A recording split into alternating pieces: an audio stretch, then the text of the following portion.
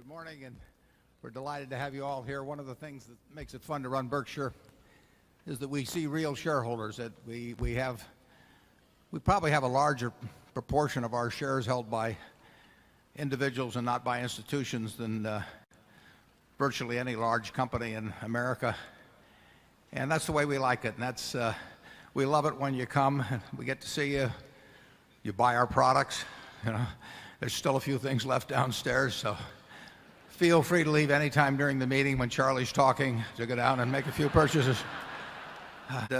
Try to get any subject that's on your mind, fire away, and I'll answer the easy ones, and Charlie will answer the tough ones. Charlie and I have been partners of one sort or another since 1959. We both grew up a good bit here in Omaha, but we didn't know each other at the time. We both worked at the same grocery store. We had a similar experience. We found that neither one of us liked hard work. And if you go down to the Western Heritage Museum, they just opened an exhibit of that grocery store. It's a permanent exhibit, and naturally I loved it. Charlie worked there a few years before I did in the past, but we didn't actually meet until I was 28 or 29, and Charlie was a few years older, as he still is. And we've worked together now in one way or another for 44 years. We've never had an argument. And we disagree sometimes on things. You have to learn to calibrate Charlie's answers. When I ask him whether he likes something, if he says no, that means we put all our money in it. I mean, that is a huge. If he says that's the dumbest idea I've ever heard, that's a more moderate investment that we make. And then you have to calibrate his answers. As we mentioned in the annual report, we will be adding some directors who meet the 4 tests that I laid out in the report. We'll be adding some of those probably within the next year whenever we're required to do so. We will be doing it, and we will have people who have a lot of their own money on the line, just like you do in Berkshire, and they will prosper or suffer in relation to how Berkshire does, and not in relation to their directors' fees or other things. So they will be selected for business savvy, which they will have. They will be selected for interest in the company, which is almost guaranteed by their holdings. They will be selected by their shareholder orientation, which again I think that their holdings will produce, and we will have those people on board probably by our next meeting. I do understand that there are certain perks involved with owning a Class A share. However, those perks should only be limited to voting rights and the ability to convert Class A shares to Class B shares. Therefore, I believe that it is inappropriate to extend the shareholder designated program to Class B shareholders.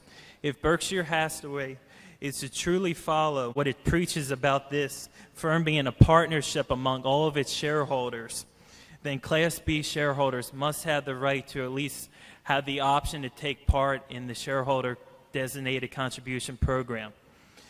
Thus, I ask my fellow Berkshire Hathaway shareholders to vote in affirmative on this matter.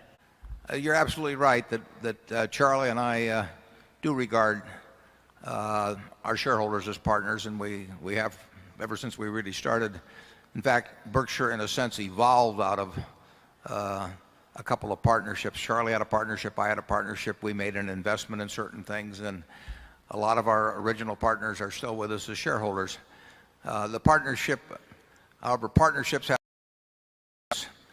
and when we set forth, or when we issued the Class B shares some years ago, we set forth the relative terms of the partners, and the Class A and the Class B are quite similar in economic terms, but they're not identical. And at the time we issued those shares to a new group of partners, Class B partners, we explained quite clearly, I believe, exactly what differences there were. There was a difference in voting rights. There was a difference in the Class A could be converted to B, but not the reverse.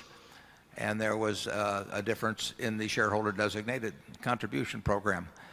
Ever since we issued those shares, I don't know, maybe 6 or 7 years ago, we in effect have had a compact with both the A and B shareholders that we would treat the two classes in a way consistent with what was explained at the time of issuance. So if we were to change the vote, the conversion ratio, or the shareholder designated contribution program, we would in effect be changing a deal that was made and that has been recognized as having been made ever since the B shares were issued. People have bought the A shares in preference to B because of certain reasons. People have bought the B shares for other reasons. But they have relied on the fact that we would abide by what we said we would do at the time we issued those shares. We'll not take anything away from the B. We'll not take anything away from the A. We'll run things just as they are. And in the future, I happen to have shares my holdings concentrated in A shares, but the A will never get any advantage over the B except for the ones we laid out at the time of issuance of the B.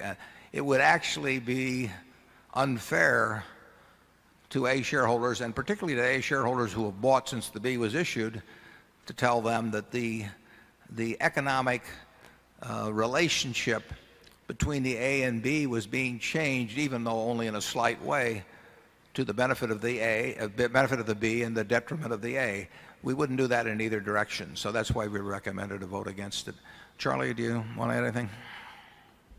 Well, not only is all of that true, but the cost of getting down to all the B would be a very inefficient process. Yeah, of course, that's the reason.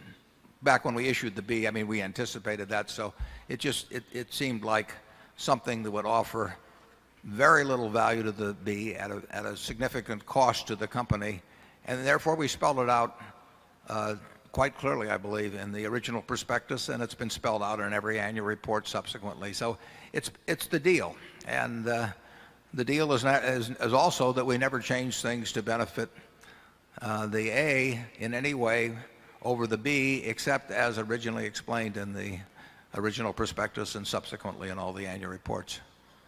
Is there a second to Mr. Freed's motion? What do we do if we don't get a second, Charlie? It dies. Okay. I guess it just died. But there's nothing inappropriate about bringing something like that up, Mr. Ray. I mean, I understand exactly what you're thinking about, but I think you have to think of fairness to both classes. We've contracted to make 2 acquisitions this year.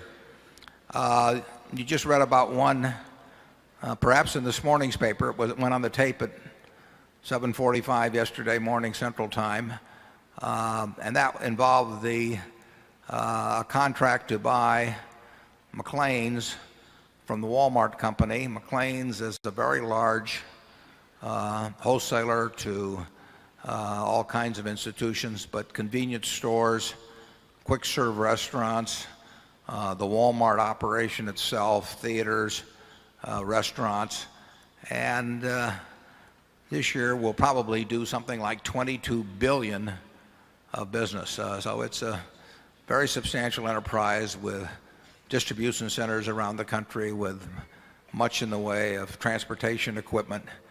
Walmart had owned McLean's since about, I believe, 1990.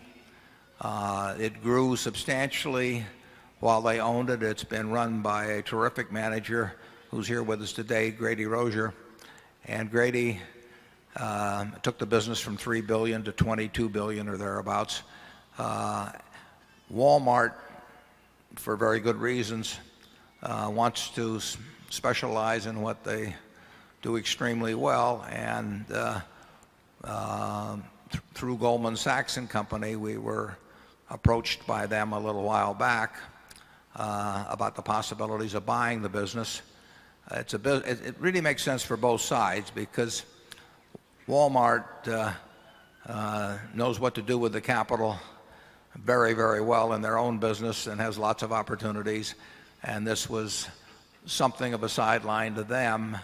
On the other hand, their ownership of McLean's resulted in certain people that would be logical customers of McLean's not wanting to do business because they didn't want to do business with a competitor.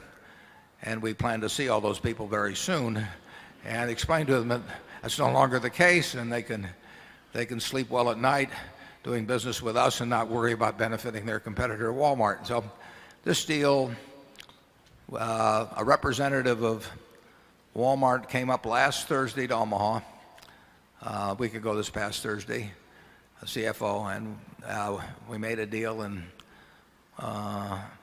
maybe an hour or two, and shook hands. And when you shake hands with Walmart, you have a deal. And so the time remaining until yesterday morning, contract was put together, and it must go through the Hart-Scott-Rodino process to be cleared, but there's obviously no conflict. So we fully expect that in just a few weeks that McLean's will become part of Berkshire. And it serves presently about 36,000 of the 125,000 or so convenience stores. If you take the 50 largest convenience store chains in the country, it does 58% of the business with those companies. Sells each convenience store an average of perhaps 300,000 or a slight bit more of product a year, which those convenience stores then resell to the consumer.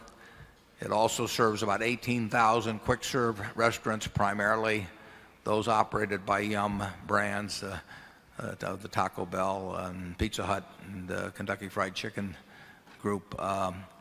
And it will have opportunities to serve many more as we go along. So we're delighted. If any of you get a chance to see Grady, or better yet, if any of you own a convenience store, step forward and we'll be glad to give you our card. It's really, Walmart knows that we will be a good owner. They know we'll be good for the people that work at McLean's. They know our check will clear, that we won't make a proposition and then run into the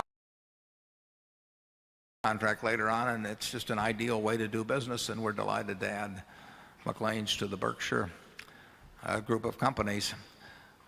It's a very narrow margin business, obviously. I mean, when you get up to $22 billion of sales, and you've got Hershey and Mars and people like that on one side, and you've got buyers like 7-Eleven and Walmart on the other side, they're not going to leave a lot in between. But you have to perform a valuable service for them in order to earn, say 1 cent on the dollar pre-tax. But McLean's knows how to do it. It's a very efficient operation, and it will continue to deliver value to both their vendors and their customers. The other acquisition that is in the works is Clayton Homes. Clayton is the class of the manufactured home industry, and the acquisition came about in kind of an interesting way. Every year for the last 5 years, a group of about 40 finance students from the University of Tennessee in Knoxville would come up to Omaha, and they would have a lot of fun in Omaha. They'd go to the Furniture Mart, and then in the afternoon they'd come to Kiewit Plaza, and the 40 students or so with their professor, Al Oxer, would have a session with me. We just have a classroom session for a couple of hours, and wonderful group of students. And generally at the end of the session, they would give me a football or a basketball. They've got a great women's basketball team at the University of Tennessee. And we'd have a good time together. And matter of fact, a year ago when they came up, Bill Gates by chance was in town, so I presented him as a substitute teacher, which is a post he's always wanted. And students got quite a surprise. This year when they came, 40 or so students, we had a good session together, a couple of hours at Kiewit Plaza. And when they got through, they gave me a book. And it was the autobiography of Jim Clayton, who started and ran Clayton Homes and built it into a huge success. And he'd written a nice inscription inside, and I mentioned to the students and the professor that I was an admirer of Clayton. I'd followed the manufactured home industry in other ways, not always so successfully.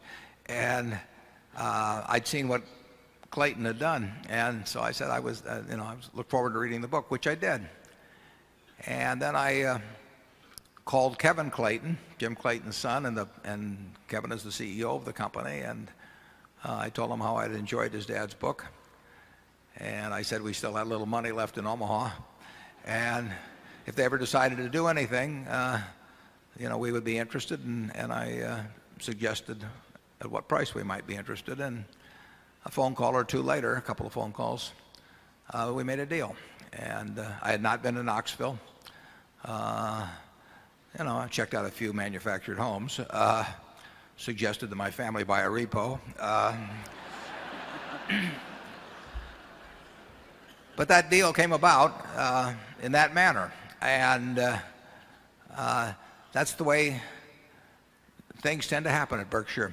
The phone rings or we pick up the phone in this particular case. And the manufactured home industry got into significant trouble, very significant trouble, because credit terms, they went crazy on credit 4 or 5 years ago. And when you go crazy on credit, you suffer in a very big way, and that's what happened in that industry. Conseco, that some of you may have read about, ended up holding, or servicing, I should say, the $20 billion worth of manufactured home credit, and they got in big trouble for that and other reasons. And Oakwood, where we own some junk bonds, went into bankruptcy. They're a big operation in the country. A couple of the other biggest players in the industry are losing significant money. Manufactured home, the companies have lost the ability to securitize the receivables they get when they sell homes. And so the industry has been in the tank. This past year, there were maybe 160,000 new manufactured homes sold, but there were also about 90,000 repos came back, and that depresses the market enormously. And like I say, financing sources have dried up. A lot of people that lent money have left the field. So for the strong, as Clayton is, and particularly with a financial backer like Berkshire, 20% or so of all the new single-family homes are manufactured homes in this country. I mean, we can put you in one for about $30 a square foot, and if you compare that to a site-built home, it's quite a deal. I mean, I was amazed. They have 2,500 square foot homes, 2 stories. I mean, it's changed a lot over the last 30 or 40 years, and we've got an operation that even the competitors would admit it's clearly their class of the field. But even for Clayton, financing was getting more difficult. I mean, the lending community got burned very badly in manufactured homes, and people have sworn off them from the lending standpoint. And Clayton did securitize an issue in February of this year, but they had to keep more of the bottom layers of the securitization themselves. So it's a good marriage, and it's one where we will be useful to them, and we should do very well together in the future. The first quarter, I don't have final figures yet, and we'll put what I say today, we'll put it on the website so that everyone has the information before the opening on Monday. But the economy, as you know, has been quite sluggish. It's really been sluggish for a very long time. It's interesting. I wrote in a letter that's also on the website right after September 11th. I put something up there, and I said that we had been in a recession, which was not something that was generally acknowledged at that time, and I thought would be longer and deeper than most people anticipated. And what has happened is that really since late 2000, housing and autos have done quite well, but the rest of the economy has just been plain sluggish, and it continues. And during that time, we've dropped the federal funds rate dramatically down to 1.25%. Charlie and I probably wouldn't have predicted that we might ever see that in our lifetime, and maybe it'll even go lower. And we're running a huge budget deficit now, but business continues to be sluggish. So our non-insurance businesses generally did not do great in the first quarter. Our insurance businesses did extraordinarily well. And we will show, when the first quarter report is published, we will show an underwriting profit of about $290 million pre-tax, which is after about $140 million of charges for retroactive insurance, the acquisition costs on that, which I'm sure many of you that don't love accounting, all I can tell you is that it's a charge that many companies don't bear, but that we willingly bear because it gives us benefits. But our $290 million is after that charge. Our float grew by probably at least $1.3 billion. So we're up to $42.5 billion or so of float. And that means people are letting us use that money. And as I said, in the first quarter, did it not only cost us nothing to use the money, but in effect people paid us to use the money, which we would like them to continue to do. And I don't see our float growing much from this point. Charlie said last time that it was impossible for it to grow, but it probably would. I don't know whether he'll change his opinion on that, but I really think our insurance businesses are in exceptionally good shape. We have some of the best insurance businesses in the world. GEICO's premium volume was up a little over 16% in the first quarter. In April, it was up just right at 17%. It had a 6% roughly underwriting profit in the first quarter. Gen Re, thanks to an incredible job by Joe Brandon and Tad Montross, has turned the corner in a big way and showed an underwriting profit in the first quarter. Jane made so much money, I don't want to even tell you about it. Some of our primary operations, yeah, you should give him a hand. I mean,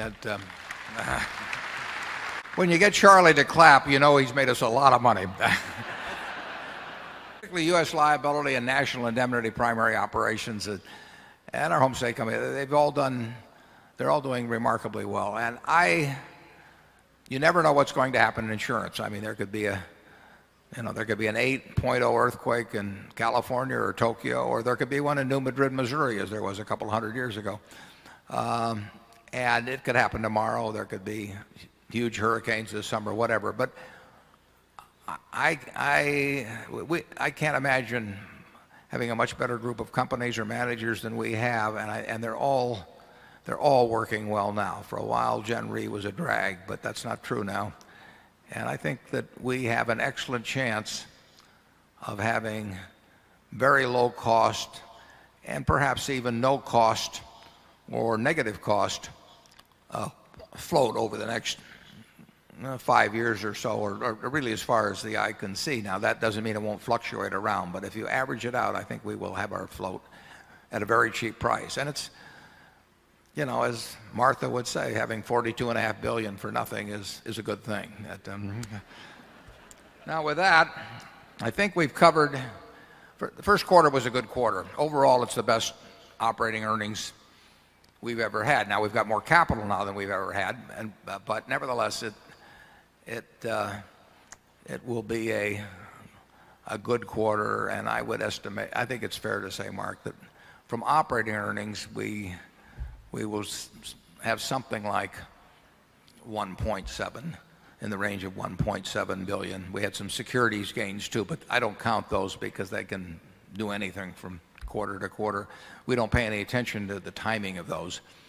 But from a straight operating standpoint, 1.7 billion or so after tax. Am I safe with that number, Mark? Or? Okay. What could he say? We don't change numbers at Berkshire, I promise you that. There, a lot of companies do, but fewer now than did a few years ago. But so we're going to get to questions. Charlie, do you have anything to add about acquisitions or operations or anything else you'd care to say? Well, I hate to be an optimist, but does he ever? we have really added a lot of wonderful businesses to Berkshire in the last few years. It's been some delightful business. That's all you're going to get out of them, folks. It's been almost 5 years since the acquisition of Executive Jet, a purchase in a much different economic and geopolitical environment. What business metrics do you use to measure success in an industry with as much flux as this one, and what has changed in those metrics since the time of acquisition? What are the prospects for Europe, and have those prospects changed? While none of the competitors approach Executive Jet in terms of scale and scope, what impact are they having on the competitive environment? And lastly, would you please explain the long-term aspect of the business model as many of the jets age out of the program? Okay, George, I got through college answering fewer questions than that, but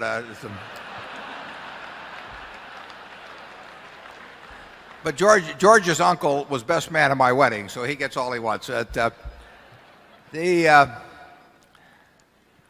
NetJets, as you will see in the first quarter, had a significant loss.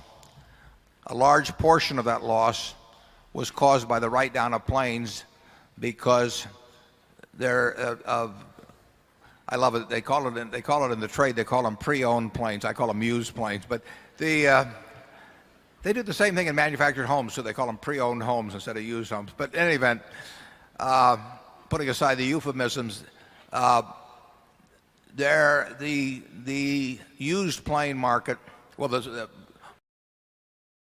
business aircraft market is very soft.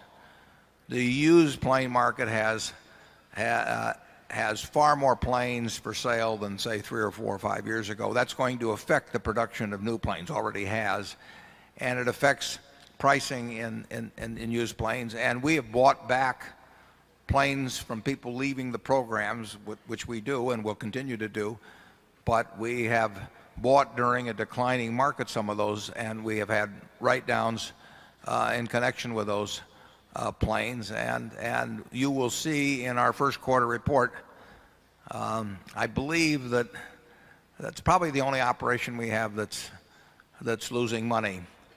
And it's a popular product. It's a growing business. It's going to be a very big business, in my opinion, over the years, and we see it every day. I mean, we write a lot of business, and customers are joining us. There are 3 main competitors. I think it's fair to say that they're losing significant money from operations, forgetting about any markdowns they might have on their own inventories. Our market share, we get figures from the FAA as to registrations and as to people that are selling their planes, and our share of market, which was always the largest, has gone up dramatically in the last couple of years. It's gone up to roughly 75% in terms of value of planes, and we're talking 75% of the 4-company market. It's gone up even higher than that in terms of net planes. In other words, new planes sold, less planes coming back. But the pricing we are receiving does not. In the U.S., it would be, absent this one write-down, it would be very, very modestly profitable. In Europe, we have lost and we are losing significant amounts of money. Business jets in Europe, the total is about one, and I'm talking about ours, I'm talking about all, are about roughly 1/10 the number as in the United States, even though the population is similar. So we have grown from a small base quite rapidly over there. Nobody else will be taking us on. It's part of a service that will be part of a very big business worldwide, in my view, over the years. I don't think anybody else can come in after us. So I think it's integral, and it is integral to our operation. Roughly half the miles flown in Europe arise from American owners, and that will just do nothing but get bigger over the years because our number of owners, every month our number of owners goes up significantly. We have people here from Marquis who have essentially they become a customer of ours, and then they resell cards for 25 hours, and they have added 40 or 50 customers a month in recent months. So it's a popular service. It will be a much bigger business. I think there will be a shakeout at some point, and maybe fairly soon. You can look at the Raytheon prospectus or the Raytheon 10K, and you will find some interesting information about their operation. And it's not hard to figure out what's going on. I don't know the answer as to when the shakeout will occur, but I can assure you that we will not be one of the shook. Charlie, do you want to comment on it? No. He'll comment on the profitable operations. He gives me the one. The long-term business model is that basically we believe that perhaps 10 times the number of people that are now flying us with us will be flying with us some years in the future, that having the best service, the best record, and the best policies for safety and security will leave us very dominant in the field, and that people will pay an appropriate price for the service. And we see all kinds of evidence of that, but we do not see a profit this year, in my view, at NetJets. Float, as you indicated, is a very large part of our asset base. Assuming our policyholders continue to renew with us and we keep control of our combined ratio, can we count the float as pseudo-equity when calculating the intrinsic value of Berkshire? And the related question was, can we not expect the float to keep growing at, say, 10% per annum for the next 5 to 10 years, given that we're still really a minority player in this segment? Thank you. Well, I wish it would grow at 10% or so, at least if it were profitable, which I do have a belief that's likely to be. Our float is $42.5 billion on March 31st, roughly. I think the entire float of the American property casualty industry, could be something roughly in the area of $500 billion. So we may be some figure like 8% or a little bit more, maybe even 9%, somewhere in that range of the total PC float of the United States. Now, it's true we have a little outside the country too, but the big part of the world PC market is in the United States. When we started out in 1967, I think maybe we had 10 million afloat. So to go from 10 million to 42 billion,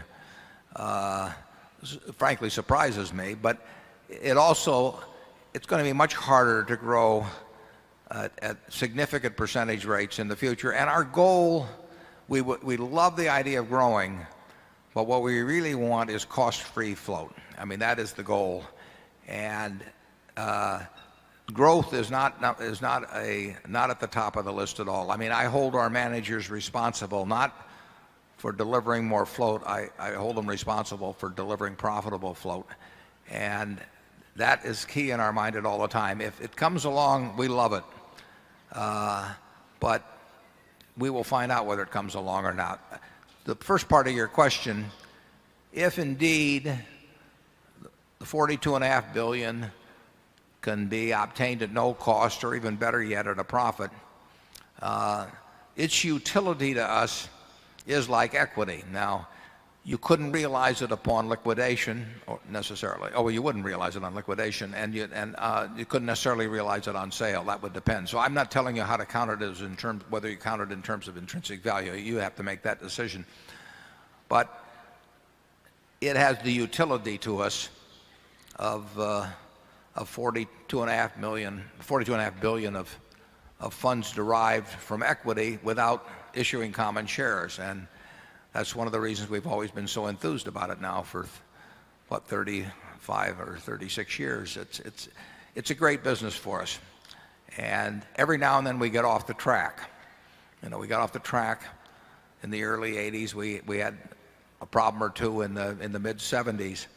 And we had a problem with Gen Re for a few years. So there's nothing automatic about it. And I will say this. I think for most companies in the PC business, the PC business is not a great business. It's a commodity business to too big a degree. So I do not think most companies in the PC business will get float at an attractive cost. We have to be an exception. But we have some exceptional companies and some exceptional managers, and I truly believe that we will obtain our float at considerably less cost than the industry, and that is the goal.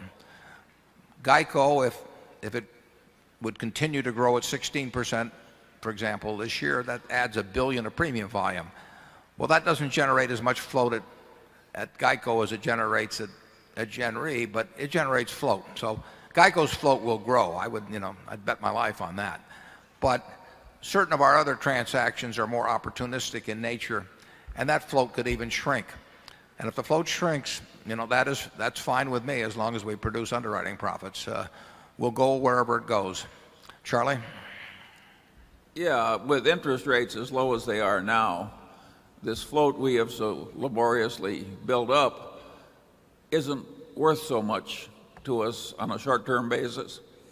After all, what do we have, $16 billion of cash on hand earning a very low rate of return. So the incremental dollar afloat doesn't look all that advantageous now, but we have a more long-term view than that. We figure that eventually we'll do a hell of a lot better than 2%. We're not getting 2% on that $16 billion, Charlie. We do have, incidentally, on March 31st, we have roughly $16 billion in cash, not counting any cash in the finance operation, because that's a little bit phony in terms of its utility. I mean, it's offset by borrowed money. But other than the finance operation, we have right at $16 billion in cash and cash equivalents, and we also have a lot of bonds and things of that sort. On that $16 billion, we are probably getting about 0.7 of 1%, 3/4 of 1%, call it, after tax on $16 billion, which does not make us salivate. But we would rather avoid salivation than to encounter problems. And we will use, Walmart put out the figure yesterday of roughly $1.5 billion for a combination of a small trucking company plus what they sold us.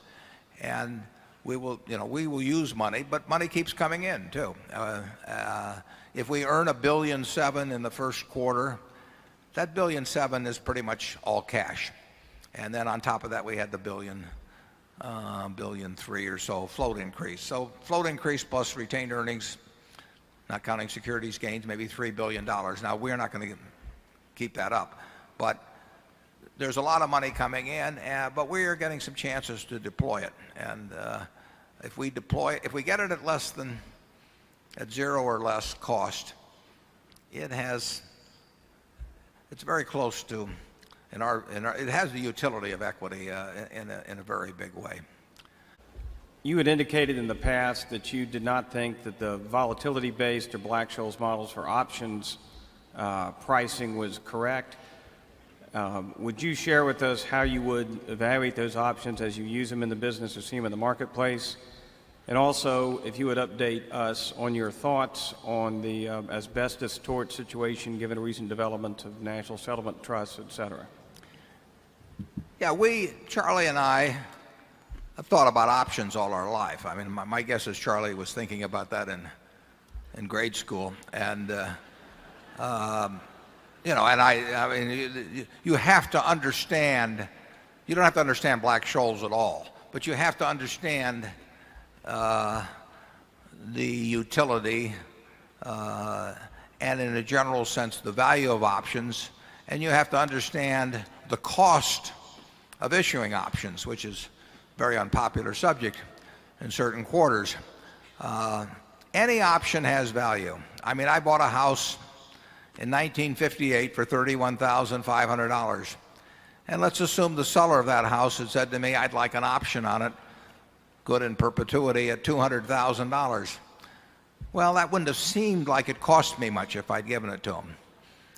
But an option has value. Any option has value. And that's why some people who are, kind of slick in business matters sometimes get options for very little or for nothing. I'm not talking about stock options. I'm just talking about an option to purchase anything. They get options for far less than really a market value would be. Black-Scholes is an attempt to measure the market value of options, and it cranks in certain variables, but the most important variable that cranks in that might be subject, well, it might be a case where if you had differing views, you could make some money, but it's based upon the past volatility of the asset involved, and past volatilities are not the best judge of value. I mean, if you looked at a 5-year option on Berkshire stock at various times, Berkshire stocks had a fairly low beta, as they call it. Beta is a measure that people in academia always like to give Greek names to things that are fairly simple, and so that they have sort of a priesthood. It's like priest talking in Latin or something. I mean, it kind of cows the laity, but beta is a measure of past volatility. Berkshire's had a low volatility, but that didn't mean that the option value of it, to anybody that really understood the business, was lower than a stock with a higher beta. And I think what Charlie said is that last year is that for longer term options in particular, Black-Scholes can give some silly results. I mean, it misprices things, but it's a mechanical system. And any mechanical system in securities markets is going to misprice things from time to time. And we made one, as I mentioned last year, we made one large commitment that basically had somebody on the other side of it using Black-Scholes and using market prices, took the other side of it, and we made $120 million last year. And we love the idea of other people using mechanistic formulas to price things, because they may be right 99 times out of 100, but we don't have to play those 99 times. We just play the one time when we have a differing view. Charlie, you want to comment on? Yeah, but Black-Scholes is what I would call a know-nothing value system. If you don't know anything at all about value compared with price, in other words, if price is teaching you all that can be known, then Black-Scholes on a very short-term basis is a pretty good guess, for what a 90-day option may be worth in some stock or another. The minute you get into longer-term options where you don't have the know-nothing factor so extreme, it's crazy to use Black-Scholes. People use it just because they want some kind of a mechanical system. But at Costco, for instance, within a fairly short period, we issued stock options at 30, and we also issued stock options at 60. And Black-Scholes valued the options we issued at 60 as a strike price way higher than the options we issued at 30. Well, this is insane. But we like a certain amount of insanity. Yeah, well, it's good for Warren, who picked up this extra $120 million. But so he's fonder of this kind of insanity than I am. No, we will pay you real money if you will deliver to our offices at Kiewit Plaza somebody who wants to use the Black-Scholes model and is willing to price 100 options for 3 years, using the Black-Scholes model and letting us pick and choose among those, because as Charlie says, it's a know-nothing affair, and we are know-nothing guys in respect to an awful lot of things, but every now and then we find something where we think we know something, and anybody that's using a mechanistic formula is going to get in trouble in that situation. But options have value. I mean, we issued options in a sense last year when we sold the 400 million of bonds, and we know what we're giving up when we sell those bonds. I mean, we may have gotten a negative coupon of sorts, but that's because we gave up option value. And then It isn't truly a negative cost instrument at all because options have value. A company getting its employee compensation aligned with shareholder interest. Charlie Munger, in one of his outstanding Investor Digest interviews, cites the case of FedEx getting it right. In the newspapers, we've all just read about American Airlines, Bethlehem Steel, and a lot of other companies getting it wrong. I find precious little written about compensation systems. Would you share with us how you get it right at Berkshire Companies? Also, your old golf coach and racetrack friend Bob Dwyer asked me if you would like to share with us your pick in the Kentucky Derby. Is Bob back there with you, Martin? No, in the middle. Oh, Bob. Yeah, Bob and I did spend a lot of time at the racetrack in high school. He was not only the basketball coach at Woodrow Wilson High, but he was also the golf coach. And whenever I wanted to go to the races, he would write an excuse to my other teachers saying that we had to go out for the golf team. And then we would head off to Charleston or Havre de Grace or Pimlico or someplace. And he cleaned up his act subsequently. It's good to have Bob with us. He was known for his famous 3-iron shots. He was known as Trolley Wire Dwyer in those days. Charlie, do you want to talk about comp a little? Well, as the shareholders know, our system is different from that of most big corporations. We think it's less capricious. The stock option system will give extraordinarily liberal awards sort of by accident to some people, and it will deny other people any reward at all at some different time, in spite of great contributions made by the people who are getting nothing. So, except where we inherit it, we just don't use it. But we must be in a minority far less than 1%, right? It's where we like to be, right? No, it's interesting. We inherited some stock options at Berkshire, primarily in the General Re transaction, and not through any failing of anybody, or there's no aspersion to be cast, but at all. But those options turned out to be quite valuable. They would not have been valuable if General Re had been left alone as a standalone company. They profited from the fact that other parts of Berkshire did well, and the money went to the people that had these options who delivered nothing to the performance of Berkshire for a while. Now that is not an indictment of anybody in the least at Gen Re. It's an indictment of an option system which represents a lottery ticket and also a royalty on the passage of time, because as you know, an option holder has benefits from retained earnings and benefits not at all from dividends. And that puts his interest maybe quite contrary to that of the shareholders. So we believe in paying for performance, but we believe in tying performance to what is actually under the reasonable control of the person that's being measured. And to give a lottery ticket on the overall results of Berkshire Hathaway to someone who is running a business that's 1% of the whole is really crazy. And I would say that you have seen probably more misdirected compensation throughout the corporate America in the last 5 years, than in the 100 years before that. It's been extraordinary. And there was wealth creation in the 90s, just like in the 80s and the 70s and the 60s and the 50s. But there was a wealth transfer like had never been experienced before. And you can't blame people for wanting to cash in on it. If anybody wants to walk up and hand me a half a dozen lottery tickets for the Nebraska lottery, I'll accept them. But it will have nothing to do with how I do in terms of running Berkshire.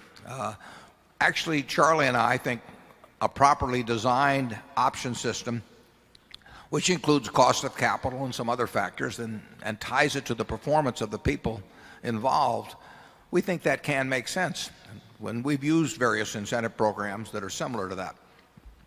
But the idea of just passing them out and telling people that for 10 years they get a free ride, and then repricing. If your stock goes down, their stock doesn't go down, their option price goes down. That is not our idea of a great compensation system. If we are right with our general approach, it has considerably important implications, because the natural implication is that more than 99% of corporate compensation systems are more than a little crazy in America. And I want to emphasize that Berkshire is not illiberal. I mean, we've got various incentive systems out where people make tens of millions and may make hundreds of millions. So we're not against rewards for people who make vast contributions, but a system that's basically capricious and which doesn't tailor the results per person and per activity very well, we just think it's crazy. We love to see people that are associated with Berkshire making money, as long as they're making money for you at the same time. It's very simple. But we don't want them to get a free ride off your money.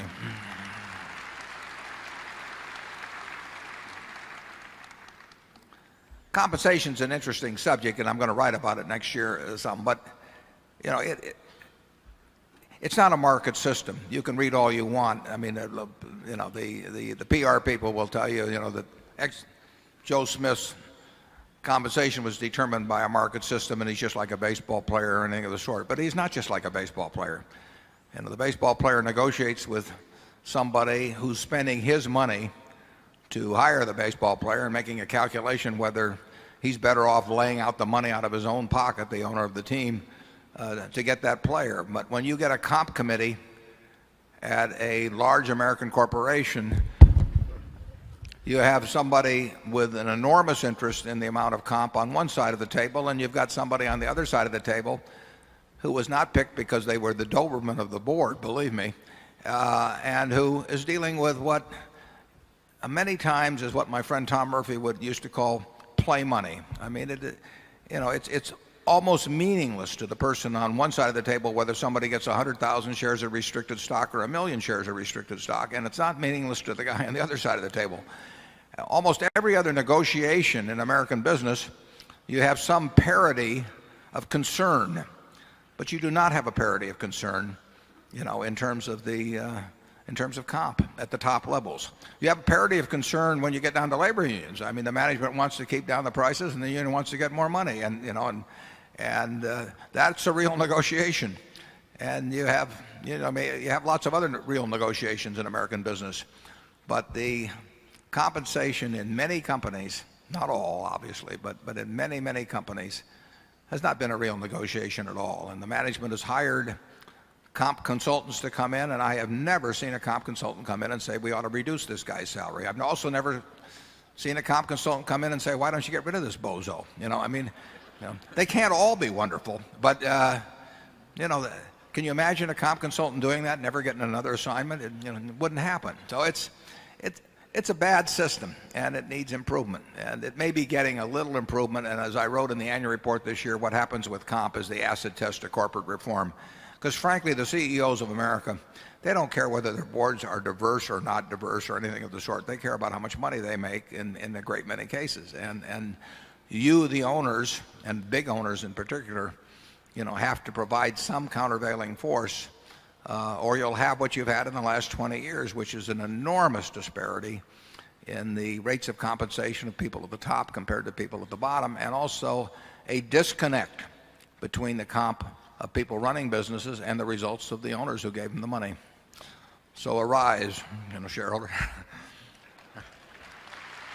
You argued that corporate earnings in aggregate acted like a bond coupon and thus were negatively impacted by high inflation.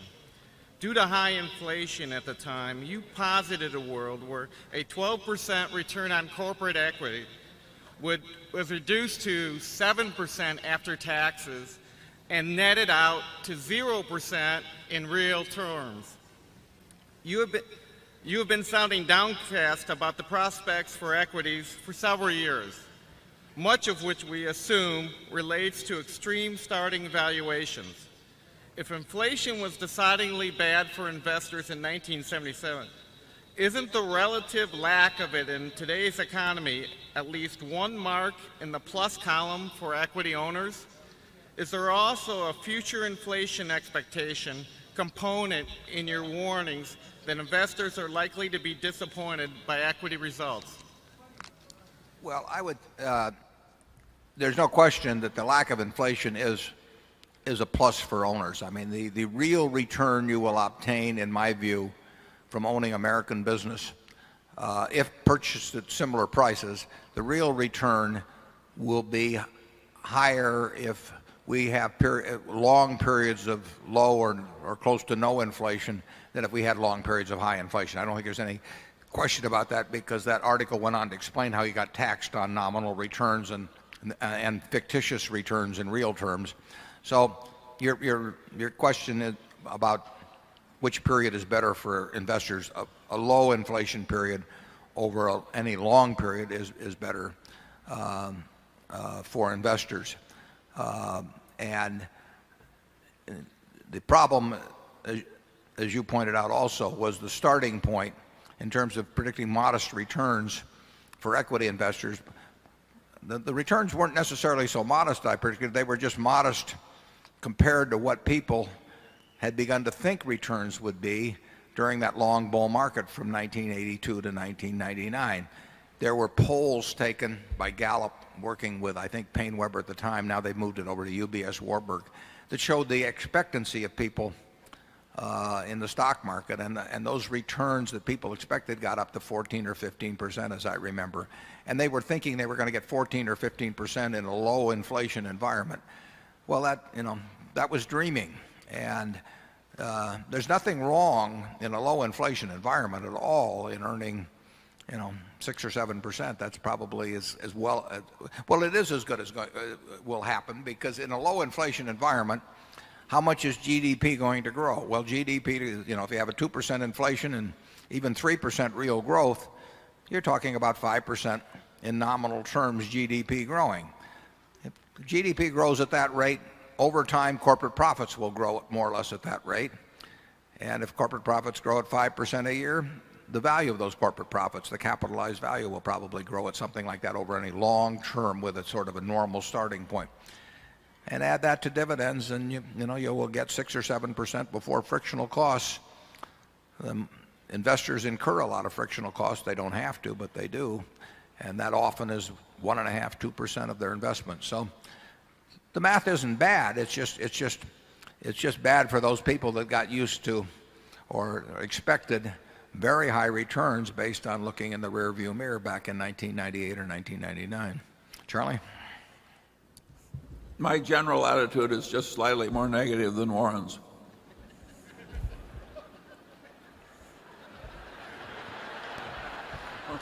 You've heard it, folks. That isn't the end of the world. I mean, in effect, if the people who own American business get 5 to 6% of the pie, $10 trillion economy now, someday a $20 trillion economy. But if we get 5 or 6% of the pie, those of us who put our capital out to produce goods and services for American business, for American consumers, American population, is that I don't know whether that's, is exactly what somebody who designed the universe would come up with, but it doesn't strike me as crazy in either direction. I think that that's a lot of goods and services to go to people that put up the capital, and you've got 100 million plus people in the working force that are working to turn that out for you using your capital, and it provides what I would regard as a pretty decent real return if you have low inflation. If you get into high inflation, as I wrote about back in '77, you could easily have the real return to investors get to a very, very low number, and perhaps negative. I mean, inflation can swindle the equity investor, as I wrote back then, and I used 7,000 words to explain why, and we'll be glad to send you a copy of that article if anyone's still interested. But inflation is the one thing that over a long period of time can turn investors' results in aggregate into a negative figure. And it's the investor's enemy. Charlie, does that bring forth any further thoughts? I don't think you'll get perfect help on these subjects from the economics profession either. They have certain standard formulas. To an economist, when a manufacturing job goes to China, that's just so much productivity increase. And if you ask one, well, suppose all of the manufacturing jobs in America went to China, wouldn't that be a little too much efficiency increase? And their answer would be no. And people actually get paid for thinking like this in major universities. If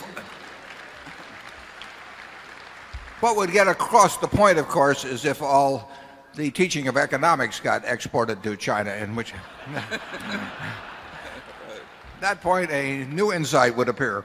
Do you get any feedback from the managers that they enjoy coming here and they get anything out of the meeting? Well, we have a number of our managers here, and I do. Well, we don't require anybody to come. I mean, we have managers that very, very seldom have come to a meeting, and I don't keep names. I can't even tell you which ones they are. But some, if they enjoy it, they come. Many of them, of course, have operations down below selling you things, and some of them come to help out in that respect. But we've got we have a sensational group of managers. They run their own businesses. They're extraordinary at doing what they're doing. We don't get in their way. We don't demand that virtually that they do anything except work for the owners. But I hope you meet some of them here today, because the ones that are here obviously enjoy interacting with the shareholders, and it's fun to put faces to functions. I mean, I enjoy it. I think a lot of them enjoy coming here, and the people that are working downstairs, they volunteer to come, and they enjoy seeing the shareholders, and they enjoy bragging about their companies, and they've got a lot to brag about.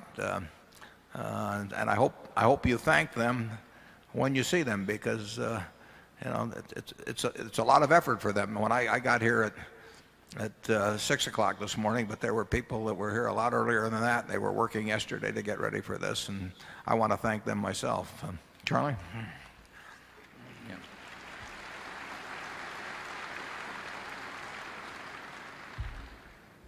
I don't think our managers who come to this meeting are picking up new tricks. Most of our managers know all the tricks that are related to their businesses. But this is a very interesting place, and it gets more interesting every year. And part of what makes it interesting is not discreditable, and I think people like being part of it.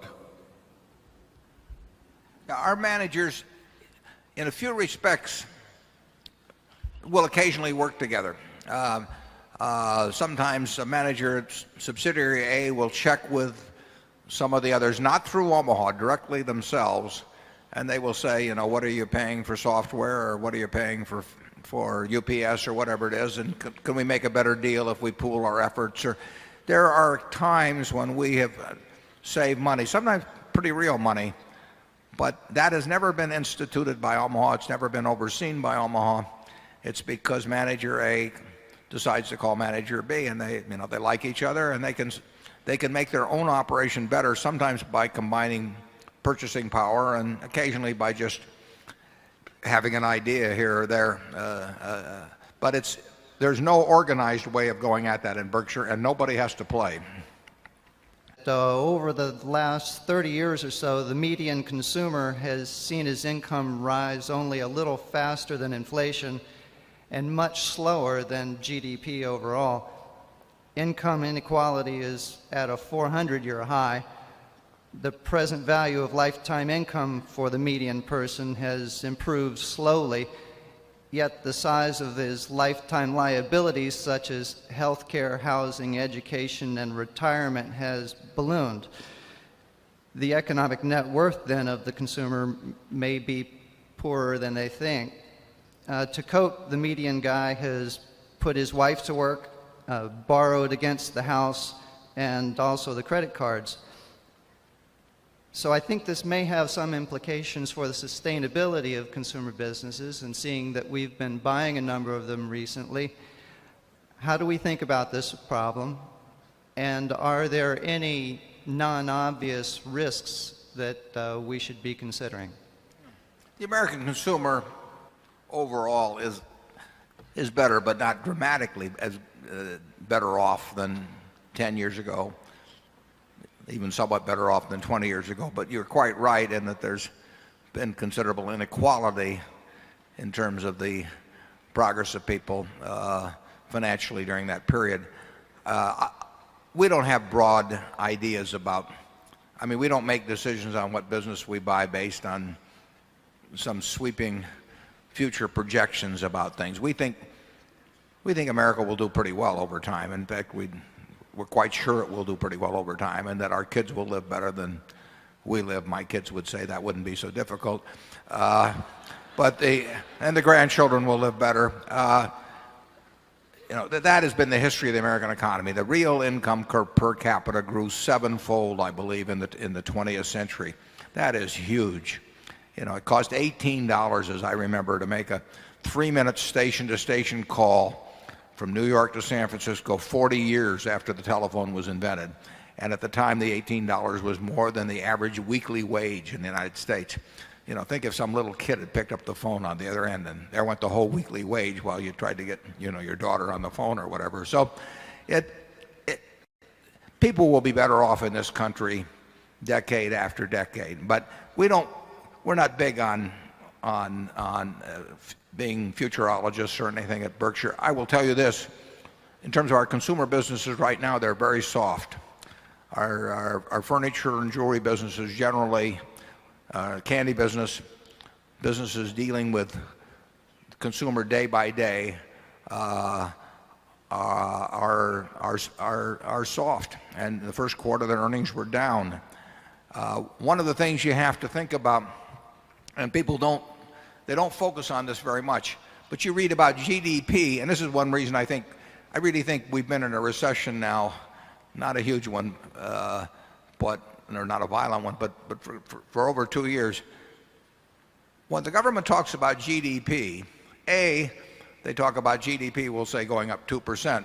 But of course, the population of the country, goes up something over 1% per year. So it's per capita GDP that counts, and that has gone very close to no place. But the more important factor, to some extent, is that GDP counts the people that have you take off your shoes when you go to get on an airplane. It counts extra police. It counts all of these things that don't really translate into they translate into goods and services that the country wants, but they're not goods and services. I mean, they're goods and services we wish we didn't want, and all of that counts the same way. If there's 20 guards at the airport instead of 3 guards, that goes into GDP. But does it make you feel any better about how you're spending your paycheck every month? Probably not. And when you get into a war, for example, if you drop planes into the ocean, that's part of GDP, the cost of manufacturing those planes. But it doesn't do anything for you at your house. So in terms of what I would call desirable GDP, I think my guess is that on a per capita basis, that has gone no place in the last few years, as we've diverted resources to other things that don't really translate to what goes into your house or onto your table. And the quality of GDP is something that is not really talked about very much when you pick up the economic reports every day. Charlie? Yeah, and the type of figures you gave us about inequality tend to obscure a basic and important fact. If the same families were permanently at the top of the economic heap, there'd be huge resentments about current inequality. But when the coupon Clippers and the DuPont family go down and somebody creates something like Pampered Chef and comes up, in a real sense, something wonderful is happening in terms of equality, even though at the end it looks like there's been no progress. That much churn makes people think the whole system is fair.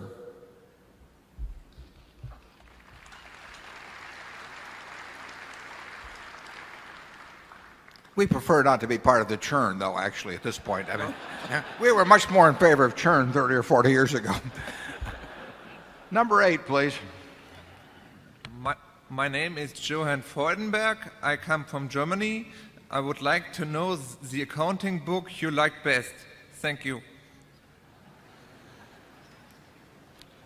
Well, it's been a long time since I've read an accounting book. I read Finney back when I was in college. I remember that. And I always liked accounting. And for any of you interested in business, you know, you basically can't get enough accounting. But I don't, you know, I am not really up to date on accounting books. Maybe Charlie's been reading some of those lately. I would hope, actually, that if you read the Berkshire reports over time, that you get certain, perhaps, lessons on accounting. But I think you learn more accounting probably in terms of, well, I mean, once you know the basics of it, by reading good business articles that deal with accounting issues, accounting scandals, that sort of thing. I mean, that's what you really need to know, is you need to know how the figures are put together, the underlying principles of it, and then you have to know what can be done with those. And you start with the accounting figures as the raw material of understanding a business, but you have to bring something additional to that. And I can't think of any good books on that subject. I think I've read a lot of good magazine articles that contributed to my knowledge over the years.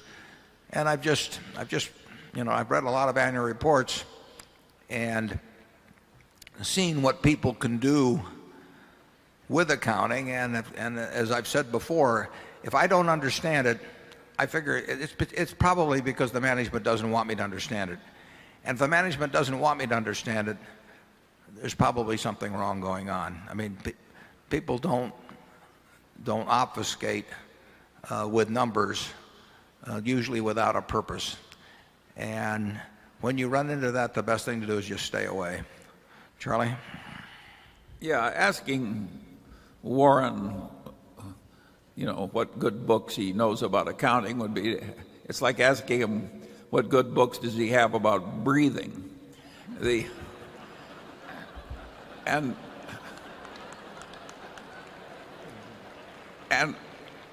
what the implication of that is that you start by learning the basic rules of bookkeeping, which are sort of like the basic rules of addition and subtraction.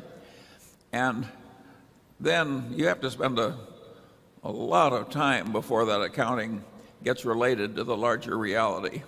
And that's a lifelong process. Could you comment on insurance companies taking on credit risk through the sale of credit derivatives, the adequacy of the accounting for these derivatives, and finally, could you explain why the financial guarantee insurers, who are the primary sellers of these derivatives, have the same AAA rating Berkshire has, despite their more than 140 to 1 leverage and the correlated nature of the risks that they take on? Well, I think you should go to work for Standard & Poor's or Moody's. The question about credit insurance or credit guarantees of one sort or another, you know, that's become very popular, and it's become actually popular with sort of the standard insurance, property casualty insurance companies in recent years. And I would say that in many cases, the people participating in that business don't really know what they're doing. It's so easy in the insurance business. It's the curse of the insurance business. It's also one of the benefits of it, is that people hand you a lot of money for writing out a little piece of paper. And what you put on that piece of paper is enormously important. But the money that's coming in that seems so easy can tempt you into doing very, very foolish things. We had a situation here in Omaha 15 or 20 years ago in the mid-'80s where Mutual of Omaha largest health and accident association in the world at least at one point, and they decided to go into the reinsurance, property casualty reinsurance business. And in a very, very, very short time, they wrote not very many contracts, and it resulted in wiping out half of the net worth of everything that had been built up over many, many decades. If you are willing to do dumb things in insurance, the world will find you.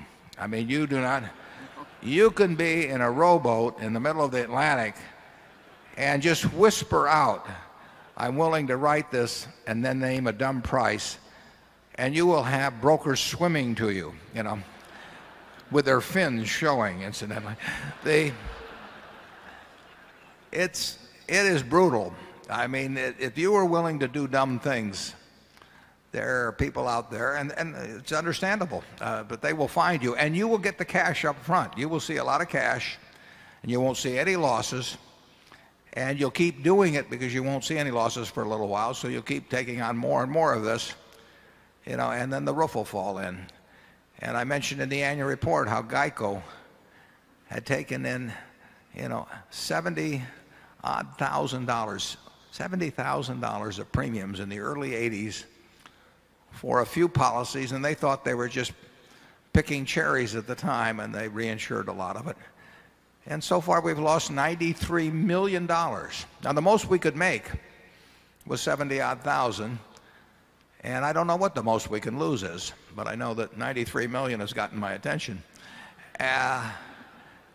When you're playing in a game like that, you can't afford to make a mistake. I mean, it's a single mistake or a few mistakes that are correlated, as you've mentioned, because these things do correlate.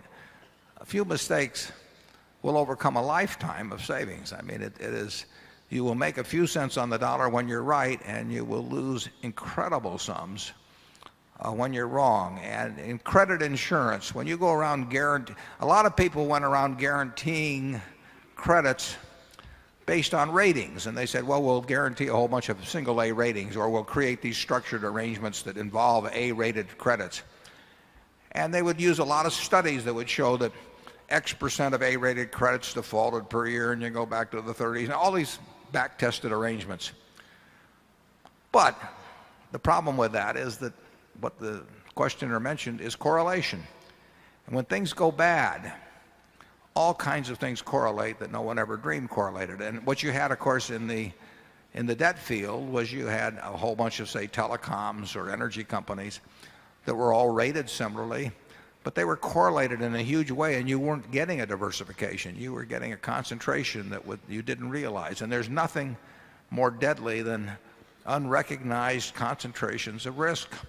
But it happens all the time. So I would say we see a BAA credit enhanced to a AAA credit by somebody guaranteeing it, and they may guarantee it for 10 or 15 basis points, and yet the spread in market yield might be 100 basis points. That does not strike us as smart. And I would say this about the AAA rating. They have a AAA rating for claims paying, but they don't carry, I don't think, general AAA. There's only, I think, 8 or 9 AAAs left in the United States. Berkshire Hathaway is one of them. But I believe there's only one other insurance company, which is AIG. And then there's a half a dozen other companies. So those companies are not in the same class credit-wise as Berkshire, nor are they recognized as being in the same class. But I would say you could get into a lot of trouble at 140 to 1 at some point insuring credits. Charlie? Yeah, he also asked about the quality of accounting. And in my view, at least, the quality of accounting in America for derivative transactions is still terrible. And it's terrible in that it's too optimistic. And one of the places where it's most terrible is when you talk about guaranteeing future credits way out, years ahead. That sort of thing just lends itself to people getting very optimistic in their assumptions and in their audited figures. And people pay attention to the audited figures, not the underlying reality. So therefore, if the accounting is lousy, the business decisions are lousy. And I think that's going on mightily as we sit here. Yeah, there are dozens of insurance organizations or trading organizations in the country that have written credit guarantee contracts in derivative form in the last few years, in fact, on a huge scale. I will guarantee you virtually that every single one of those contracts that was written in the first week, whoever wrote it, recognized some sort of an income account or an income entry, and that somebody got paid a little bit of money for writing each one of them. And you know that many of those are going to go bad, and maybe as a category that it's going to be a terrible category. But nobody ever wrote a contract and recorded a loss at the time they wrote it. I mean, they just don't do it. And I will tell you that there are a lot of those contracts that if somebody wrote them for me, 10 seconds later, I would have paid somebody to take them off my hands, so that I would have regarded them as having a built-in loss. Nobody ever records a built-in loss on a derivative contract. In fact, I find it extraordinary that you have two derivative dealers, and dealer A and dealer B write a ticket, and dealer A records a profit and dealer B records a profit. Particularly if it's a 20-year contract. I mean, that is a kind of world I'd love to live in, but I haven't found it yet. At Brander, small company we run, we're spending a lot more on employee benefits anymore. Health insurance in particular is going up and up again. And lots of times in the press years ago, and now again a little bit, you're hearing the drumbeat of a healthcare crisis and what it costs employers to provide health insurance. I got to figure that's on the minds of a lot of Berkshire operating company managers. I'm wondering whether both of you feel, is crisis the right word with respect to cost? Looks like bigger percentages of our GDP are going to healthcare. Is that because we think we're getting better healthcare, or is it really just sort of inflationary? Second thing is, at the risk of you thinking we're all a bunch of kooks over here, a couple of people over in this side of the hall have asked me to ask you, Warren, whether you're seriously considering being cryogenically frozen at some point, I think, hopefully in the distant future. Cryogenically frozen. We had that last year. Yeah, and the guy who asked the question last year has put me up to a follow-up for him. Hey, and finally, unrelated to those two. Do I look like I'm closer to where I need it? And last thing is, when you guys look at companies and you're thinking about earnings into the future, do you have any rule of thumb? How far in the future do you think you can look typically with a company you believe in, you think you understand the business? Is it 5 years, 10 years? Do you really think you've got sort of the perpetual into infinity income stream to calculate the value on? We don't project as far out as we might have to if we thought we could be successfully frozen. No. But we're going to own these businesses forever. So we want a business that we think is going to have, if run well, some kind of competitive advantage over many decades. We're not going to resell them. And we better have something that is not only good now, but that's going to stay good.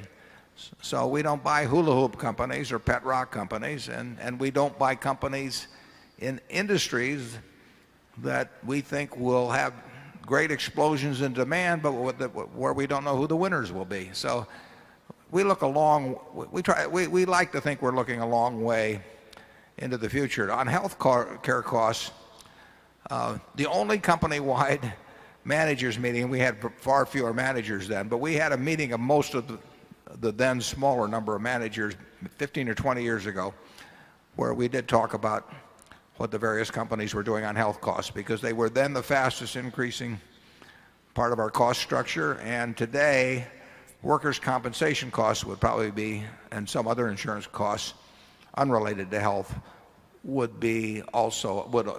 at least in the last couple of years, have moved up even more dramatically than health costs. But health costs are huge for us in many cases, running $6,000 or $7,000 per employee, but moving up at a fast rate. And that is an inflationary part of the U.S. economy that we can't solve, and our employees can't solve, and it becomes a big part of the kind of costing. It's a raw material costs. We had higher energy costs in the first quarter, but health costs are the ones that are going to just keep coming and coming, in my view, and I don't have any great answers for it. Charlie runs a hospital and knows a lot more about the health system than I do, so we'll see what he has to say. Well, I would argue that the quality of the medical care delivered, including that from the pharmaceutical industry, has gone up enormously. And of course the cost has too, but it's a much richer country, and I don't think it's crazy if the United States wants to spend 15% of GDP on health care. And if it went to 16 or 17, I wouldn't consider it the end of the world. Eventually, of course, there would be a place where it wouldn't be smart to spend so much.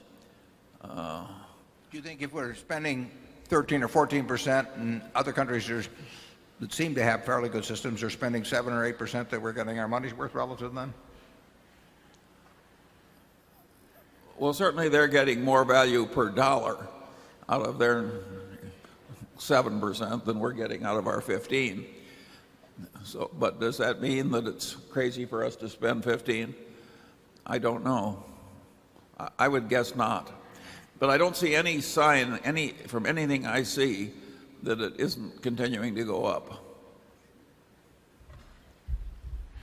I don't know how much we never aggregate figures around Berkshire from various companies because it wouldn't mean anything, but we spend a lot of money on health care. And certain states it's far higher than others. It makes a lot of difference where you're located. How do you define success and happiness? Are they related, and how would one achieve that? Well, I tell college students that when you get to be my age, you will be successful if the people that you would hope to have love you do love you. I mean, if Charlie and I know a few people that have got a lot of money and they get testimonial dinners and they get their names on buildings, and the truth is nobody loves them. And, not their family, not the people who named the buildings after them. It's sad. And unfortunately, it's something you can't buy. I mean, Charlie and I have talked a lot of times if we could just buy $1 million worth of love. It would be so much more satisfactory than to try and be lovable. But it doesn't work that way. The only way to be loved is to be lovable. And I hate to tell you that at 13, but the nice thing about it, of course, is that you always get back more than you give. I mean I don't know whether it was Oscar Hammerstein or who said, a bell's not a bell till you ring it. A song's not a song till you sing it. Love isn't in the heart, isn't put there to stay. Love isn't loved till you give it away. And basically, you'll always get back more than you give away. And if you don't give any, you don't get any. It's very simple. I don't know anybody my age that is loved by a lot of people. We had a dinner the other night. Don Keogh was there. Everybody loves Don Keogh, and for good reason. And there's nobody I know that commands the love of people around them, the people they work with, their family, their neighbors, that is other than a success or feels other than a success. I don't know how the people feel where they know that nobody loves them, but I can't believe they feel very good. So it's very simple. You can't get rid of love. If you try to give it out, you get it back more than you've given, and it's the best thing. Charlie, what do you speak for? Well, you don't want to be like the motion picture executive in California, and they said the funeral was so large because everybody wanted to make sure he was dead. And there's a similar story about the minister saying at the funeral, "Won't anybody stand up and say a good word for the deceased?" And there was this long silence, and finally one guy stood up and he said, "Well," he said, "his brother was worse."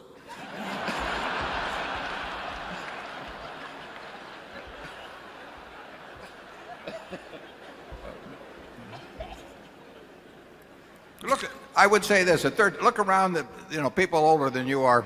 Look around at your older relatives or whatever, and you will not see an unhappy person who is loved by those around them. I mean,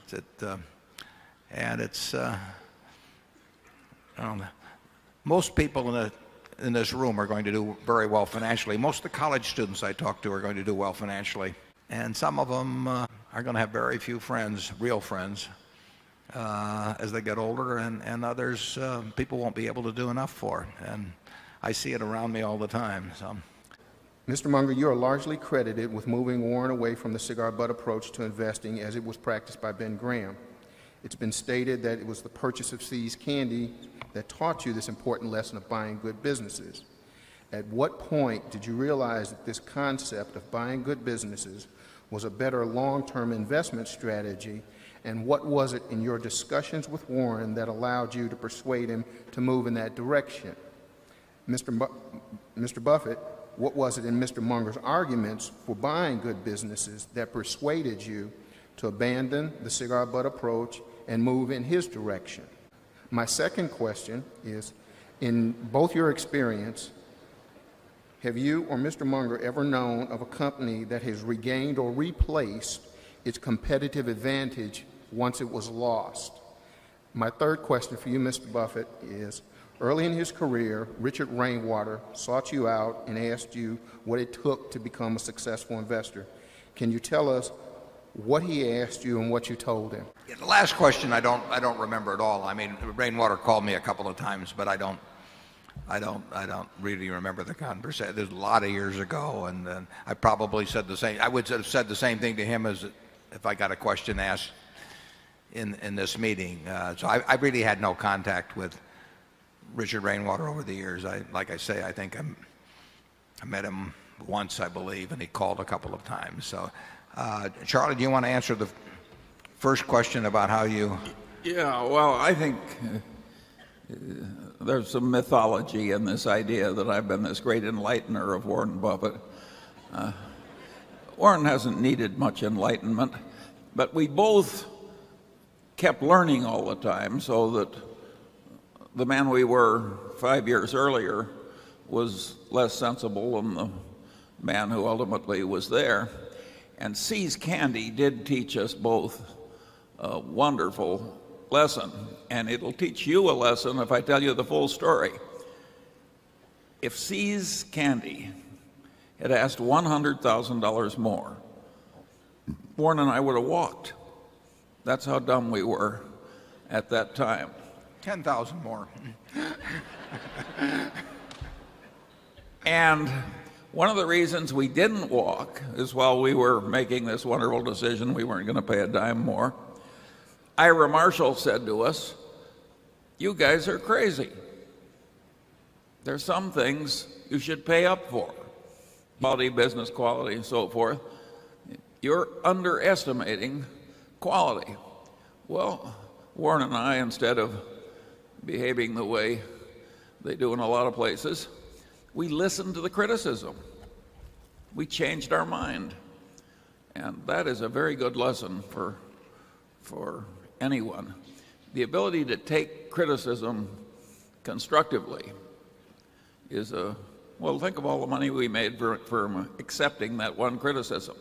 And if you count the indirect effects from what we learned from buying See's, you can say that Berkshire's been built partly by learning from criticism. Now, we don't want any more today. Yeah. We also like the peanut brittle, so Charlie is playing it out. I had learned investment and got enormous benefit out of that learning from a fellow who concentrated on the quantitative aspects, Ben Graham, and who didn't dismiss the qualitative aspects, but he said you could make enough money focusing on quantitative aspects, which were a more sure way of going at things and would enable you to identify the cigar butts. He would say that the qualitative is harder to teach, it's harder to write about, it may require more insight than the quantitative, and besides, the quantitative works fine, so why try harder? And on a small scale, there was a very good point to that. But Charlie really wasn't just Ira Marshall, but Charlie emphasized the qualitative much more than I did when I started. He had a different background to some extent than I did. I was enormously impressed by a terrific teacher, and for good reason. But it makes more sense, as we pointed out, to buy a wonderful business at a fair price than a fair business at a wonderful price. And changed or I've changed my focus anyway, and Charlie already had it, over the years in that direction. And then, of course, we have learned by what we've seen. I mean, it's not hard when you've watched businesses for 50 years, to learn a few things about them as to where the big money can be made. Now, you say, when did it happen? It's very interesting on that, because what happens, even when you're getting a new important idea, is that the old ideas are still there. So there's this flickering in and out of things. I mean, there was not a strong, bright red line of demarcation where we went from cigar butts to wonderful companies. But we've moved in that direction, occasionally moved back, because there is money made in cigar butts. But overall, we've kept moving in the direction of better and better companies, and now we've got a collection of wonderful companies. In terms of competitive advantage and then lost and then regained, there aren't many examples of that. In the property casualty company, I've got a friend who always wants to buy lousy companies with the idea he's going to change them into wonderful companies. And I just ask him, where in the last 100 years he's seen it happen. I mean, Geico got into trouble in the early 70s, but it had a wonderful business model. It did get off the tracks, but it wasn't because the model went astray. It's because they started reserving incorrectly and went crazy on growth and a few things like that. But the basic model was still underlying it. You might argue that one company that lost its competitive position and then came back in a different way actually was Pepsi-Cola. I mean, they were twice as much for a nickel too. They were selling on a quantitative basis. The fact that you got to guzzle more of the stuff for a nickel, twice as much as the slogan went, and they lost that edge post-World War II when costs went up a lot, and so they basically changed their marketing approach successfully, and that's very, very seldom done, but you have to give them credit for that. To some extent, Gillette lost its competitive position somewhat in the 30s, lost market share against what they called penny blades and all that, and then regained it in a very big way in the next 10 or so years when their market share went up enormously. But generally speaking, if you lose your competitive position, the Packard Motor Company had the premier car in the mid-30s. The Cadillac was not the premier. It was a Packard. And then they went downscale one year, and they never came back. They jumped their sales that one year because everybody wanted to own a Packard, and now you could own one a little cheaper. But they never regained that upscale image again. And certain department stores have done that too. They've had an upscale image, and you can always juice up your sales, particularly if you've got a great upscale image, by having this sale or that sale and going down market. It's very hard to go back up market again, and you've seen some great department stores that have had that, or specialty stores that have had that problem. 4 or 5 years ago, I put most of my family's portfolio, actually all of it, into Berkshire Hathaway. And over the past 4 or 5 years, the stock price has remained rather steady, and I've withstood the year 2000 when friends were making 50% and I was losing 50% on my investment. But I have to admit, when I read your Fortune article last year and you referred to the stock price as expensive, I felt badly. Now, I spend my days sometimes having fun figuring out the value of Berkshire Hathaway. But at night, after that comment, I could also wake up in worry and fret. And I realize you talked recently a lot about the qualitative and quantitative aspects of things. And I guess I would like you, with your self-reflective position and knowing that I'm asking you to do something like maybe talking about your breathing, what went into that comment to call the stock price expensive in terms of your weights and measures? What price, what value? What do you think about the company and its stock price when you say it's expensive? I think I don't remember the exact wording of that article, but I'm quite sure that I told the author of that article, and I'm almost positive it was in the article, that I said I thought it was more attractive than owning the general market or the S&P. So I was saying that I preferred it to the general market.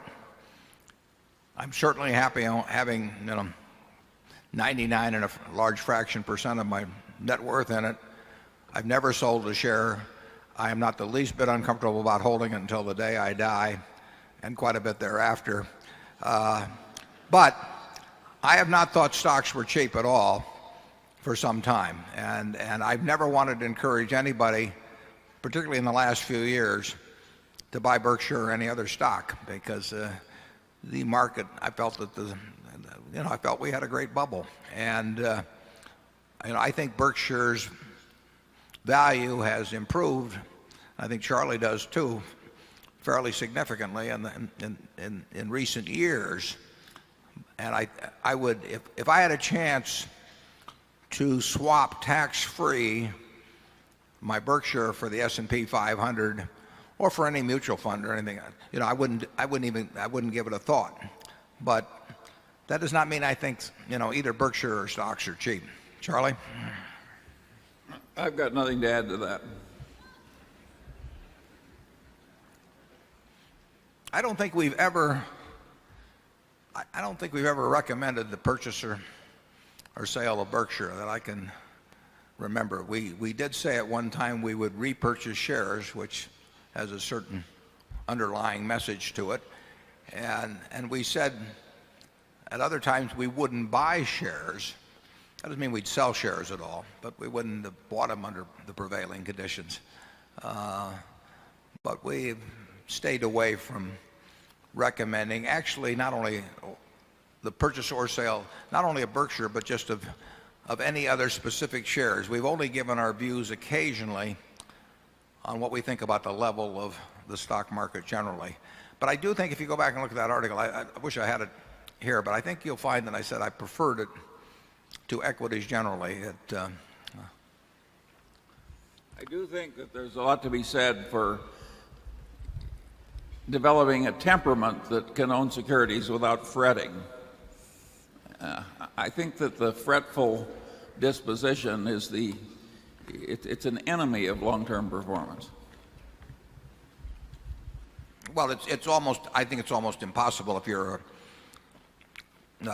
to do well in equities over a period of time if you go to bed every night thinking about the price of them. I mean, Charlie and we think about the value of them, but we would be happy, just as in that movie, if they closed the stock exchange tomorrow. Dick Grasso wouldn't be happy, and Jimmy McGuire, our specialist, wouldn't be happy. It wouldn't bother me and Charlie at all. We would keep selling bricks, selling deli bars, selling candy, writing insurance.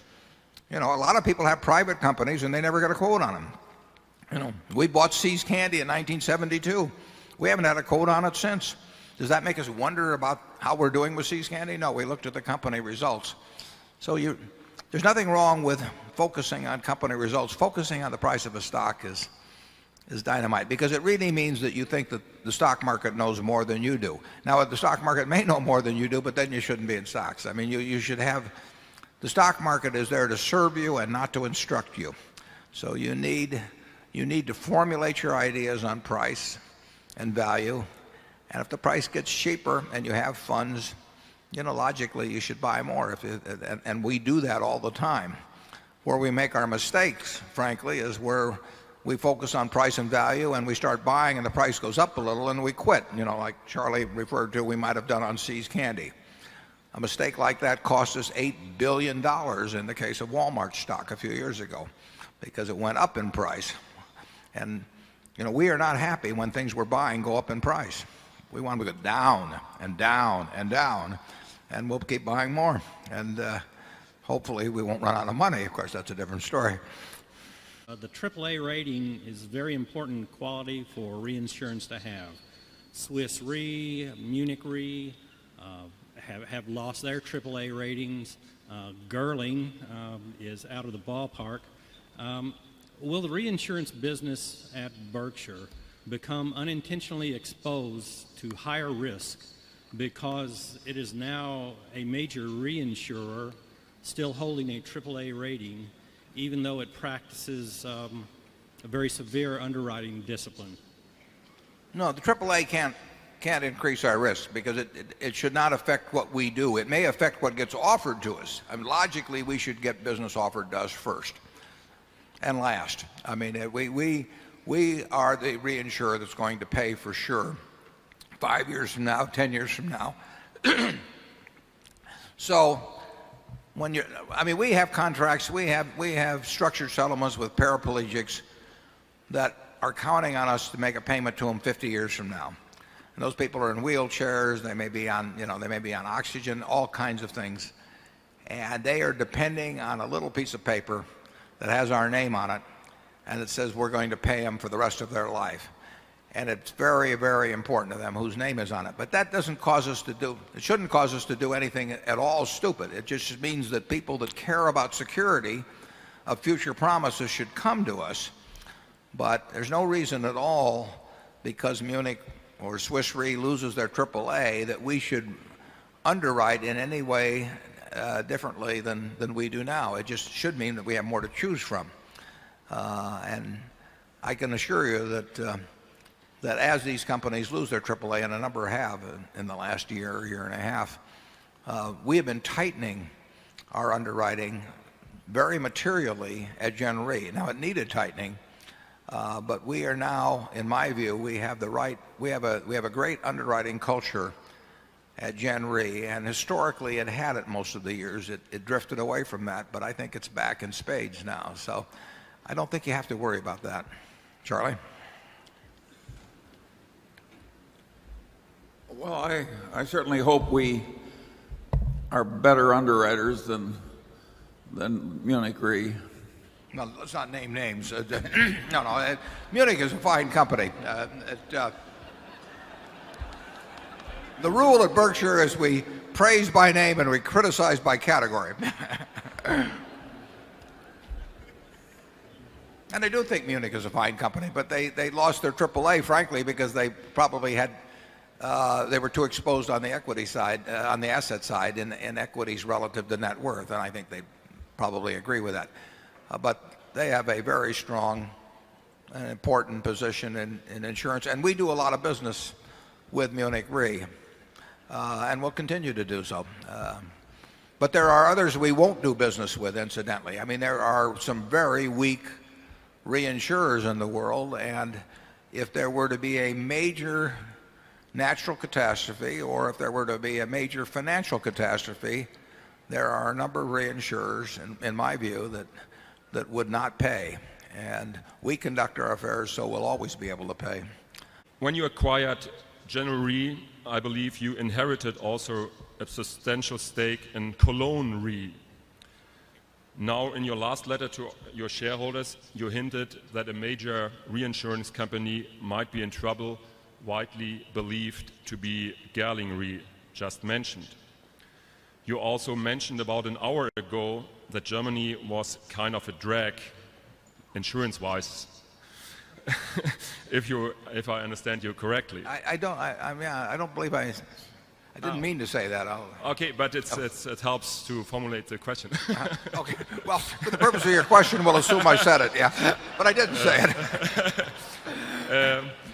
So now General Re decided to exercise a call option on the remaining shares of Cologne Re, another German reinsurance company. And my question simply is, what motivated you to do so? Yeah, that's a good question, and it was sort of somewhat misreported in the press what happened on that. What really happened is that Gen Re, I don't know whether it would be about 6 or 7 years ago now, acquired a significant position in Cologne from the controlling shareholder with a put and call arrangement for the remainder.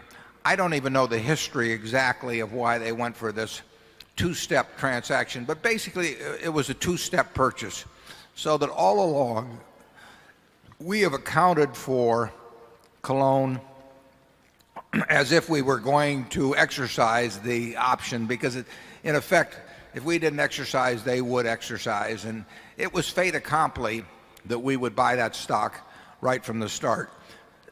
So we made an affirmative decision 6 or 7 years ago to buy a very significant percentage of Cologne. We now have we will have about 89% when the option's exercised. But there's nothing new in the fact that we are now doing it. The put and call arrangement, as I remember, became effective essentially this year. So this was the year that something had to be done and was planned to be done all along. And it reflected no new judgment, no new decision about cologne in the year 2003. It reflects a decision that was made in 1996 or 97, whenever the original purchase was made. And cologne is an integral part of General Re. I mean, we knew all along that we would own 89% of it pursuant to this contract, and that's always been in our thinking from the moment we sat down with the Gen Re management to make a deal some years ago. So the press has sort of implied that there's something new in this transaction that's occurring this year, and there really isn't. Under what circumstances would Berkshire consider parting with its money for a share buyback program as opposed to retaining it for future acquisitions? We addressed that a bit back a couple of years ago. In fact, I think our annual report for 1999 came out on March 12th. I believe it was March 12th, on a Friday or night or a Saturday morning.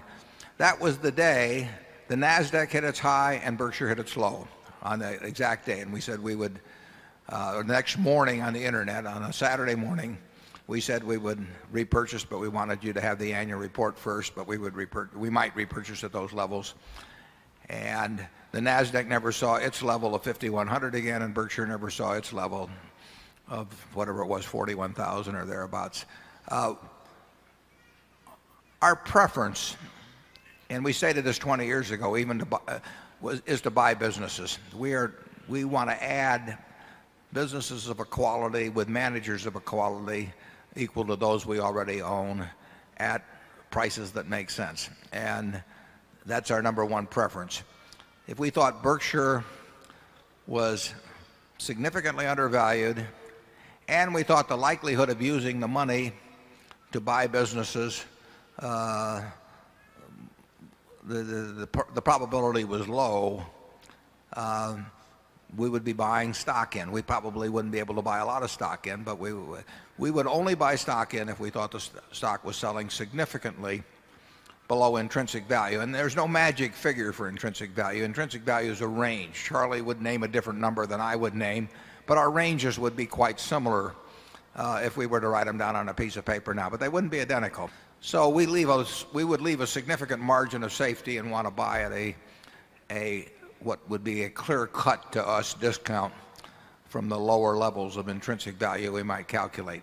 It's not our number one preference to be, we would rather add business. We love it when we add good businesses to Berkshire. But we would have to, if we could add the intrinsic value per share by repurchasing, and we'd given all the shareholders relevant information about the value so that we weren't putting anything over on them, that they had the same information we had, we would buy in stock.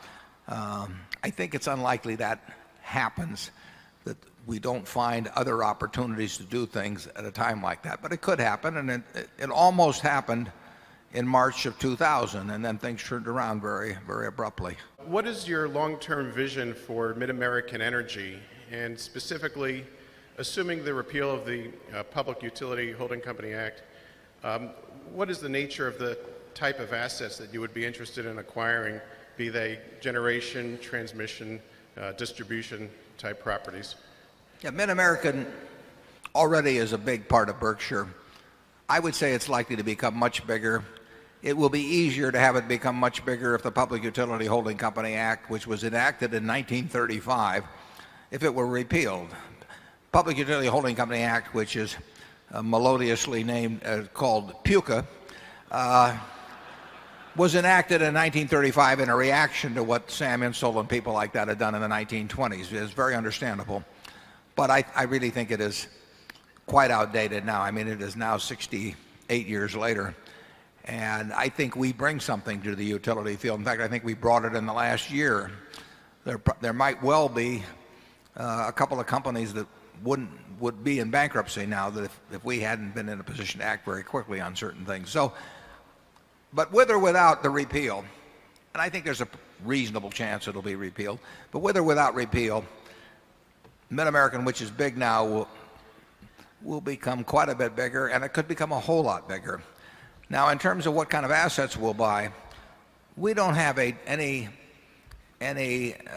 clear-cut preference, for example, as to whether it would be a natural gas pipeline or whether it would be a domestic utility or conceivably a utility even in some country that we felt good about. We will look at things as they come along. We're always ready to act. I would say that it's certain we'll look at a few big deals this year. Whether we get one done or not depends on competition, depends on the sellers and some things like that. But something will happen with Mid-American over, whether it's this year or next year or the year after. We'll get a shot at doing something significant. And the nature of the energy field is you're talking big money always. I mean, these are not lemonade stands. And we're talking in the billions frequently on the kind of assets involved. So it will be we got a fabulous management. We've got two people running that, and Dave Sokol and Greg Abel, who they're terrific business people. And incidentally, I should mention this publicly, they have done things that have made Berkshire significant money that had nothing to do with Mid-American. In other words, they have spent their time and energy and weekends putting together a couple of things that Mid-American itself could not do, but Berkshire could. And they didn't get paid a dime for that, and Mid-America did not get paid a dime for that. So they have contributed to Berkshire's welfare beyond what they've contributed simply as managers of Mid-American. So it's a terrific asset. We love the idea of pouring money behind them, and you'll see something happen. Charlie?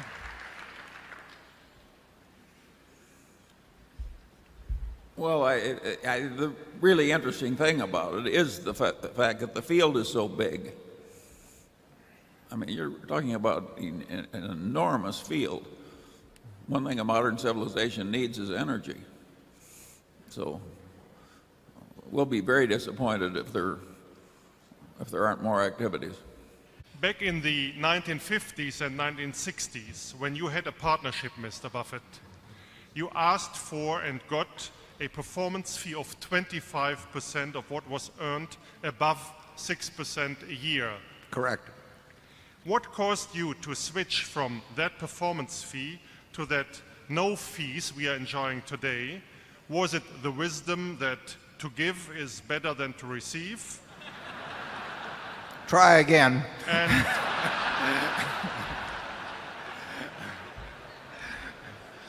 And do you feel that this switch from performance fee to no performance fee, that is fully appreciated, and what did it mean to you personally?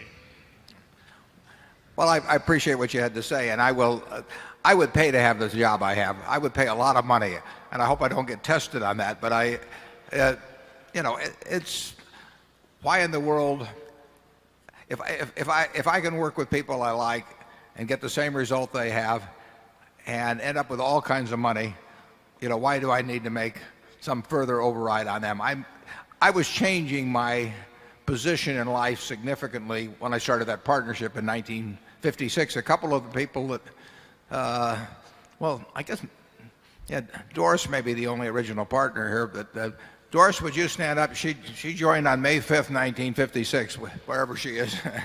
And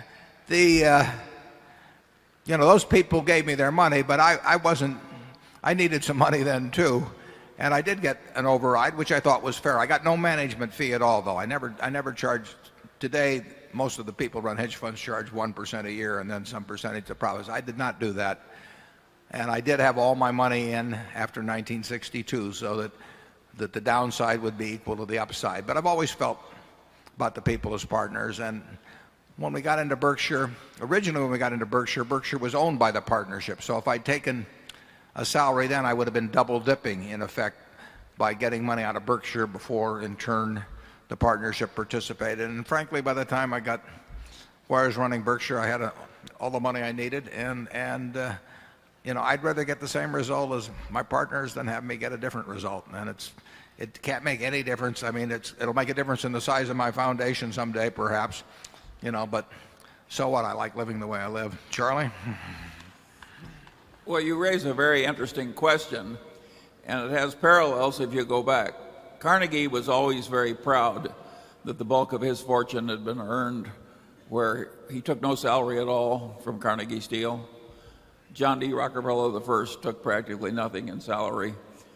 Over the years, the original Vanderbilt prided himself on living on his dividends and taking no salary. And it was a common culture in a different era, and you realize that all those people had the psychology of being the founder, and maybe that's what influenced Warren. What influenced you, Charlie? Charlie doesn't take anything either, so. I was delighted to get rid of the psychological pressure brought on me by getting fees based on performance. I think Warren was too.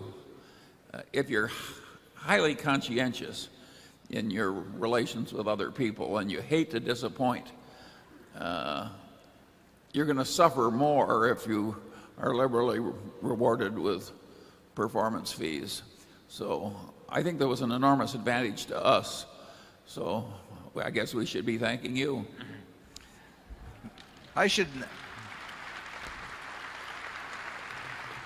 Bill Gates has never taken an option at Microsoft and takes a very small salary, and you'll find it interesting. The only reason he takes the small salary is if he feels that if there's a bad year at some time in the future, he wants to be able to take a cut in salary at the same time he's asking other people to cut back. And that is the reason. I mean, he takes peanuts as it is, but he just figures that Bill is a very conservative guy, and he figures that some year there'll be a bad year, and he wants, if he's asking other people to take a 5% cut, he wants to be able to take a 90% cut or something himself. But he's never taken an option, and I don't believe Steve Ballmer has either.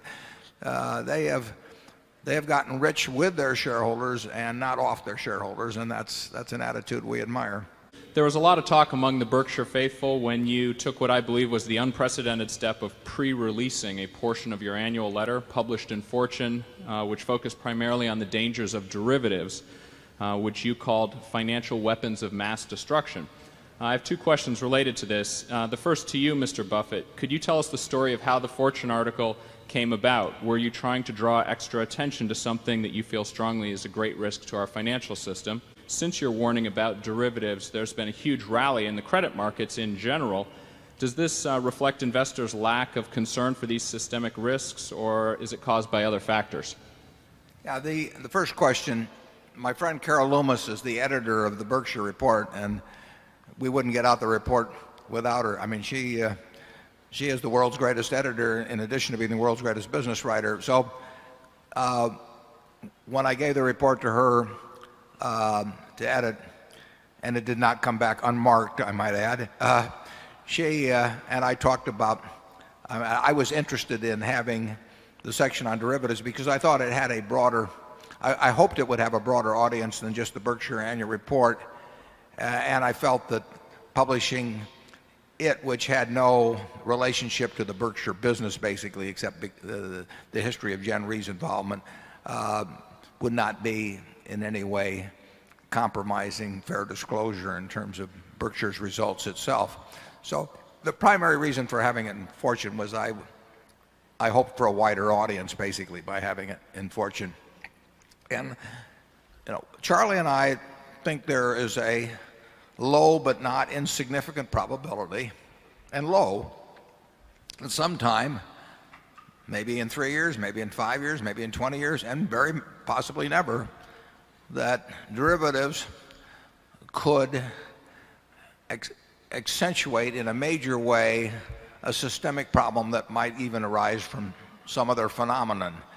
And we think that's inadequately recognized.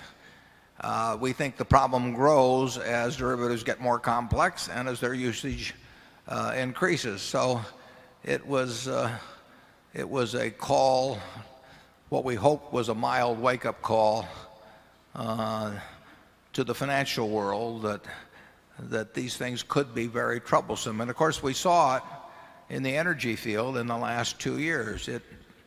It almost destroyed or destroyed certain institutions that never should have been destroyed. And we also saw in 1998 the whole financial system almost become paralyzed, particularly in the credit markets, by the action of a firm which was not solely based on derivatives, but would not have gotten into as much trouble as it did without derivatives. So it's a subject that no one quite knows what to do with. Charlie and I would not know how to regulate it, but we think we have had some experience in seeing both the firm's specific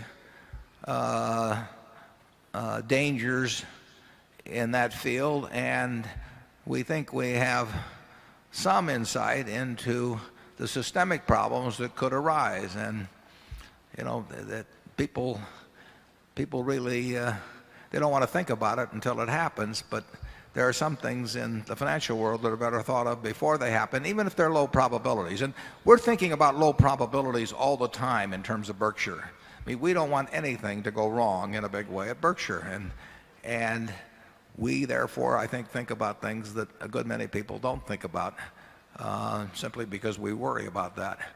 And when we get our social hats on, we think about it in terms of something like derivatives for financial systems of the world. And we have had some experience at both Solomon and at Gen Re. And Charlie was on the audit committee at Solomon, and he saw some things in the audit committee in relationship to trading itself and derivatives in particularly that made him wonder why in the world people were doing these sort of things. I'll let Charlie expand on that. Yeah, in engineering, people put big margins of safety into systems, atomic power plants being the extreme example. And in the financial world and derivatives, it's as though nobody gave a damn about safety. And they just let it balloon and balloon and balloon in usage and number of trades and size of trades. And that ballooning is aided by this false accounting, where people are pretending to make money they're not really making. I regard that as very dangerous. And I'm more negative than Warren in the sense that I'll be amazed if I live another 5 or 10 years if we don't have some significant blow up. They've been advertised, and sometimes by some, in a fairly prominent way, they've been advertised as shedding risk for participants in the system and reducing risk for the system. And I would say that I think they have long crossed the point where they decrease risk for the system, and now they enhance risk, because the truth is the Coca-Cola company can bear the foreign exchange risks that they run or the interest rate risks that they run and all of that sort of thing. But when the Coca-Cola company starts laying those off, and every other company in the world, major company, does with just a relatively few players, you have now intensified the risks that exist in the system. You have not shed risk at all. You have transferred it, and you have transferred it to very few players, and those players have huge interdependencies with each other, and to some extent central banks and all of those and similar institutions are vulnerable to the weaknesses of those institutions. When Charlie and I were at Solomon, they hated it if we brought up, and so therefore we didn't do it, that we were too big to fail. But the truth was that if Solomon failed at that time, the problems for the rest of the system could well have been significant. They might have been, who knows exactly what they would have been, but they could have been quite significant. And when you start concentrating risks in institutions which are highly leveraged and who intersect with a few other institutions like that, all bearing same risks, all having the same motivations in the trading departments to take on more and more esoteric things because they can book more and more immediate profits, you are courting danger. And that's why I wrote about it this time. And it's not a prediction, it's a warning. How you evaluate your managers. Well, we love managers that have a passion for their business. And when we're buying a business, we have to ask ourselves, do they love the money or do they love the business? If they love the money, there's nothing wrong with that, but they probably wouldn't be running the business for us a year or two down the road. I think one difference is that people that create their own businesses, the entrepreneurs, probably on average would have a significantly greater degree of passion for those businesses than somebody that was just brought in a few years ago and sees themselves as making a profit in a few years on reselling the business and leaving. You'll find exceptions in both camps, but we've had terrific luck with the entrepreneurs who basically love their businesses the way I love Berkshire. I mean, they are not going to let anything happen to their businesses. They can, they'll tell me to butt out if I'm going to screw up something in their operations, and they don't regard them. I mean, in a certain sense, I mean, they know they're part of Berkshire, but they regard them in a certain jealousy almost as being their businesses, and we love it that way. And we can spot it when we see it, and when we also can avoid it. We have never. I just got one in the other day, from an investment banker on somebody that wants to resell a business they bought a few years ago. Well, the chances that they haven't doctored up the figures in some way or trying to sell, I mean, it's a piece of meat to them, and if it's a piece of meat to them, what am I going to do with it? So if we make the proper judgment about the passion they have for their business, they're going to keep running. They may have a lot of money in the bank, but they're going to keep running the businesses for us because they love those businesses, and they really are motivated the same way I am. It wouldn't make any difference what I get paid.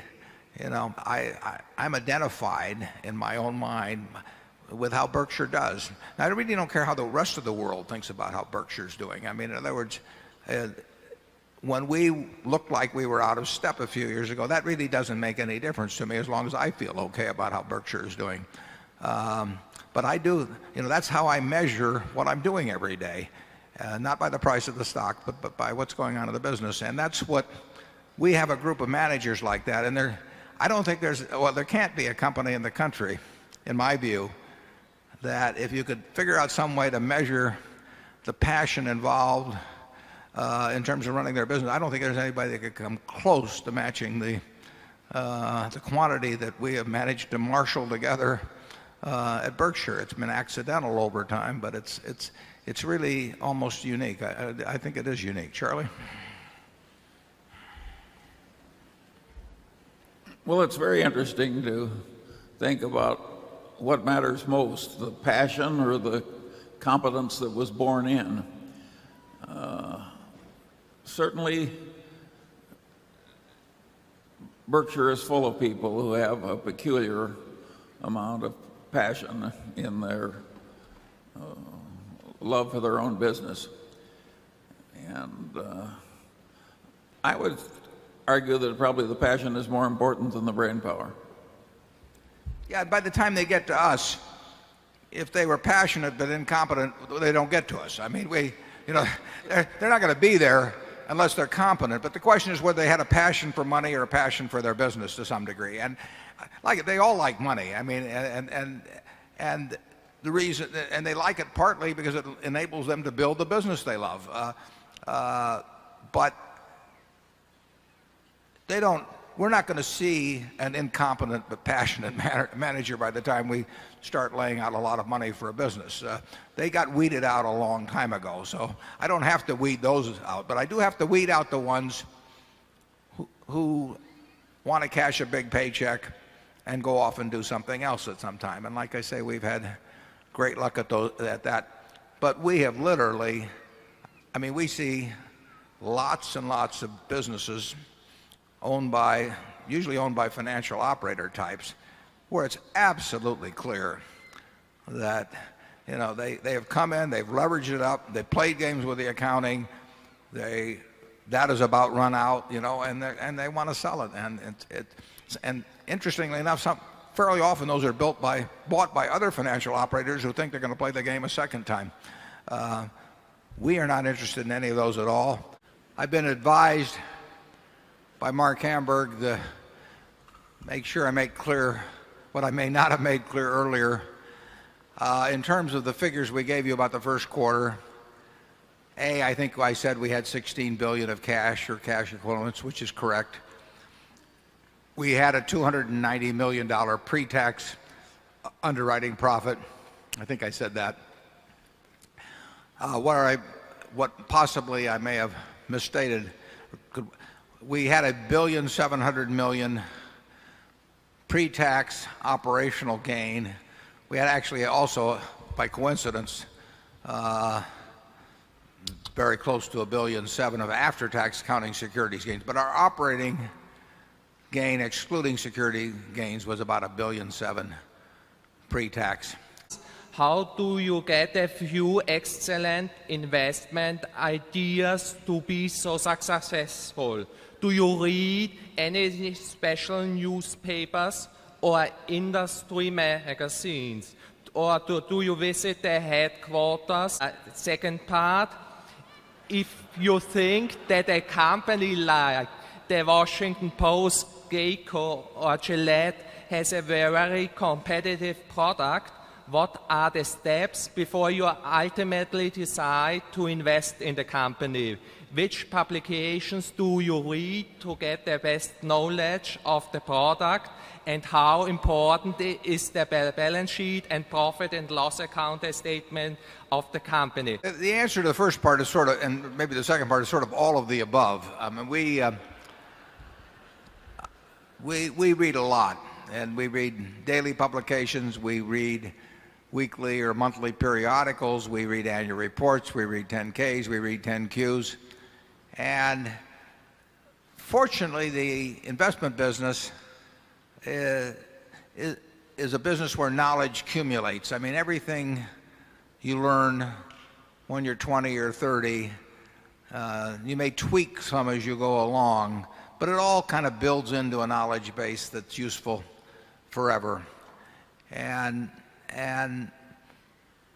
we, at least, I read, Charlie used to read, may still read a fair amount, but I read a lot of 10Ks, read a lot of annual reports. 40 or 50 years ago, I did a lot of talking to managements. I used to go out and take a trip every now and then and really drop in on maybe 15 or 20 companies. I haven't done that for a long, long time. I find everything we do, pretty much I find through public documents. When I made an offer for Clayton Homes, I'd never visited the business. I'd never met the people. I'd done it over the phone. I'd read Jim Clayton's book. I looked at the 10Ks. I knew every company in the industry. I look at competitors. And I try to understand the business and not have any preconceived notions. And there is adequate information out there to evaluate a great many businesses. We do not find it particularly helpful to talk to managements. Managements frequently want to come to Omaha and talk to me, and they usually have a variety of reasons that they say they want to talk to me, but what they're really hoping is we get interested in their stock. That never works. Managements are not the best reporting. In most cases, the figures tell us more than a management does. So we do not spend any real amount of time talking to management. When we buy a business, we look at the record to determine what the management's like, and then we want to size them up personally, as I said earlier, whether they will keep working. But we don't give a hoot about anybody's projections. We don't even want to hear about them in terms of what they're going to do in the future. We've never found any value in anything like that. But just a general business knowledge, what we've seen work, what we've seen has not worked. There's a lot you absorb over time. Charlie? Yeah, the more basic knowledge you have, I think the less new knowledge you have to get. And the game is a lot like that fellow that plays chess blindfolded. He's got a memory of the board and everything that happened before. And that enables him to do the next move in a way he never could if you just showed him the board mid-game cold. And so and in terms of what publications, I don't know, Warren, I would hate to give up the Wall Street Journal. Oh, you'd also hate to give up the Buffalo News.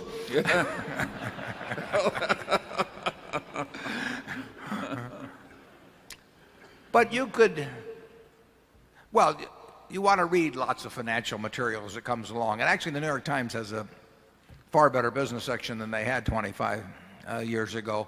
But you want to read Fortune. You want to read lots of annual reports. You really want to have a database in your mind so that you can tell what kind of a business you're looking at in general by looking at the figures. It's far overrated. We never look at any analyst reports. I mean, I don't think if I read one, it was because the funny papers weren't available. It just isn't. I mean, I don't understand why people do it. But there's a lot of data out there, and the beauty of it is, it's really what makes the investment game great, is you don't have to be right on everything. You don't have to be right on 20% of the companies in the world, or 10% of the companies in the world, or 5%. You only have to get one good idea every year or two. So it's not something, when I used to be very interested in horse handicapping, and the old story was, and I hope Bob Dwyer is still here, that you can beat a race, but you can't beat the races. And you can come up with a very profitable decision on a single company. I would hate to be measured if somebody gave me all 500 stocks in the S&P and I had to make some prediction about how they would behave relative to the market over the next couple of years. I don't know how I would do, but maybe I can find one in there where I think I'm 9 in 10, 90% in being right. It's an enormous advantage in stocks. You only have to be right on a very, very few things in your lifetime, as long as you never make any big mistakes. What's interesting is that at least 90% of the professional investment management operations don't think the way we do at all. They just think if they hire enough people, they can be better at determining whether Pfizer or Merck is going to do better over the next 20 years, and they can do that stock by stock all through the 500 and have wide diversification, and at the end of 10 years they'll be way ahead of other people, and of course they won't. Very few people have this idea of searching for just a few opportunities. Yeah, you wait for the fat pitch. Ted Williams wrote about that in a book called The Science of Hitting. He said the most important thing in being a good hitter, is to wait for the pitch in the sweet spot, basically. I've always said that the way to get a reputation for being a good businessman is to buy a good business. It's much easier than taking a lousy business, and showing how wonderful you are at it, because I haven't seen that done very often. Interest rates are the lowest they've been, and equity values in aggregate are still high. Berkshire has meaningful free cash flow, a short duration bond portfolio, and you're a buyer of low multiple, high quality private businesses and a few stocks. Assuming that the stimulative economic policy is to deal with the recession, eventually cause interest rates to go up and maybe equity values to come down, Berkshire seems very well positioned to benefit. Would you comment? And also, are there any concerns on both of your parts about investors inadequately understanding the conglomerate structure of Berkshire and then therefore improperly pricing the shares? Well, to answer the second question first, we hope the latter wouldn't be true, because we do our best to explain it. I mean, I used 14,000 words in the last annual report, which caused certain members of my family to ask whether I was getting paid by the word. We want you to understand Berkshire, and I hope that comes through. That's why we have these kind of meetings. That's why we spend a lot of time writing an annual report. We try to tell you what we would like if the position was reversed, and if our positions were reversed. And we think that the information in the annual report, if read by somebody, that they have to have some understanding of business and accounting. But if they don't, nothing is going to help really in terms of helping them with the business. But we think if they have some understanding of it, we have given them the information that Charlie and I would need in order to come up with our rough ideas of the valuation of Berkshire, and we hope we get across what it's all about. There are a lot of companies in Berkshire, but it's not important that you understand the nuances of every single one. Looking at what happens in aggregate in many cases will be sufficient. In terms of how we're positioned, we have $16 billion of cash, not because we want $16 billion of cash or because we expect interest rates to go up or because we expect equities to go down. We have $16 billion of cash because we don't see anything that makes us want to part with that cash where we feel we're getting enough for our money. But we would spend it Monday morning on the right sort of business, or even if we could find equities that we liked, or if we could find, like last year we found some junk bonds we liked. We're not finding them this year at all because prices have changed dramatically. So we're not really ever positioning ourselves. We're simply trying to do the smartest thing we can every day when we come to the office, and if there's nothing smart to do, cash is the default option. Charlie? In terms of future opportunities, the issue is it at all likely that there'll be an opportunity like 1973-4 or 1982 even, when equities generally are just mouth-watering? I think there's a very excellent chance that neither Warren or I will live to see either of those occasions again. If so, Berkshire's not going to have a lot of no-brainer opportunities. We're going to have to grind ahead the way we've been doing it recently, which is not all bad. It's not impossible, though, we'll get some mouth-watering opportunities. I mean, you just don't know in markets. It's unbelievable what markets do over time. And since you brought up interest rates, in Japan, the 10-year bond is selling to yield 5/8 of 1%. 5/8 of 1%. I don't think there's anybody in our annual meeting of 20 years ago, certainly including Charlie and myself, who would have dreamt that a 10-year bond of a country, running a significant deficit would be selling at 5/8 of 1%. I mean, would you say so, Charlie? Would I ever? But strange things happen. Strange things happen. But if that could happen in Japan, something much less horrible for the investing class could happen in the United States. It's not unthinkable. I mean, we could be in for a considerable period when the average intelligent, diversified investor in common stocks using fancy paid advisors just doesn't do very well.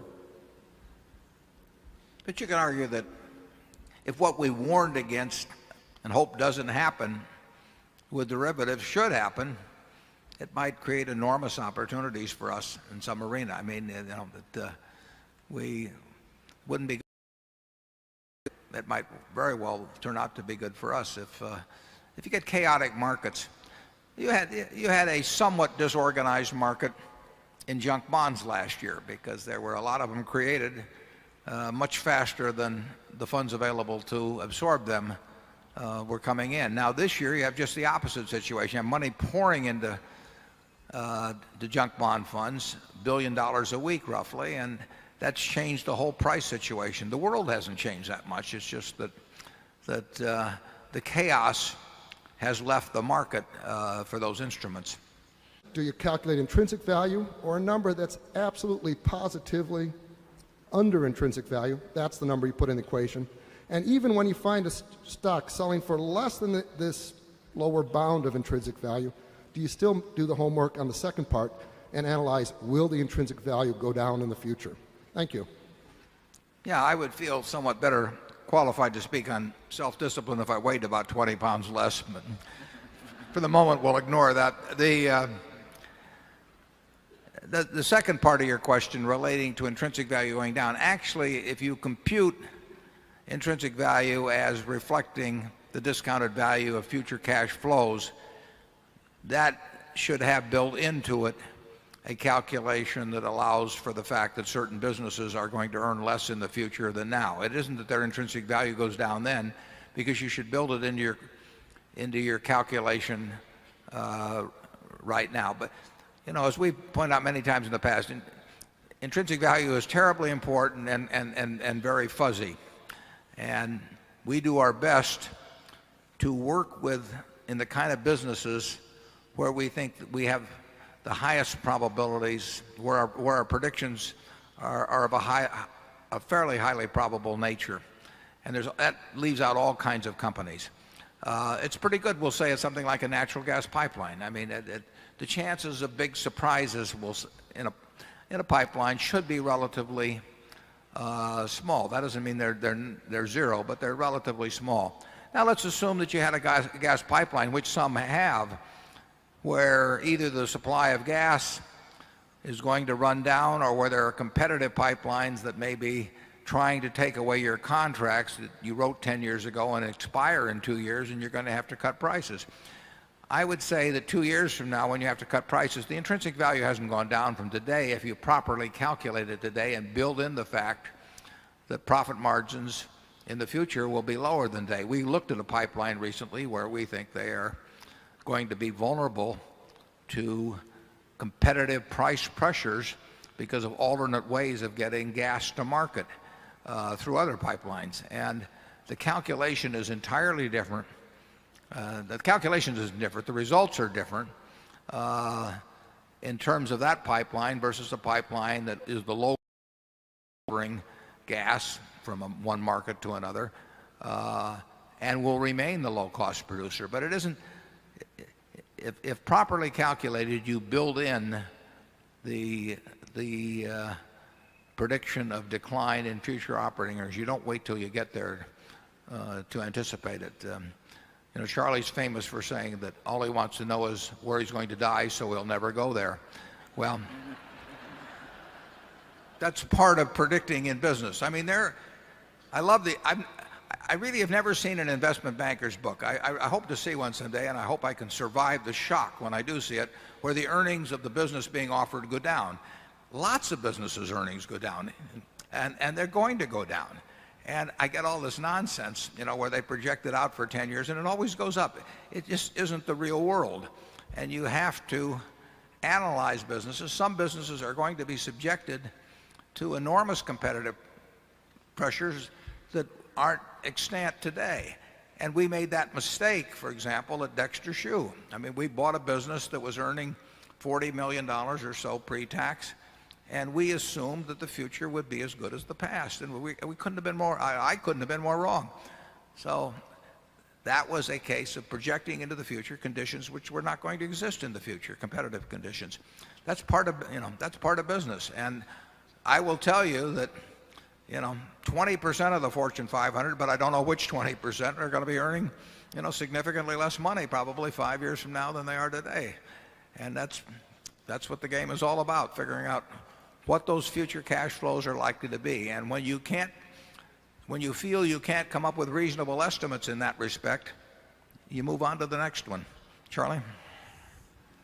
Yeah, we have this simple old-fashioned discipline which Warren likens to Ted Williams waiting for a fat pitch. I don't know about Warren, but if you said to me, Charlie, you can go into the business of managing money the way other people do, where you're measured against indexes and you've got consultants choosing consultants that are reviewing you to committees, I would just hate it. I would regard it as being put into shackles. And shackles where the very system was preventing me from delivering value. Warren, how would you feel about that? Yeah, we would. Sure. We wouldn't do it. We never did do it, as a matter of fact. And one of the initial, when we formed the partnership on May 5th, 1956, I passed out to the 7 limited partners something called the ground rules, and I said, here's what I can do and here's what I can't do. And there's some things I don't know whether I can do or not. Maybe it was fairly short, but the idea of setting out to do something that you can't do that can't be, that's got to lead to problems. I mean, if somebody tells me I have to high jump 7 feet, and we can even move that down to 4 feet now, between now and sundown or I'll be shot, I will go out and buy a bulletproof vest.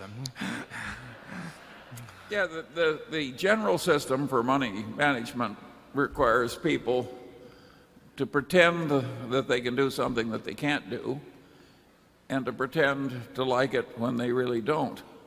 And I think that's a terrible way to spend your life, but it's very well paid. On derivatives, after the press zeroed in on the comments in your annual letter, the head of Fannie Mae got up and said, well, Mr. Buffett's criticisms don't apply to Fannie because, number one, we have simple vanilla derivatives that are priced in the market. And secondly, we need derivatives to protect against interest rate risk. And I guess given what happened to the savings and loan industry back in the 80s, that seems reasonable. So my first question is, what is your rejoinder to Mr. Raines? And the second part of my question gets to your concern about the connection between derivatives and systemic risk, and that is, do Fannie and Freddie play a particularly prominent role in this concern? Thank you.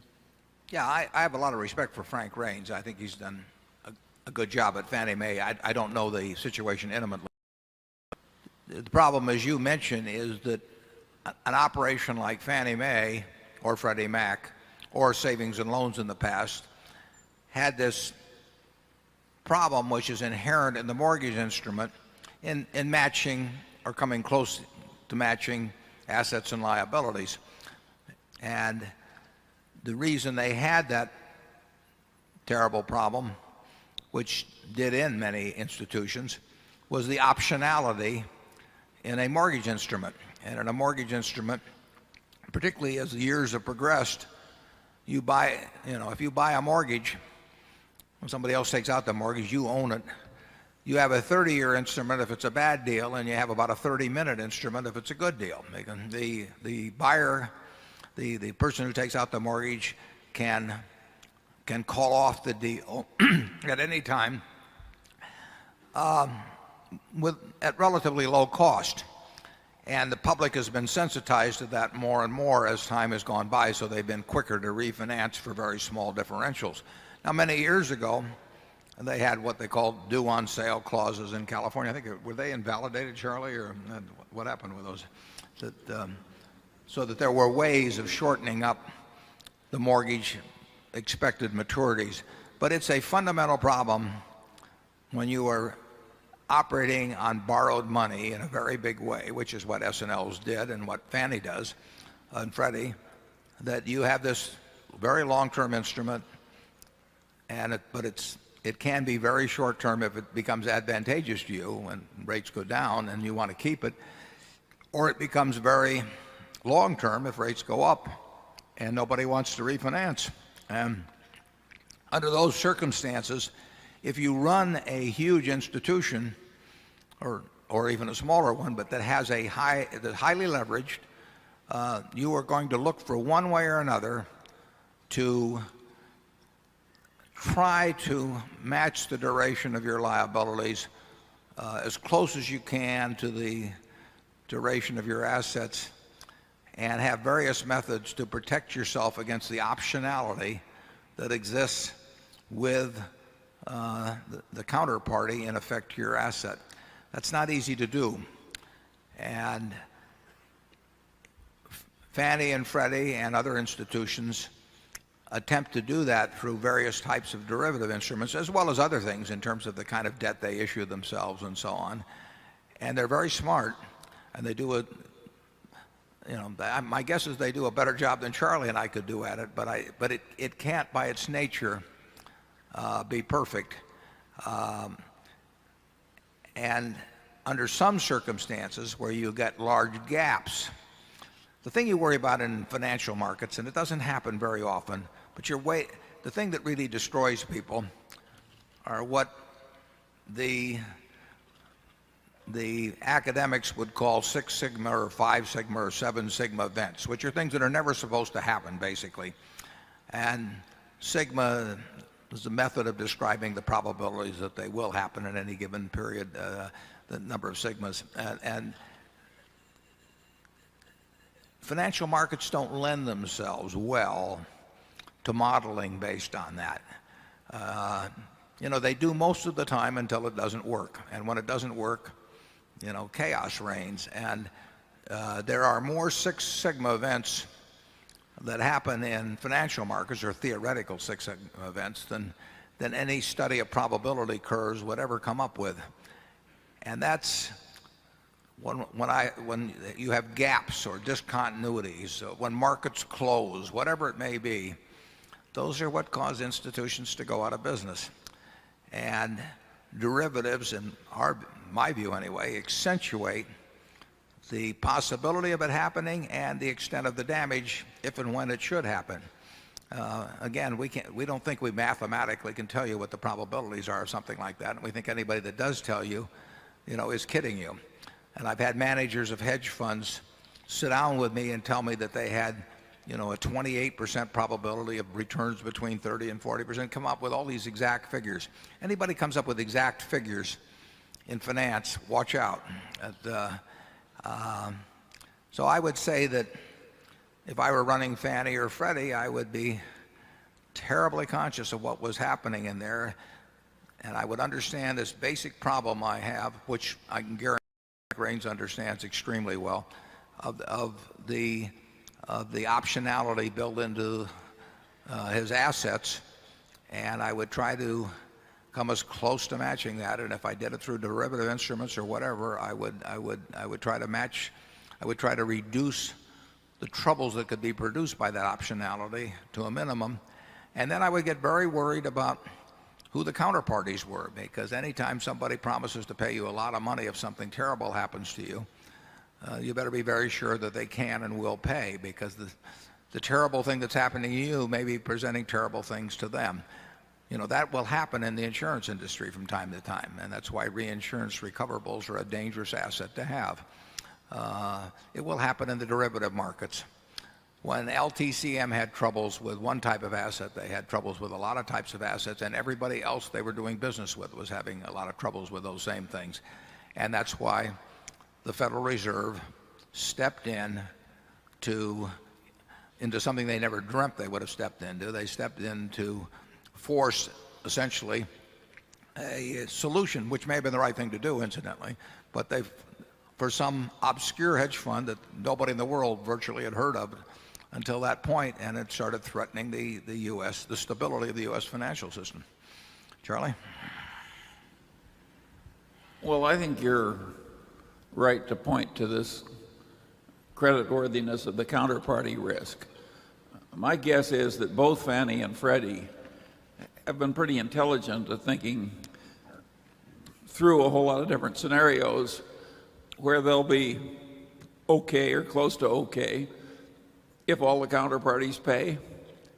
And I would bet a lot of money that they weight the possibility that counterparties won't pay a lot lower than we do. I think a lot of the counterparties are behaving in a lot more dangerous way than Fannie and Freddie are, and the counterparties can get in trouble because of that, and they can translate that trouble to people who assume that they're hedged.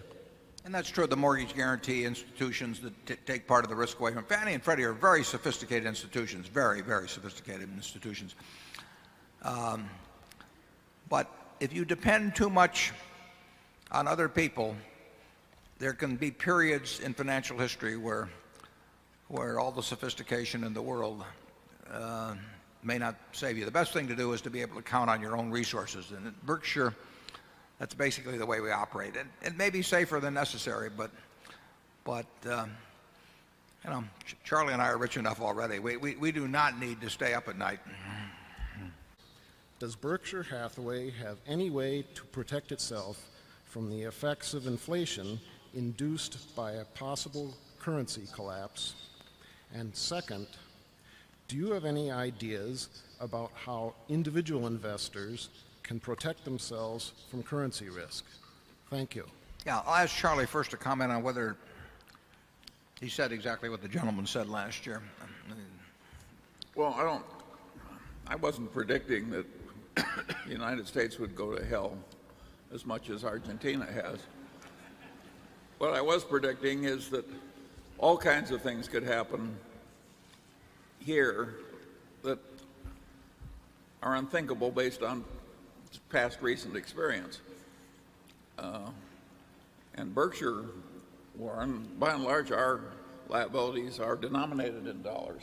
Right. We don't have a huge foreign currency exposure at all. No, well, we have, we have a few $billion at least denominated in liabilities in other currencies, but we also have assets in those currencies pretty much. So we don't think about it day by day in terms of matching euro assets against euro liabilities, but in a general way, we don't get way out of whack either. We do not have lots of liabilities around the world in other currencies, which are only matched by assets in U.S. dollars. Most of our assets and liabilities overwhelmingly are going to be in U.S. dollars, but we'll have we will have maybe at the present time a couple of billion that of liabilities primarily in euros, and we have at least that much in the way of assets. So we don't run big. We do not run a big currency risk at Berkshire. Now, if you talk about the value of the dollar declining dramatically, we all face that risk if we have a lot of dollar assets. I personally don't worry about the American currency getting worth far less relative to other currencies as much as I worry.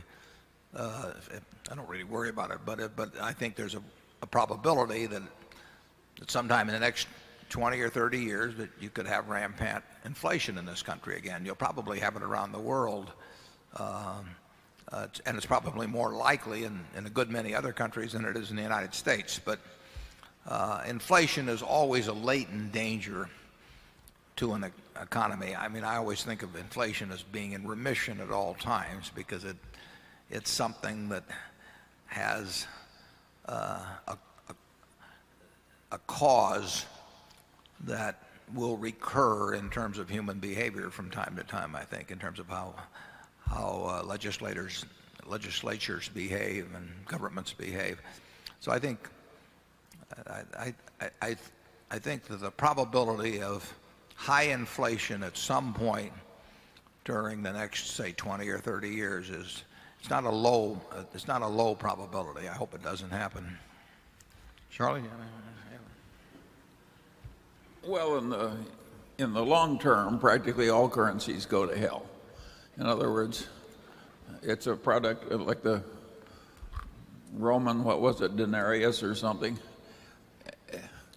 You take the British pound, you take the American dollar so far. And if you want to go out 200 years, will some politicians in the United States ruin the currency? I think the answer is yes. But I wouldn't anticipate some horrible event in the near future. But if things really went to hell, Argentina started confiscating property of shareholders. And if that starts happening and the government is doing it, we probably won't be able to protect you.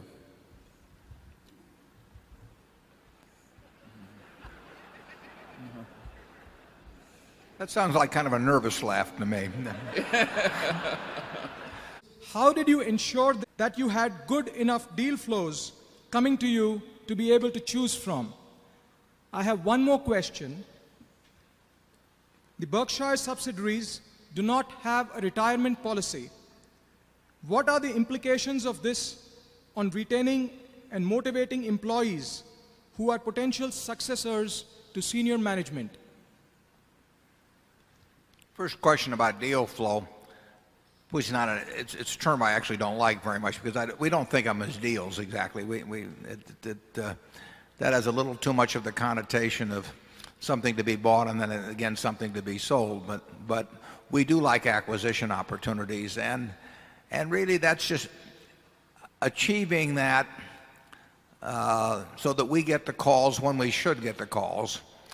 And there aren't lots of those because we're talking about good-sized businesses. We're talking about owners that love their businesses, and it's going to happen occasionally, but it's going to happen a few times a year probably. I think in the U.S. now that we get a pretty reasonable percentage of the calls that we should get, and that was not true 20 or 30 years ago. We didn't hear from anybody 20 or 30 years ago to speak of, because we were looked at much more as being a marketable securities operation, and we weren't as well known. It feeds on itself, obviously. If we acquire companies and the people from whom we acquired them are happy about the deal, we're going to hear from more people. We bought our first furniture operation in 1983.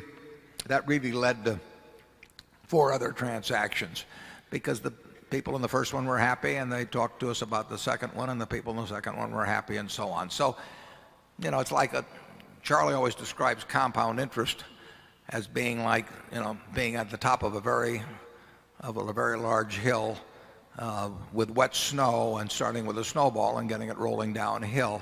And that's a little bit like the acquisition situation works. We've been by being around 38 years, it's been a high mountain in terms of the length the snowball is going. By now it's going at a pretty good clip, and it's pretty good size, and it tracks a lot of snow. And that's good for us. Outside the United States, we do not seem to be on the radar screen, so we don't seem to hear about those as much. But we're hearing about enough in the United States. It's not a flow in the sense of I don't hear about one a week.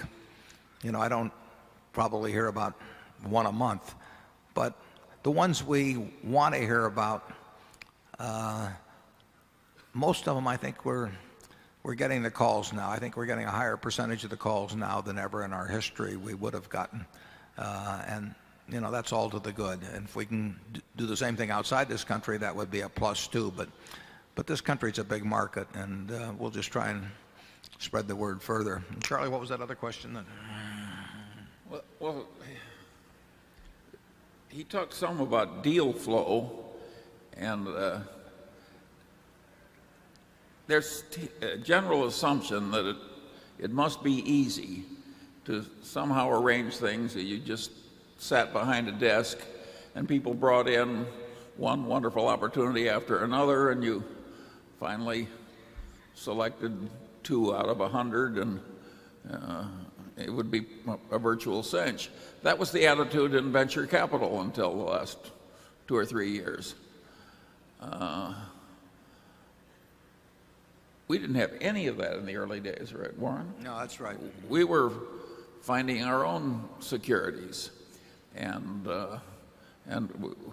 we were just looking at the public markets to see what was available in securities. And when we started buying companies, there must have been 20 years when we didn't buy more than 1 or 2 a year. Yeah, they were fairly few and far between, and we didn't have the money to buy very big ones either. It was a big deal when we bought Associated Cotton Shops for what in effect was $4 million, or when we bought Hochschild Kohn when we had to come up with $6 million of equity, as I remember, for that deal. And National Indemnity itself was $7 million for National Indemnity, and I think $1.4 million, $1.7 million for National Fire and Marine. And I mean, that was all we could handle in those days. So the snowball is, it's built up as it's gone down the mountain, and we hope there's a lot of mountain left and a lot of wet snow, and we're looking for it. But it's fair to say that we were rooting around for those opportunities. We weren't sitting behind our desks and waiting for some commission salesman to come in and present us with opportunities to sign our name. I can't think of anything we bought in the early days that way. No. Warren, you chased down Jack Ringwald. Didn't you go to him? Well, Jack Ringwald, who ran National Indemnity, and some of you here in the room knew, Jack was a very interesting guy and a friend. And Jack, for 15 minutes every year, would want to sell National Indemnity. Something would make him mad. A claim would come in or something of the sort. So for 15 minutes every year, he would want to sell. And I had a friend of mine, Charlie Hyder, who may be here today, and I had discussed this phenomenon of Jack being in heat once a year for 15 minutes. And I told Charlie if you ever caught him in this particular phase to let me know. And there was a day that Charlie called and said, Jack's ready. And I said, well, get him over here. So he came about 11:30 and we made a deal in that 15-minute zone. And this is absolutely true. It's a fascinating story because Jack, having made the deal, and we really did make it in 15 minutes, Jack, having made the deal, really didn't want to do it. But he wouldn't have backed out of a deal. But he said to me after we'd shaken hands, he said, well, he says, I suppose you'll want audited financial statements. And if I'd said yes, he would have said, well, that's too bad, then we can't have a deal. So I said, I wouldn't dream of looking at audited financial statements. They're the worst kind, And then Jack said to me, he says, I suppose you'll want me to sell my agencies and to you as well. And I said, Jack, I wouldn't buy those agencies under any circumstances. If I'd said yes to that, that I wanted him to sell the agency, he said, well, I wouldn't be able to do it, Warren. We must have misunderstood each other. So we went through about 3 or 4 of those. And finally, Jack gave up and sold me the business.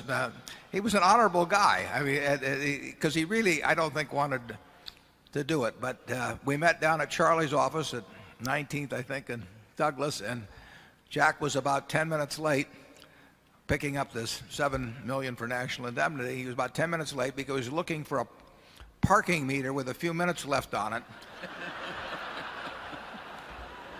And that's when I knew he was my kind of guy.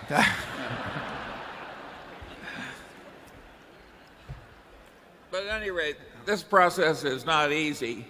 And practically anything where you sit behind that desk and this wonderful deal flow is just coming by, you're in a very dangerous seat. You put your toe in the water, so to speak, with Level 3 when you gave a deal or got involved in that deal with them.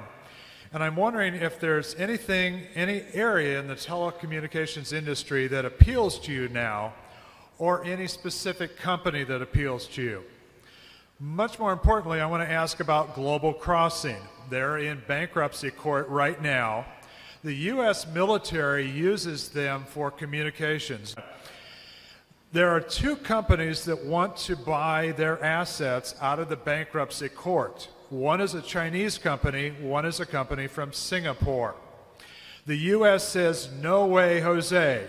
They don't want China to get control of the assets of Global Crossing, mainly because of the military security. In the last week, the Chinese company has backed out. The Singapore company has come in and said, we will buy the 80% stake, and that is now available. But still, if that sale goes through, Global Crossing will not be in U.S. hands. Have you ever considered, and if not, why not, buying the assets out of the bankruptcy court, which would be a fire sale? I think that would be good for Berkshire Hathaway. In addition, it would be good for the United States and for future generations. I would suggest that would be your civic duty, gentlemen. Well, I hope I don't get arrested for leaving without doing this. I frankly don't have the faintest idea how to evaluate telecommunications companies down the road. That doesn't mean I don't understand at all what they do. I probably understand a little bit of what they do. But in terms of figuring out the future economics in that business, what they're going to this player or that player is going to look like 5 or 10 years down the road, I simply don't know. I mean, and I think it looks like the people who thought they knew 3 or 4 years ago didn't know either, I might add. But that's another question. Charlie, what do you know about the telecommunications business? A little less than you do.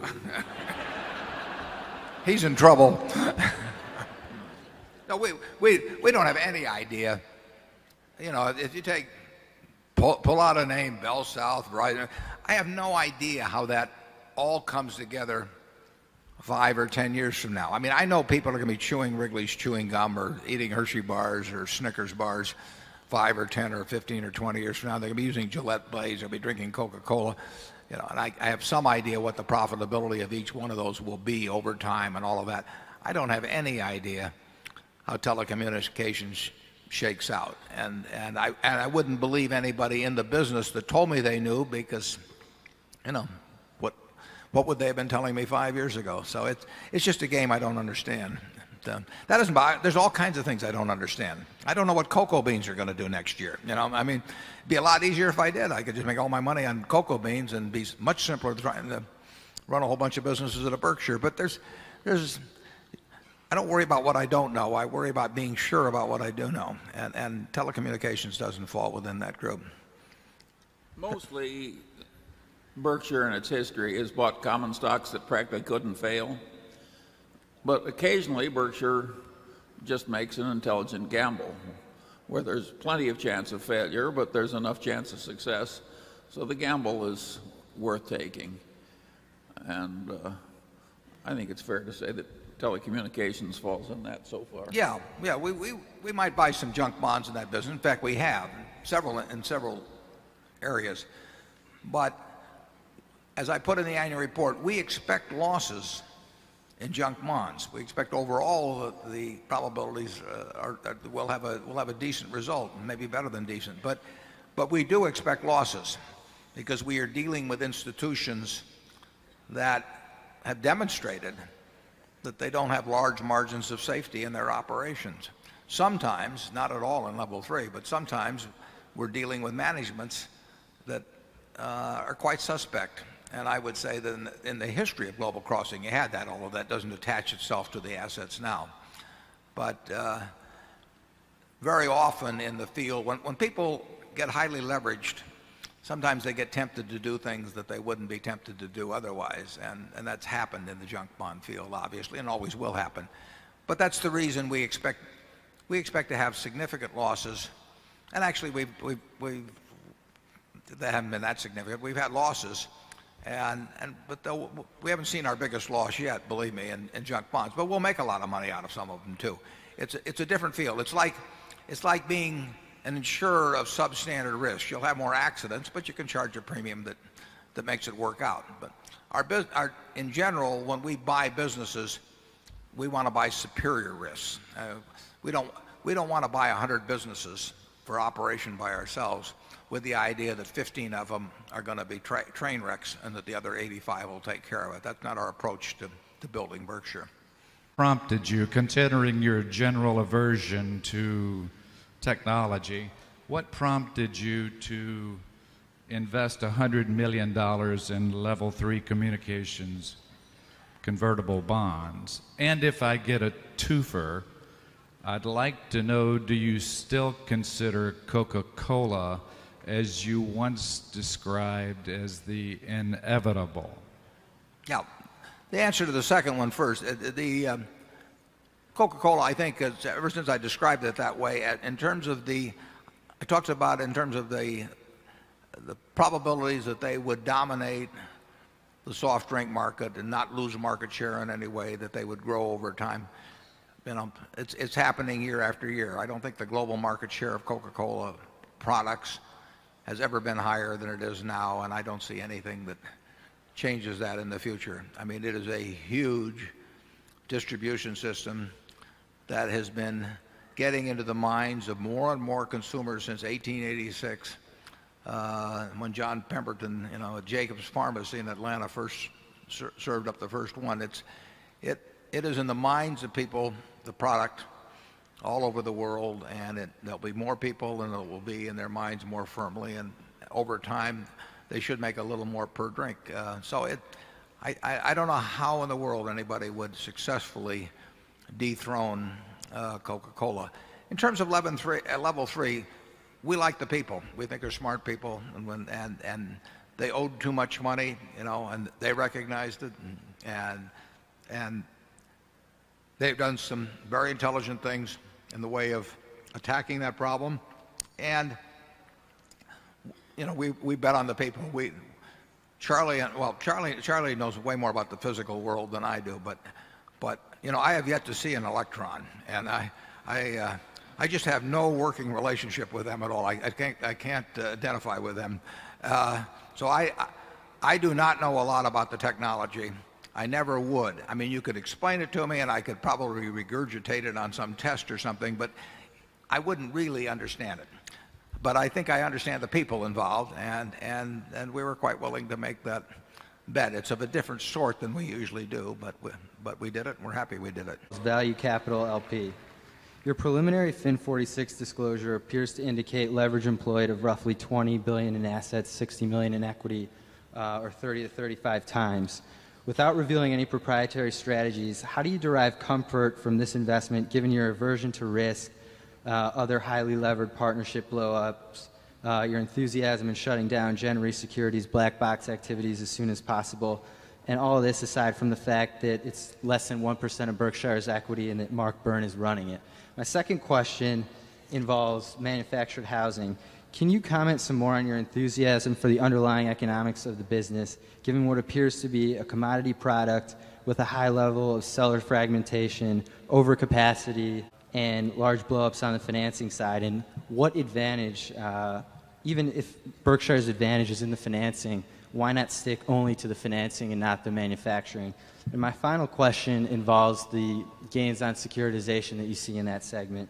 Does the preponderance of gains reported indicate a mispricing of credit risk somewhere in the chain, perhaps analogous to the disconnect you were talking about between BBB and AAA spreads in the synthetic market and in the bond market? Thank you. Why don't you elaborate on that third point on securitizations just a bit more? I'm not sure I totally have your point on that. Just the fact that usually you see gains rather than losses on securitization all the time. Does that indicate that somewhere when you're slicing and dicing it, someone is paying too much, not taking the credit risk into not valuing it properly? Yeah. Okay, three questions. Value Capital is run by Mark Byrne, as you mentioned. We've made a lot of money with the Byrne family. We made money with Jack, and we like Mark and Patrick, who we know, Charlie and I know very well.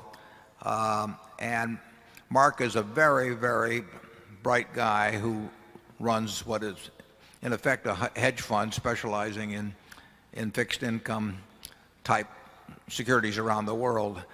And Mark and his family have significant money of their own in Value Capital, but we have 95% or so of the capital in there, and we do not in any way guarantee their obligations. Mark operates with a degree of leverage that is less than most people that operate in that field, but it's a lot compared to the way we operate at Berkshire. And that's okay with us. We wouldn't do it with 100% of our money, and we wouldn't do it with 50% of our money, but we think it's a reasonable business as run by Mark, as long as he's got a lot of money on the downside as well as the upside, which he does. And he's a very decent guy, in addition to being a very smart guy. So we're comfortable with that. It may have to get The figures may have to get consolidated on our balance sheet. We disclose them all now in our first quarter report. You will see them set out. And in effect, we've got 600 and some million, a couple $100 million of retained earnings that Mark has earned for us. And we feel quite comfortable with that as an investment. We do not regard it as a business part of Berkshire.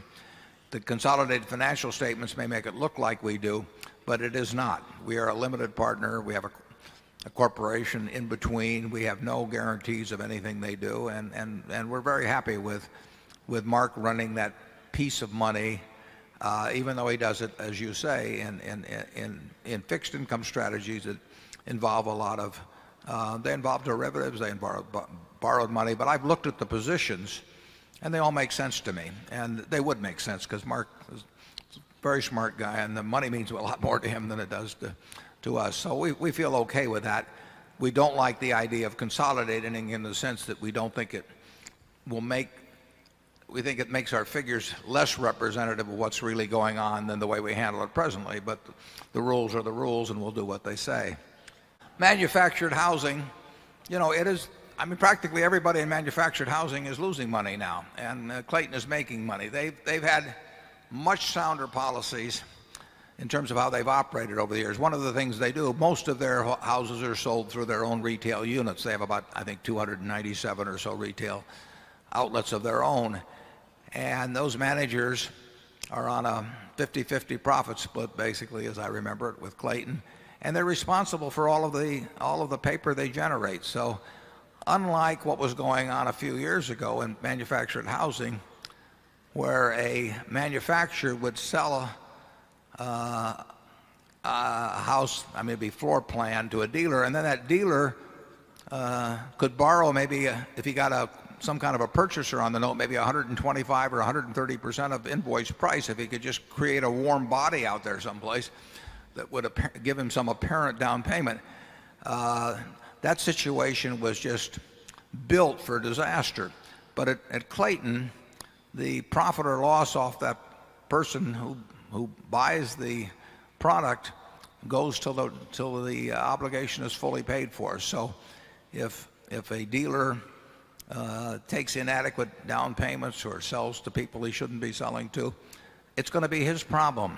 And he's going to get the repo back. He's going to have to sell it himself. He's going to get the loss on the paper charged to him. And that produces an entirely different kind of behavior at the retail level than occurred with many of the other manufactured housing manufacturers.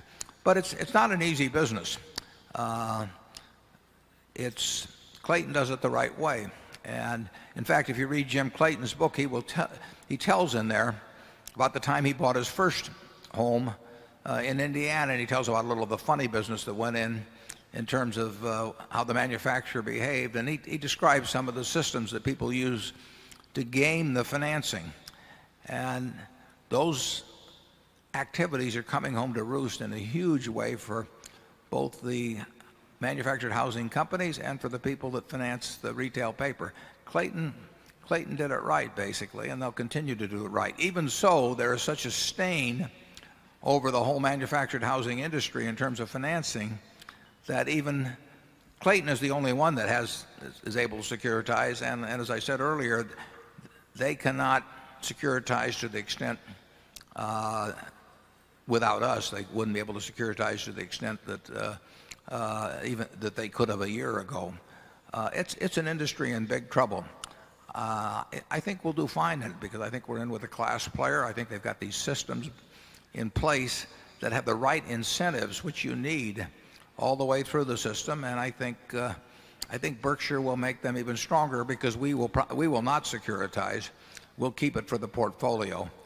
The gains on securitization, the point you made is essentially correct, that when you see a company with lots of gains on securitization, you ought to get a little suspicious. I don't want to get into more detail than that because it's an accounting question. Could you comment on Gen Re and goodwill impairment charges since you purchased it, and how it's evolved in your thinking, and if it even became a part of your thinking? Sure. The question relates to the fact that if you buy a business at a price over tangible assets, that you set up a goodwill account, and if at any time in the future that goodwill becomes impaired, you should and must, if the accounting is proper, run a charge to reduce that goodwill item. You run a charge through the income account. We have a large goodwill item for Gen Re because it was the biggest acquisition we ever made. We paid substantially more than book. And the question is whether that goodwill is impaired. And certainly if the operations of Gen Re of the last couple of years, not including this year, but of the years 98 through 2001 more or less, were representative of the future, you would say that there has to be a big goodwill charge there, and I would agree with you. I think that as Gen Re is operating now and had the capacity to operate, and it's being realized now, thanks to a couple of great managers we've got there.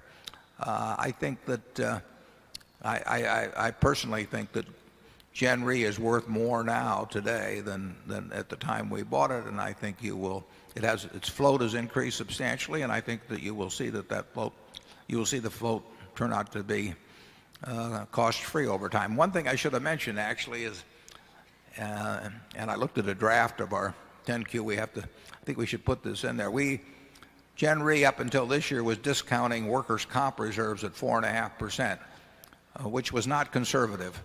That we inherited that situation, but we have changed that to discounting comp reserves going forward at 1%. So the accounting is more conservative going forward now, 2003, by a fair margin than it was in prior years and in a method we inherited. So that the figures you see would be somewhat better if we had continued the old discounting at 4.5 rather than going to the new discount rate. And in the draft, I saw the 10Q that wasn't in there. I think we should get that in there, Mark, while I think of this.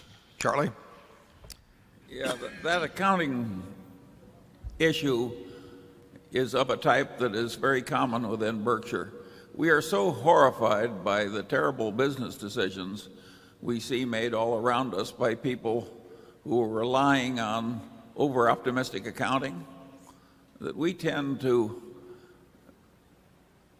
almost reach for opportunities to make our accounting very conservative, way more than other people. We think it protects our business decision-making as well as our financial integrity.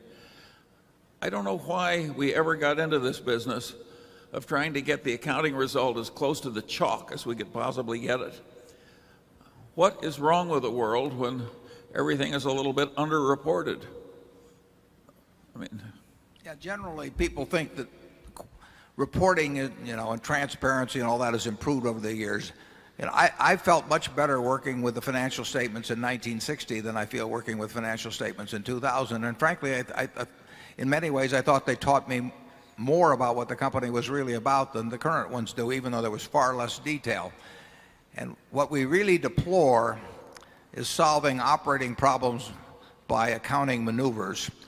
And, Gen Re had some problems in the mid-'80s when everybody did, and they went to discounting their workers' comp reserves. And it was a quick fix, but it's like heroin.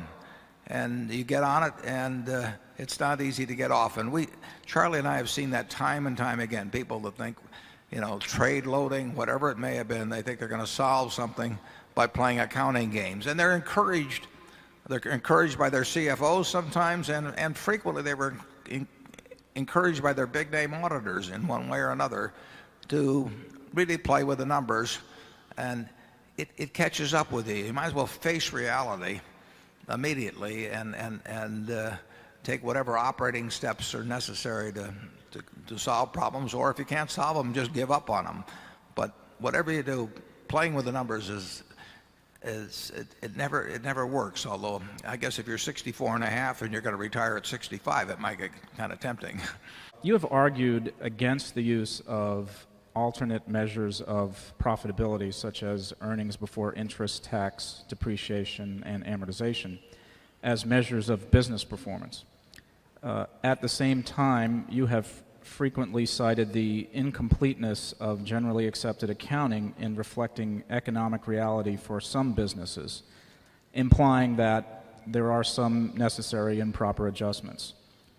Beyond what you recently described in the annual report as the folly of omitting depreciation, could you elaborate on your thoughts on other pitfalls of alternative financial presentations? Is EBITDA, in your view, just too often used as a shorthand for cash flow, or is the entire concept of recasting accounting data a suspect exercise?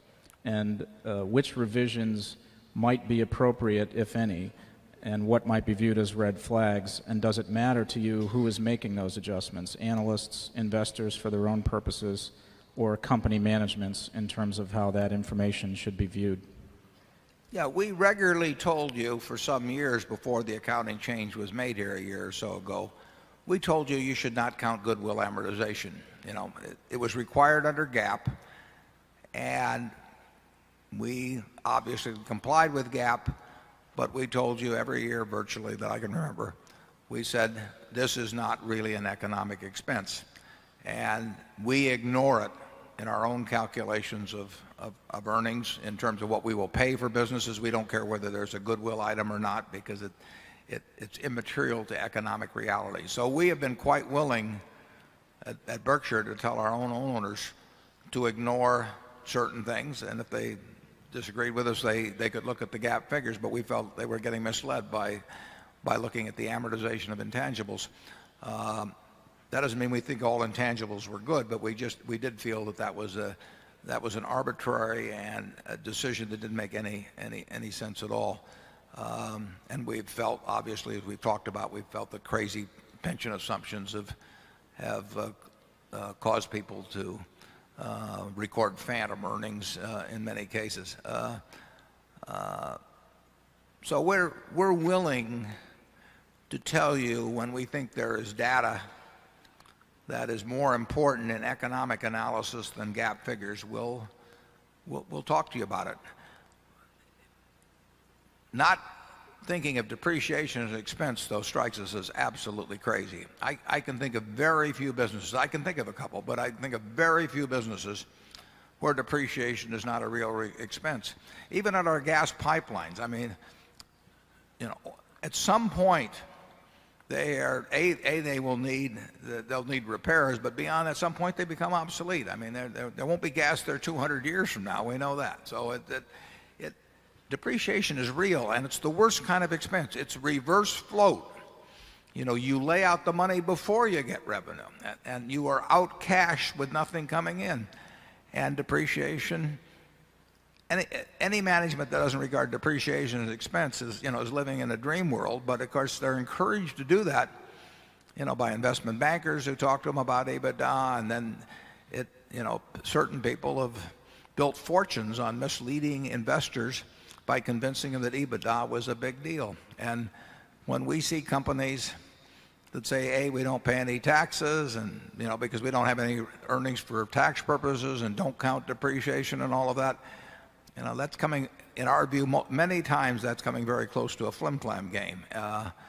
I get these people that show me, they want to send me books with EBITDA in it, and I just tell them, I'll look at that figure when you tell me you'll make all the capital expenditures. If I'm going to make the capital expenditures, there's very few businesses where I think I can spend a whole lot less than depreciation year after year and maintain the economic strength of the business.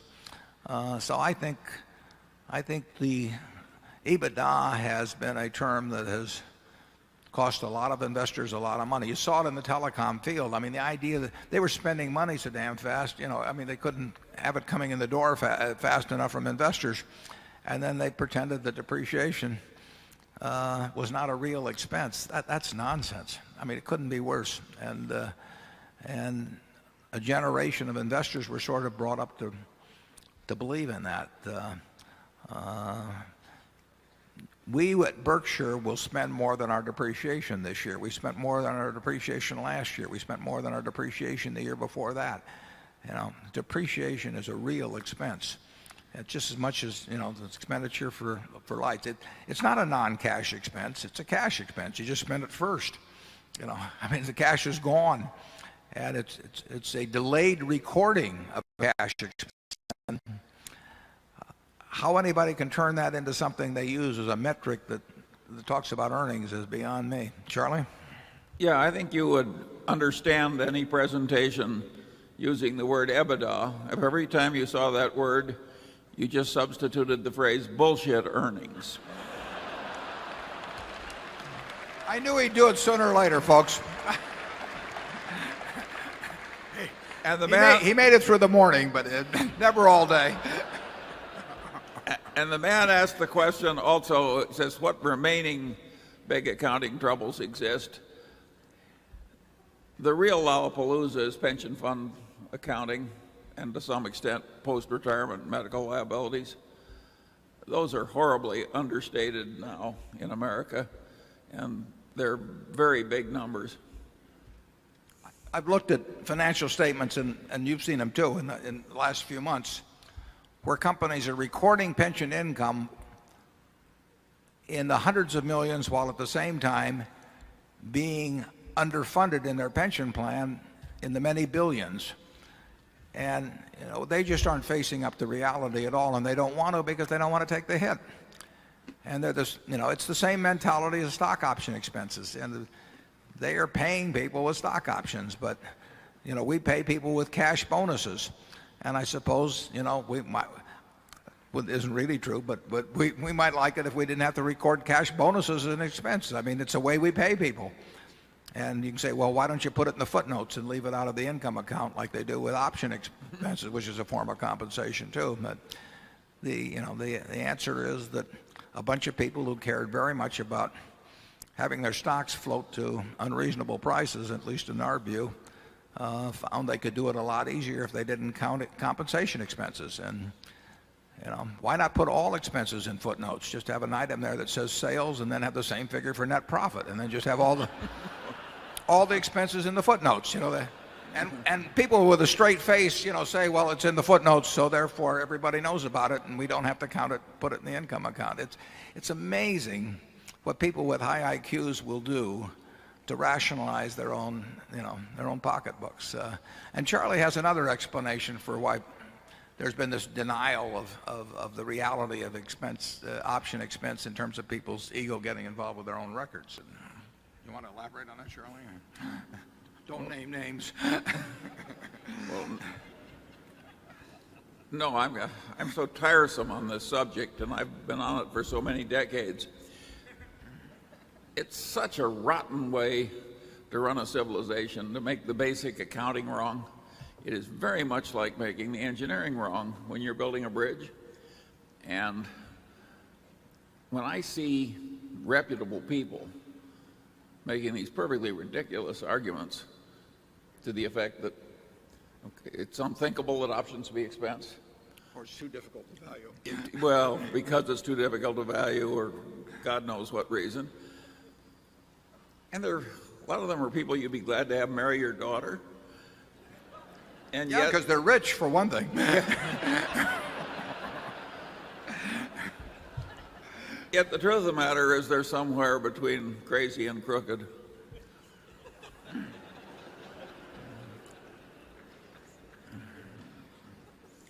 Put him down as undecided.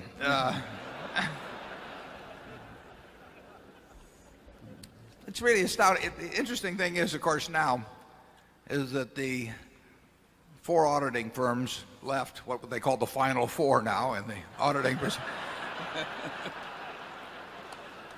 they have now, and listen, I'm glad they did it too, and I tip my hat to them for doing it, but they've now said that they really do think options are an expense. So this is, that it kind of reminds you of what happened during the Reformation, isn't it? When you'd have these places sway back and forward, as they get carried by one argument or the other.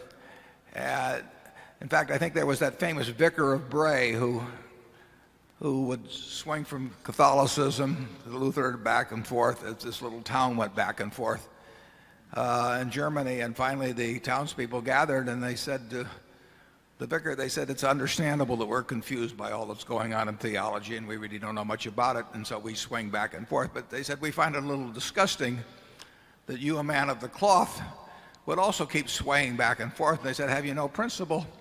And he said, yes, I have one principle. He says, it's to remain the vicar of Bray. Well, I think we've seen a little of that in the auditing profession, but I think they've actually found the true religion now. So I don't want to sit here and criticize them, but you now have 4 firms that lobbied against options being counted as an expense in 1993 that have written the FASB and say that options should be an expense. And I don't know how in the world something could have not been an expense in 1993 and be an expense in 2003. It certainly didn't apply to utility bills or, raw materials or anything of the sort. But that's the human condition. Other than your general criteria for investing in any company, what are your criteria for investing in banks? And has your general view toward investing in banks changed over time? Second question would be, in terms of a discount rate, do you feel it's appropriate to use your cost of capital or the current risk-free rate? And then in the past, you've mentioned that you do some sort of pseudo bond arbitrage, and would you please specify what types of trades you do in this area? Oh, you'd like our buys and sells for Monday morning? We're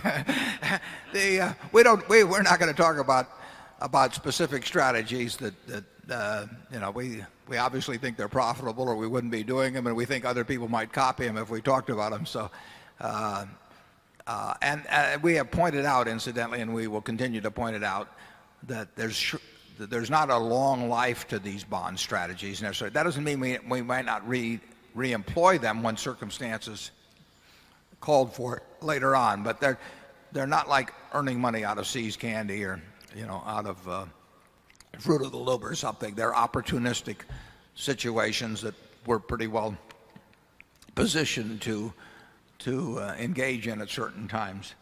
The question about banking, banking, if you can just stay away from following the fads and really making a lot of bad loans, banking has been a remarkably good business in this country, and certainly ever since World War II. It's the returns on equity for banks that have stayed out of trouble has really been terrific. And there are certain banks, I should say, in this country that are quite large that are earning maybe 20% on tangible equity. And when you think you're dealing in a commodity like money, that's fairly surprising to me. So I would say that I guess I've been surprised by the degree to which margins in banking have not been competed away in something as fundamental as money. How about you, Charlie? Well, what you're saying in fair implication is that we sort of screwed up the predictions, because banking was a way better business than we figured out in advance. We actually made quite a few billions of dollars really out of banking, and more in American Express. But basically that was while we were misappraising it. We did not figure it was going to be as good as it actually turned out to be. And my only prediction is that we'll continue to make failures like that. It's fairly extraordinary in a world of, particularly a world of low interest rates, that you'd find financial institutions that basically doing pretty much the same thing, where A competes with B and B competes with C without great competitive advantage, and having them all earn really high returns on tangible capital. Now, part of it is that they have pushed the loan to capital ratios higher than 30 or 40 years ago, but that nevertheless they earn high rates of returns. They earn much higher rates of returns on assets alone, and then they have greater leverage of assets to capital, so that produces returns on capital that really are pretty extraordinary. And certain banks get into trouble because they make big mistakes in lending, but it's not required of you in that business to get into trouble. I mean, if you keep your head about you, it can be a pretty good business. The question about a discount rate, when you talk about our cost of capital, that's worth bringing up, because Charlie and I don't have the faintest idea what our cost of capital is at Berkshire, and we think the whole concept is a little crazy, frankly. But it's something that's taught in the business schools, and you have to be able to answer the questions or you don't get out of business school. But we have a very simple arrangement in terms of what we do with money, and we look for the most intelligent thing we can find to do if we've got money around, or if we don't buy and sell businesses this way, but in terms of securities, we would if we find something that's at 50% of value and we own something else at 90% of value, we might very well move from one to another. We will do the most intelligent thing we can with the capital we have, and so we measure alternatives against each other, and we measure alternatives against dividends, and we measure alternatives against repurchase of shares. But I have never seen a cost of capital calculation that made sense to me. How about you, Charlie? Never. And this is a very interesting thing that's happened. If you take the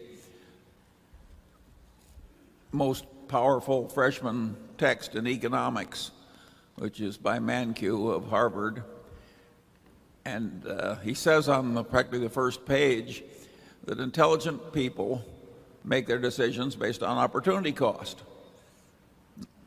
In other words, it's your alternatives that are competing for the use of your time or money that matter in judging whether you take action or not. And of course, those vary greatly from time to time and from company to company. And we tend to make all of our financial decisions based on our opportunity cost, just as like they teach in freshman economics. Yeah. And the rest of the world has gone off on some crazy kick where they can create a standard formula, and that's cost. They even get a cost of equity capital for some business that's old and filthy rich. It's a perfectly amazing mental malfunction. But I'm very curious about the Buffett-Munger philosophy and practice of philanthropy. And my second question has to do with China. You made an acquisition recently, PetroChina, and I'm curious what you think about China. Well, the second question, we have about 5 equity investments in companies that are domiciled and that operate primarily or entirely outside the United States. We don't list all our investments. We listed, I believe, last year all those above $500 million. And we have never had, I think maybe since Guinness some years back, I don't think we've ever had one hit the threshold of reporting in the Berkshire report, although we've owned some. And the Hong Kong Stock Exchange has just recently changed their requirements so that you have to report 5% of the holding of any company listed on the Hong Kong Stock Exchange. And our PetroChina holdings actually are now, whatever it is, 13%, but they're only 13% of something called the H shares. The Chinese government owns 90% of it, of the company. The H shares own 10%. They sold that to the public a few years back. So we own 13% of a very small percentage. And it's a kind of a fluke of reporting that we're required to report that particular holding. And like I say, we own 4 or so others in international securities. We don't make any great judgment about China. You probably know more about China than I do. We simply look at investments around the world and we try to buy into things that we think offer the most value. And if they're in the United, we might prefer slightly that they be in the United States, and we might have strong preferences against or strong biases against certain countries. We would regard in the United States as number one because we understand the game the best here. We understand the tax laws and all that sort of thing and the corporate cultures and so on. But we would regard a number of other countries as virtually equivalent to the U.S. And there's others that would be marked down some, and then we'd have a whole bunch we wouldn't go into under any circumstances because we just don't understand them well enough. But you know, we think we understand something like the oil business in China reasonably well, and at a price relative to what we think the future cash generation is, we would make a decision on something like that. But it's not a big deal. It became reportable because of this peculiarity of the law, where if you own a certain percentage of something that's only 10% of the whole pie, you still have to report it. The Chinese government is firmly in control of PetroChina. I mean, if we vote with the Chinese government, the two of us will control PetroChina. That's it. The question about philanthropy, Charlie, you want to swing at that one first? I think it's fair to say that both of us feel that the very fortunate owe a duty to the general civilization and even to the country of which he's a member. Whether you give as you go along or have the Buffett system of moderate giving as you go along and immense giving in due course, I regard as a matter of personal taste. I would understand the second position in that I would hate to spend all my time every day having people ask me for money. And I don't think Warren could stand it. Let's not even try. Let's not even try, Charlie. No. No way. I mean, it's a matter of record and it hasn't changed for, I don't know, 25 years probably, but basically everything I have at the date of the later of the death of myself or my wife goes to charity. I mean, 99 and a significant fraction. And since my children are here, I'm not going to carry it out to 8 decimal places. But they, why not? Think of it this way. Let's just assume that instead of being born as I was in a single birth, that I were in the womb and there was an identical twin next to me. Same DNA, same everything, personality, propensity to work, propensity to say whatever. Identical twin. Wasn't Charlie, it might look like him, but and there we are, the two of us. And a genie appeared. And the genie said, I've got a proposition for the two of you. You're going to be born in 24 hours, same talents, everything identical. And one of you is going to be born in Omaha, and one of you is going to be born in Bangladesh. And I'm going to let you two decide which one gets to be born in Bangladesh and which one gets to be born in Omaha. And I've got this system, and the way I'm going to work it is that we start the bidding, and whichever one of you bids the highest proportion of your we start the bidding, and whichever one of you bids the highest proportion of your estate to go to society, when you die, gets to go be born in the United States. I think you'd bet 100%. You hear all of this about, grit and pluck and all of these things, and how, you've applied yourself working all your life and you've done all these wonderful things. Well, just imagine if I'd been born in Bangladesh, and I'd walked down Main Street and said, I allocate capital, let me show my stuff. I'd have died of malnutrition. I mean, I wouldn't have made it through the first few months. The society that Charlie and I work in, I mean, we were luckier than hell. I mean, when we were born, the odds were 50-1 against us being born in the United States. So we hit the jackpot. And basically, we've had all of the fun of working with this and working with good people, and money obviously opens lots of doors in life to interesting things. And if it goes back to society, like Charlie says, it can go back on the installment system through life. It can go back in a lump sum at death. I've mixed the two to some extent, but I weight heavily the lump sum. But, that's where it belongs. I mean, there's no reason why little generations of little Buffetts now and the next one, and 100 years from now, should all be commanding the resources of society just because they came out of the right womb. What sort of justice is that? So basically, it's going back to society.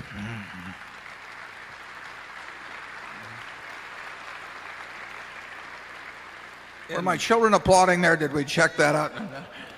You state that you like to acquire businesses that can employ a large amount of capital to high returns. And in reading the writings and speeches of yourself, Mr. Munger, I've seen you say in Outstanding Investor Digest and other publications that you enjoy investing in companies that require very little capital.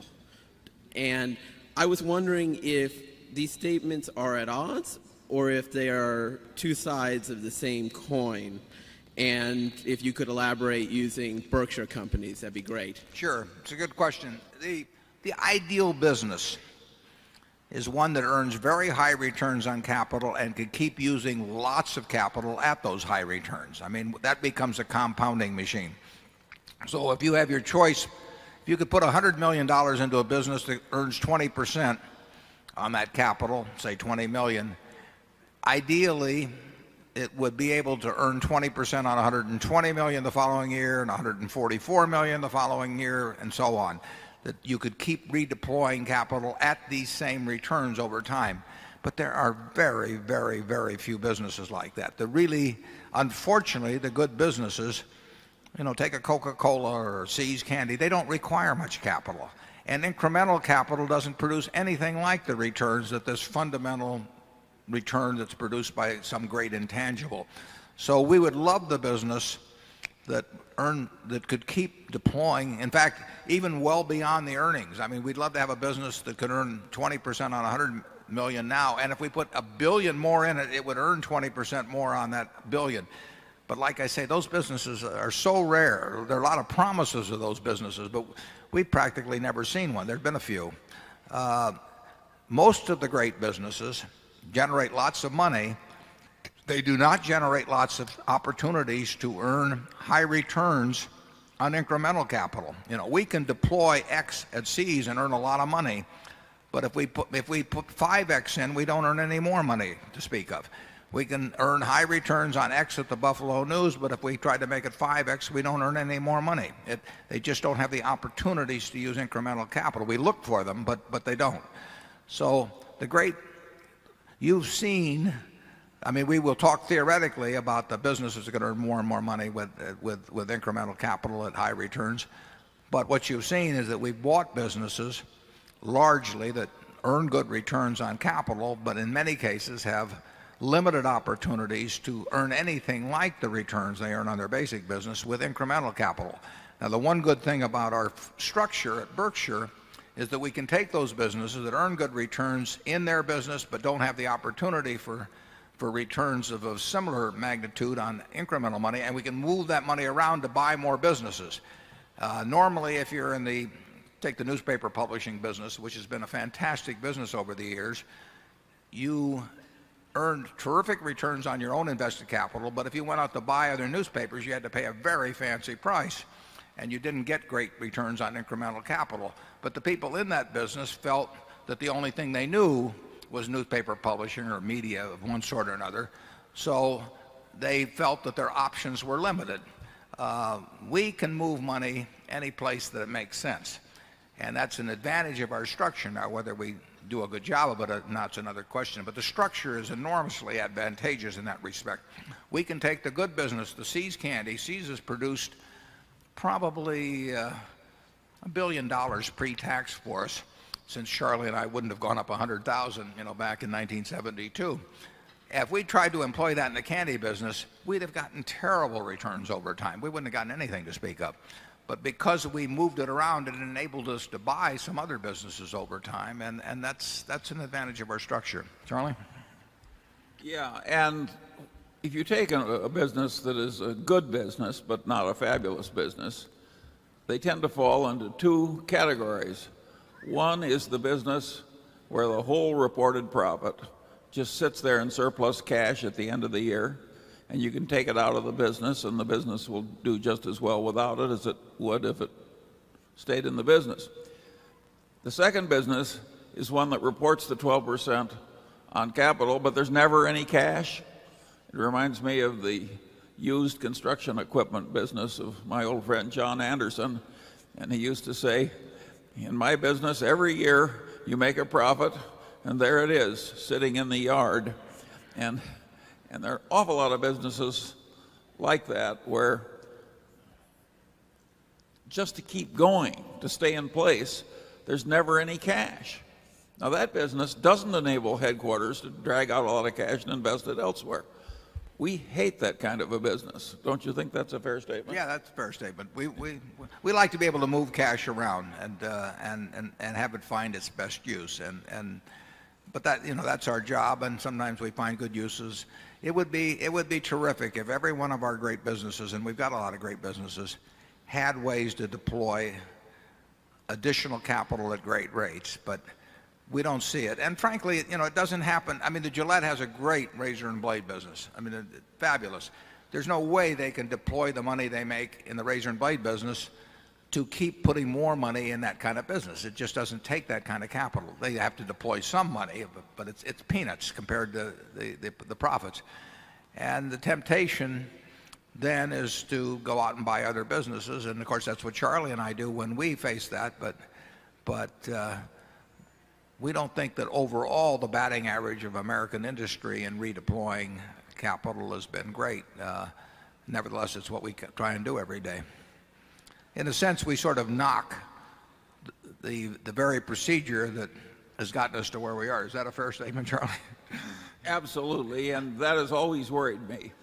I don't like being an example of an activity where most people who try and follow it will get terrible results. And we try and avoid that by making these negative comments. We'd make negative comments anyway. Back in September 11, you appeared on 60 Minutes and performed a national service, taking your valuable time and giving up your private life for a few moments by speaking about the general stock market and how people should not be getting too excited and they shouldn't be worried about investing for the long term. And what I was wondering is if you would ever consider making another appearance on 60 Minutes at the time when whoever the president is at the time brings up the Social Security debate.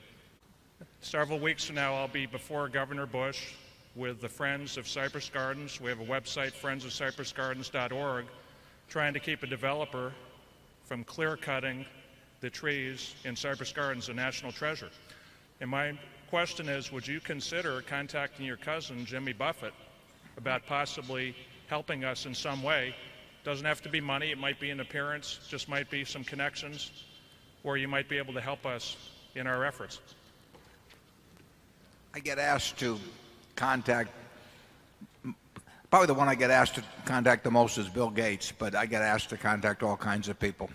I mean, everybody is slipping me envelopes with letters in them, sending things to the office and saying, won't you get this person? You know, all they can say is no.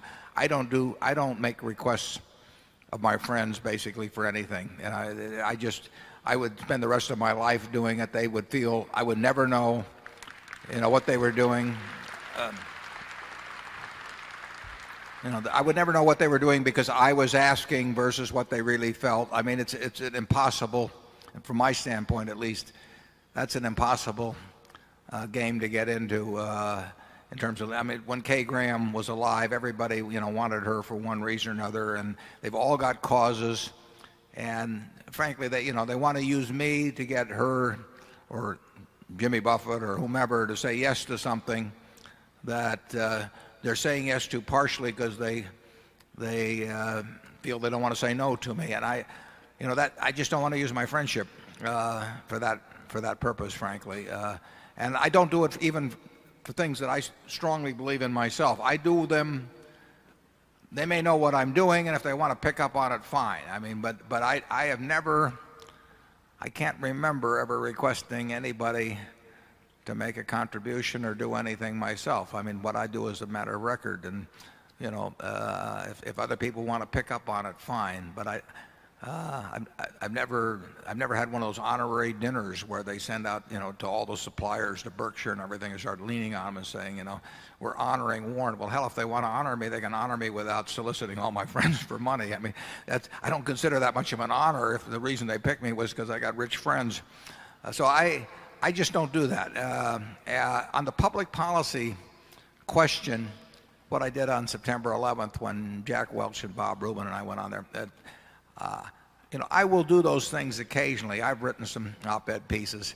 I think, and I get tempted very often. In fact, I've written some that I haven't sent in. But I do think that there's something unattractive about a very rich guy that pops off on everything. And you may think by listening to us today that you've got two guys up here that do like to pop off on everything. But and we do have opinions on almost everything. But I just think there's some things I get, I wrote on campaign finance reform and I've written on taxes and I will do more of that, but I do try to hold myself in check somewhat because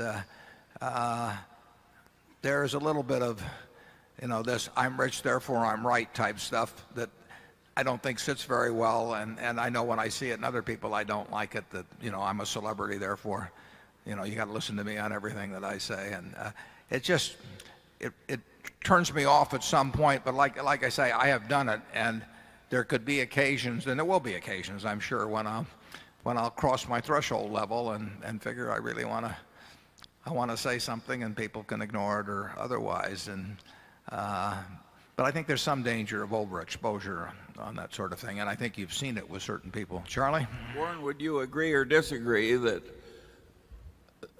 forcing a certain part of Social Security into common stocks is a good idea? No, I would not. I would not agree with the one that the gentleman suggested. I think that actually, Social Security has been a tremendous thing for the working people of this country. It's been an intergenerational pact. It's not insurance.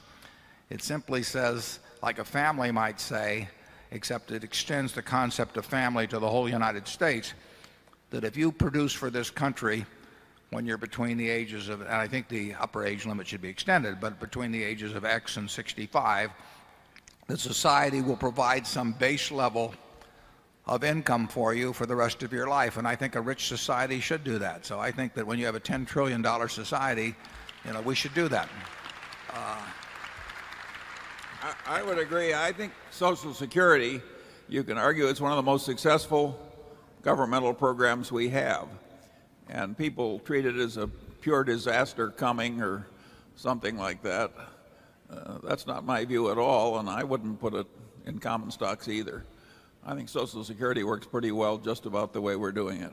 Yeah, we will give a base income to and we should in this country, to everybody that leads a reasonably productive life, and they don't have to worry about how long, whether they live to be 90 or 100. And people do worry in their old age, and we don't need a bunch of people who, go off to war when we need to defend, the rights of our country and act in every way as good citizens, but they just don't happen to have the ability to make a lot of money, like maybe Charlie and I can.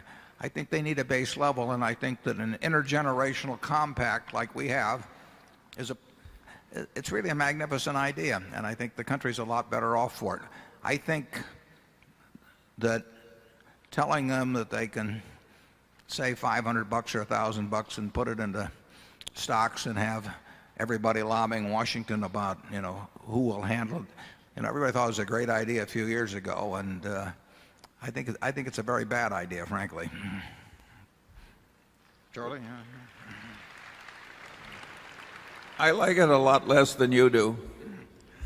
Mr. Munger has mentioned that where capital is unimportant in a business, you tend to give the CEO a part of the earnings. You have also mentioned that you do not greet good work by raising the bar. Clearly, static earnings over a period of time may become successively less valuable. My question is in now 4 parts. Bearing the above in mind, could you give us an example of compensation policy in Berkshire subsidiaries which illustrate your thinking on the subject of executive compensation?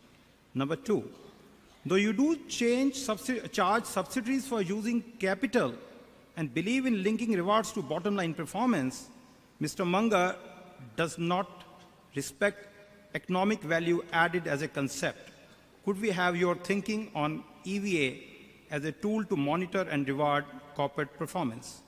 Number 3, do you restrict yourself to setting compensation policy for the CEO, or do you involve yourself in larger part of the organization? And finally, you do not have any retirement age for the CEO. Does it impact the moral motivation of the people below the CEO? Charlie? He knew that was coming. Well, one, you're right. Where a business requires practically no capital, we tend to reward the management based on the earnings. The minute the business starts requiring capital, we tend to put a capital factor into this compensation system. We don't have any one standard system. They're all different based on accidents of history and circumstances. But where capital is an important factor, of course, we take it into account. As far as effects on morale, as far as I've ever been able to see, the morale's pretty good in the Berkshire subsidiaries, and the Berkshire managers practically never leave. And my guess is we have about as low a turnover rate as any place around. Is that right, Warren? Well, I'm sure of that. And besides, the no retirement policy is wonderful for my morale and Charlie's. You also asked about EVA. We would not dream of using something like that, although I think actually a few of our subsidiaries may use it in some way. So the subsidiaries set their policies for the pay of the people below the CEO, and they have all kinds of systems because we have all kinds of businesses. And frankly, we've never had big problems with compensation because I think our arrangements are rational. When capital is an important part of the business, we stick a charge for capital in. If it's an unimportant part of the business, we don't stick it in. We don't believe in making things more complex than needed. So we don't try for all kinds of little refinements, which a compensation consultant would come in and tell you was needed because that's how he would justify a large bill. And he would also come in and tinker with it a little the following year and the following year and so on. We have very simple systems on comp. But some of our businesses are terrific businesses, and so we have very high standards of performance before people get performance bonuses. Some of our businesses are very tough businesses, and the threshold is much lower, but the managerial talent needed to reach that threshold is just as much as with the higher threshold in other businesses. Compensation is not rocket science. I mean, people will want you to think it is.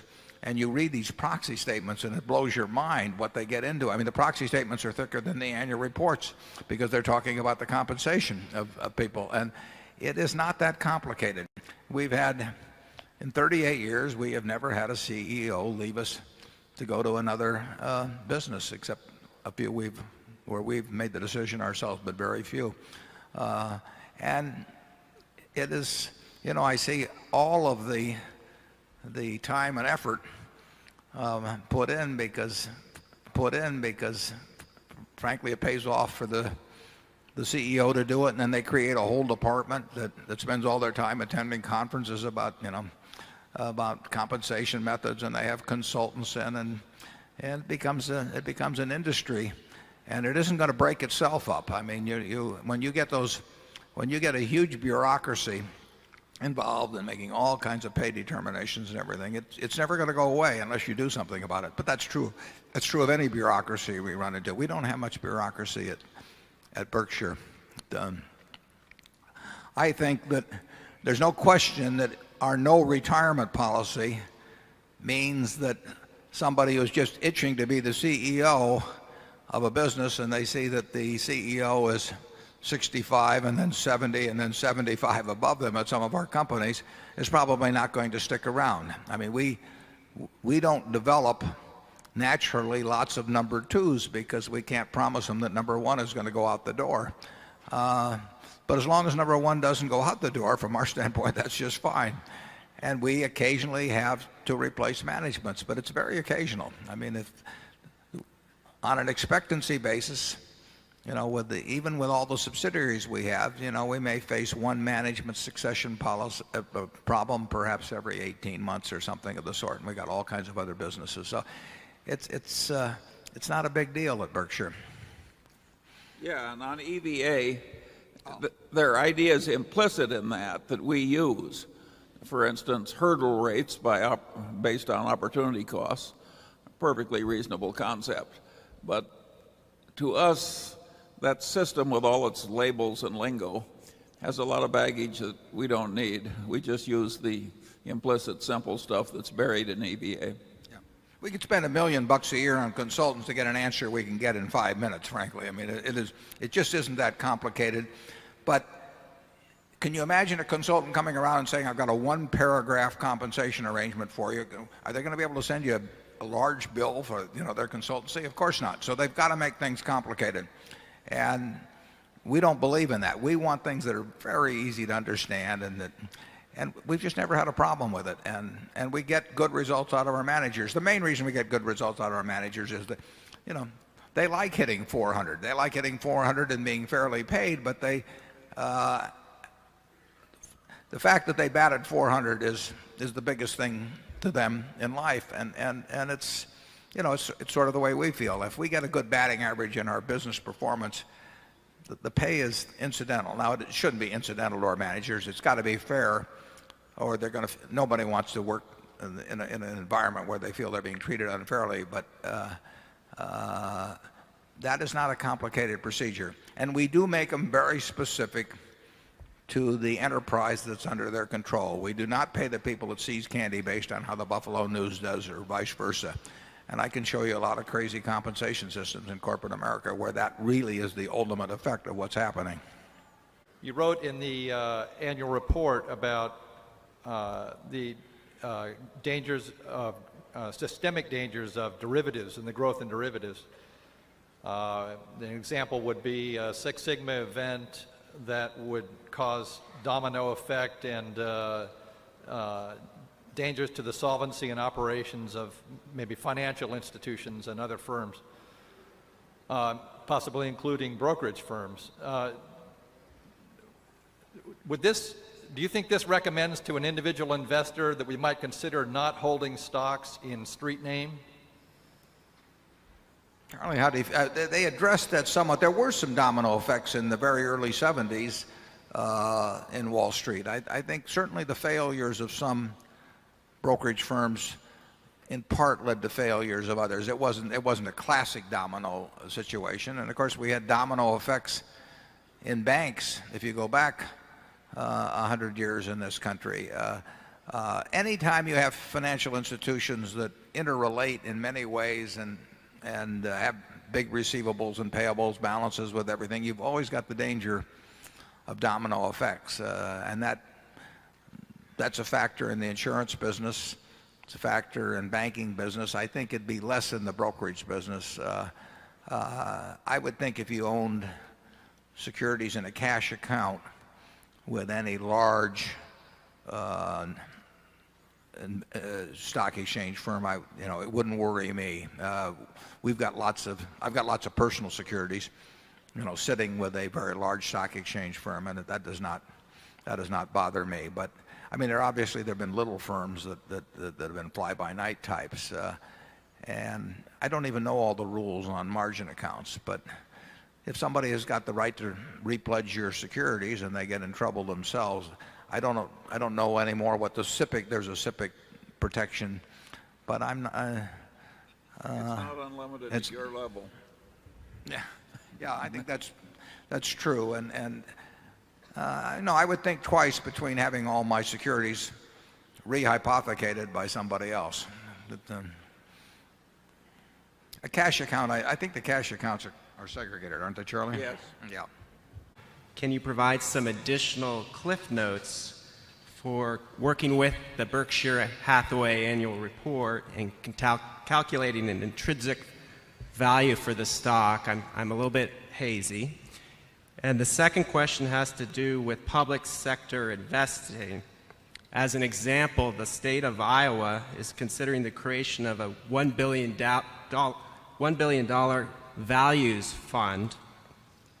What sorts of guidelines, strategies, and advice would you employ if you were responsible for investing this money on behalf of the general public? Are there any significant differences when representing shareholders versus the general public? Thank you. Yeah, elaborate, if you will, just a second, because I am not familiar with that $1 billion. Is the state of Iowa literally creating a $1 billion fund to invest in equities on behalf of the people? That's what's being proposed. Is that right? Oh. Charlie, what do you think about that? That's a new one to me. I think it's a pretty dumb idea. Yeah. He lives in California. That's why I had him answer. I live right on the border here, so I would.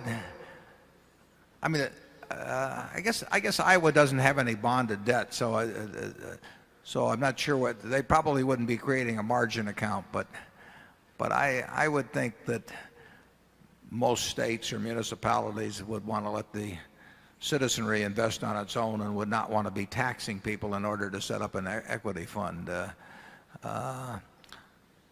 So that strikes me as a pretty novel idea. Charlie? In California, certainly of the investment management partnerships use all kinds of political contributions to finagle their way into managing state pension funds, et cetera, et cetera. It's not a pretty scene.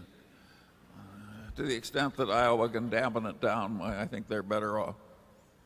The question on intrinsic value, we've written about it in reports. I don't think there's much additional to say. I mean, the intrinsic value of any financial asset, is the stream of cash that it will produce between now and Judgment Day, discounted by an interest rate that equates between all the different possible assets. That's true of an oil royalty, a farm, an apartment house, an equity, a business operation, a lemonade stand. And that you have to decide what sort of businesses that you think you can understand well enough to make some kind of reasonable calculation.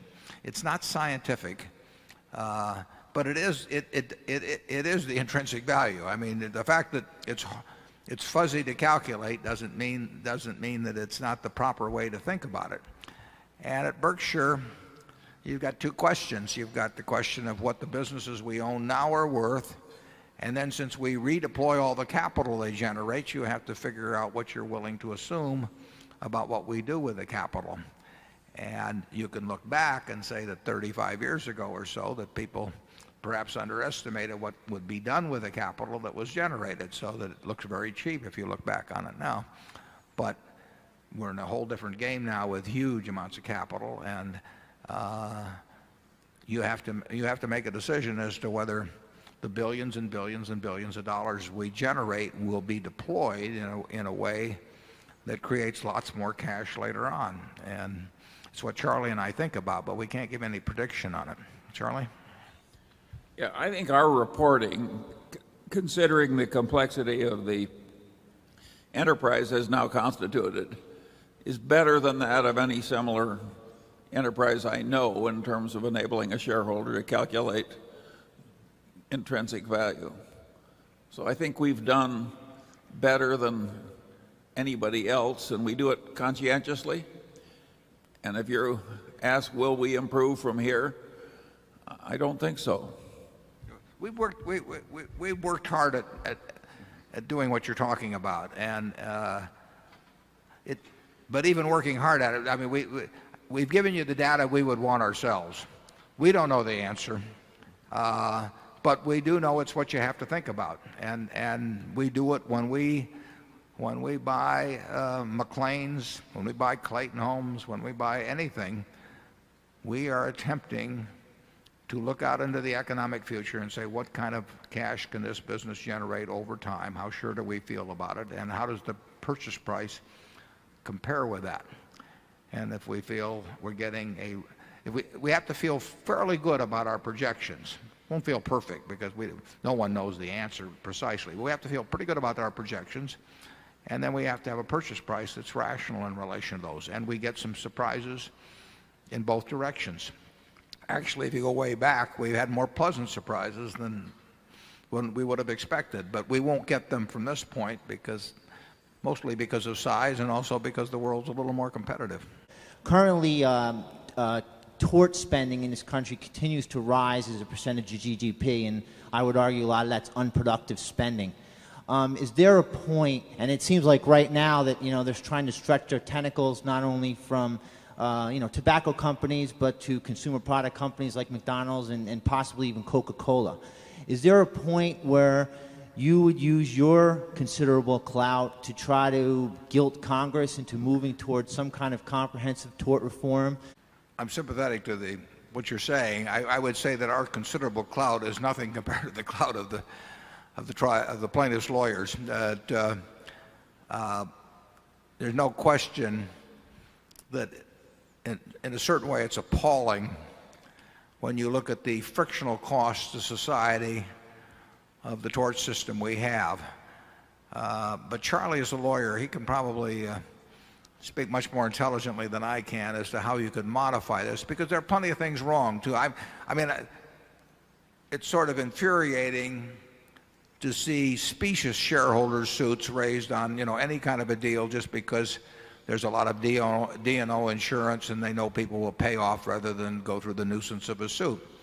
And we don't pay off, but corporate America does, and so it's a game. And the people that pursue that activity, are not pursuing it, I think, in many cases because of a great pursuit of justice, but because it's a damned profitable sort of game. And you know, the people that are paying, it usually doesn't come out of their own pockets. So it gets back to that, the lack of parity and the interest of the people on both sides. But then when I look at some of the things that have happened in corporate America, I certainly don't want to get rid of the plaintiffs' lawyers either entirely, because I think some terrible things have happened, and I think people should pay. I just wish the people paid rather than the D&O carriers, because when a D&O carrier pays, or when a company pays, the costs get socialized, and the people that did the wrong things seldom pay out of their own pockets. Charlie, tell me, how do we improve the tort system? Well, if you define the tort system to include the workman's compensation system, which I would, you get terrible abuses. In California, Costco has about 1/3 of its employees and 2/3 of its workman's compensation expense. California has institutionalized fraud.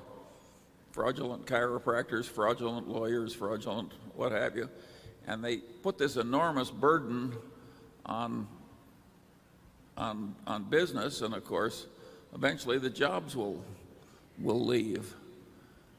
I had a friend who took a plant away from Texas where he had workman's compensation expense of 30-odd% and took it to Ogden, Utah, where it went to 2%. So fraud allowed to run builds on itself, and then you've got all these lawyers and lobbyists who like the fraud, and chiropractors and God knows what, and so it's a major problem. And in California, it's gotten so bad that my guess is there will be some reform, even with a 2/3 Democratic legislature. What would change in terms of the shareholder situation? Well, that's harder, because if you take the worst of the plaintiff's lawyers, half the time they're suing somebody that's behaved terribly. Now, they're suing in a process where a lot of money is paid out, as you say, on a socialized basis and doesn't really go to the people that were hurt. So they're like a public scold that gets paid an enormous sum out of the public. But certainly a lot of the defendants in these cases that are screaming about the plaintiff's bar have done some very regrettable things. So I think that gets very hard to figure out what should be done. The present system is crazy, and I don't know how I'd improve it. You could easily improve it if you could count on government being rational and fair. But how do you do that? Would you do anything toward making the people who were defendants in D&O situations pay any portion of it themselves or not?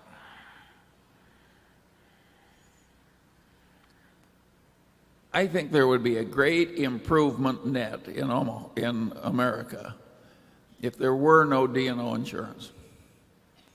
Zero. I think people would behave a lot better. The counter-argument is you'd never get anybody with any money who was willing to serve on a board. But my guess is that net, even after taking into account that little problem, the system would work better than the present one. You mentioned last year your frustration with buying companies out of bankruptcy. Were you surprised from your past experience that the court would not allow a breakup fee regarding your Burlington bid? That's a good question. We submitted a bid to the court. The management agreed to our offer, and we submitted a bid in the bankruptcy of Burlington Industries. And our bid was $500 and some million. And we provided what's called a breakup fee. I'll get to that in a second, but I think it was of $14 million. Now, really, when we submit that bid of 500 and some odd million, our bid has to remain outstanding for a good many months. So in effect, by making that bid, I get back to the earlier statements I made about option value. For $14 million, we were telling the creditors of Burlington that for a period of maybe 4 months or 5 months, that they could sell us that business for our number, or for a considerable period they could get more money for it. Now that is a very low price in my view for a put. In fact, it's an inadequate price, but it's become sort of a customary percentage in terms of bankruptcy proceedings. The court said that that was too much to charge as a breakup fee, or what I would call a put fee, and so they have set up a new procedure which will result in Burlington getting sold some months from now to people who follow this new procedure.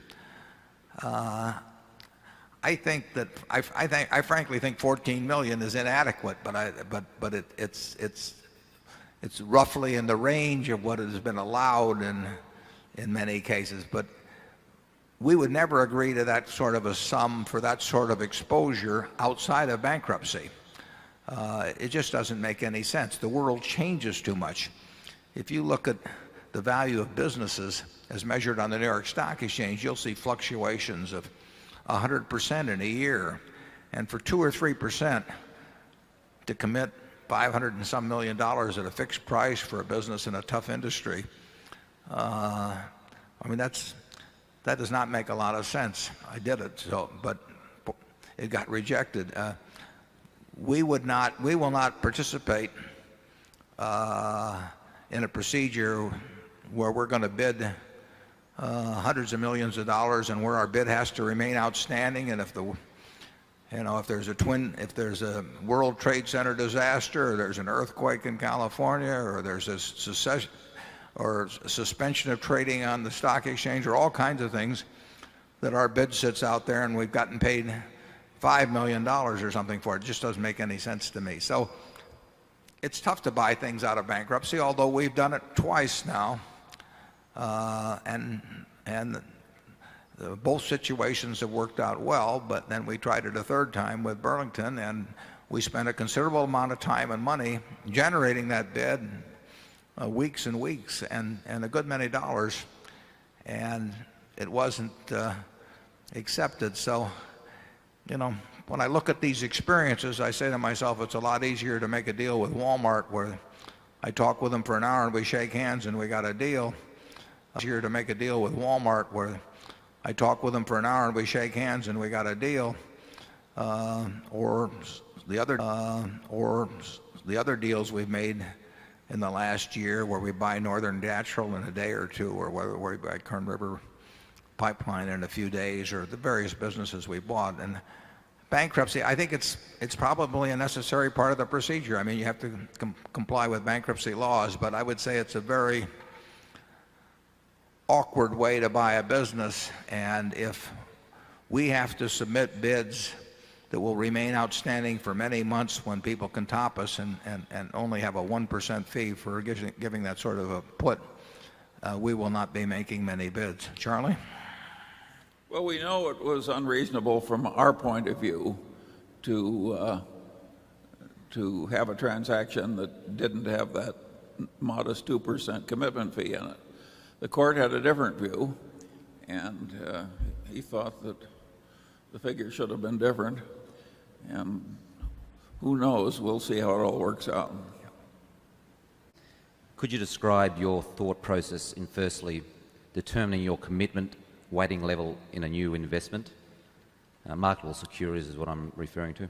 And secondly, your thoughts on potential reweighting.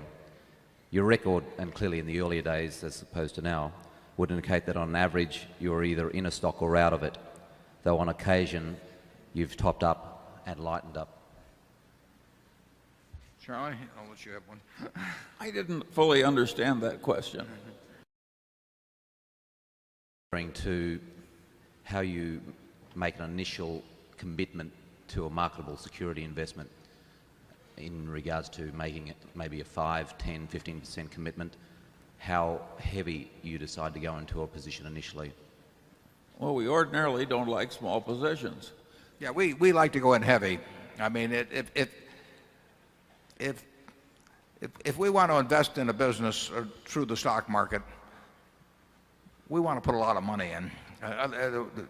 We do not believe in a little of this and a little of that. So at our present size, we're limited primarily by the availability of the quantity we want rather than restricting ourselves based on some percentage of a total portfolio. It's very hard for me to think of a stock we quit on in terms of buying, except because we were going to run into some 10% limit where we would get liable for short swing profits or become insiders or that sort of thing. But we almost never want to quit. Isn't that right, Charlie? Well, not unless the price goes up. Yeah. And of course, that's where we made our big mistakes. I mean, I've made the big mistakes, actually. There have been a couple of things that we knew enough to buy that were in our circle of competence where we could have bought lots of stock, except it went up a little bit, and then we faded because of the price. But we didn't fade because we didn't want to put more than X dollars in. If we find an idea that we want to put $500 million in, we probably would be even happier if we could put 3 or 4 billion in.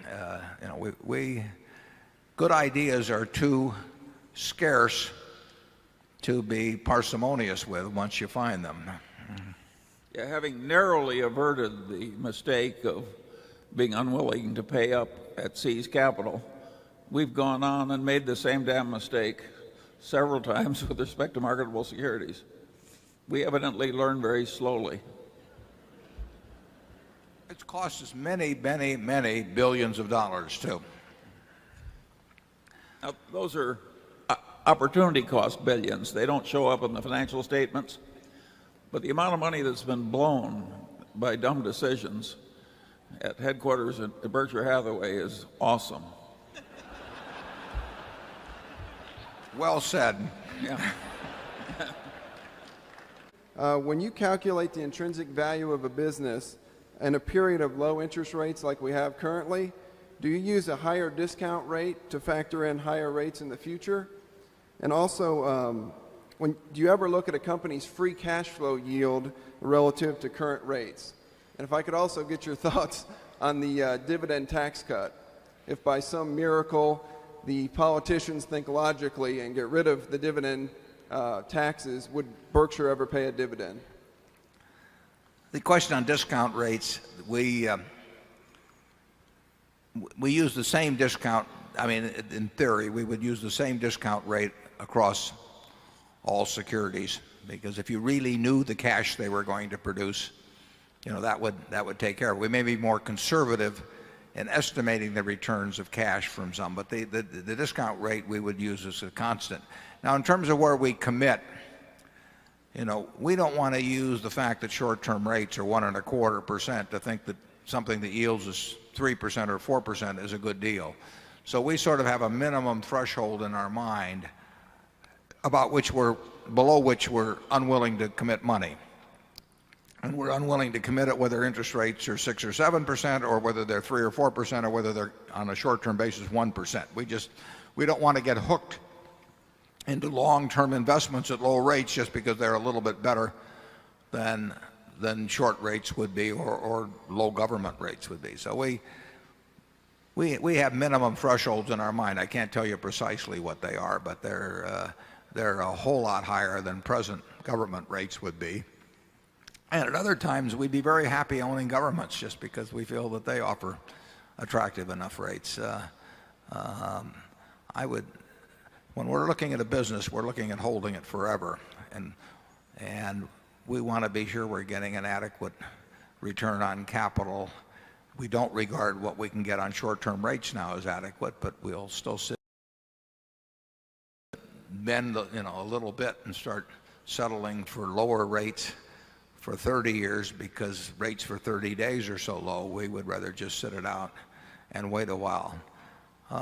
The tax on dividends, I've used this illustration before, but I'm paying about the same percentage of my income to the federal government as my secretary does. Now, I pay more in income tax rates than she does. I pay a higher marginal tax rate by some margin than she does, but she pays way more in Social Security taxes than I do because I only pay out the first, whatever it is, 70 or 80,000 of income. And so she is paying between what we pay at the company for and what she pays. We're paying 12 or 13% or whatever it is of that. So we both end up paying fairly similar percentages of our income to the federal government every year. If Berkshire were to declare a $1 billion dividend and my share of it was $330 million and it were tax-free, as the Bush people originally suggested, and it would be tax-free. I mean, we have lots of taxable earnings at Berkshire.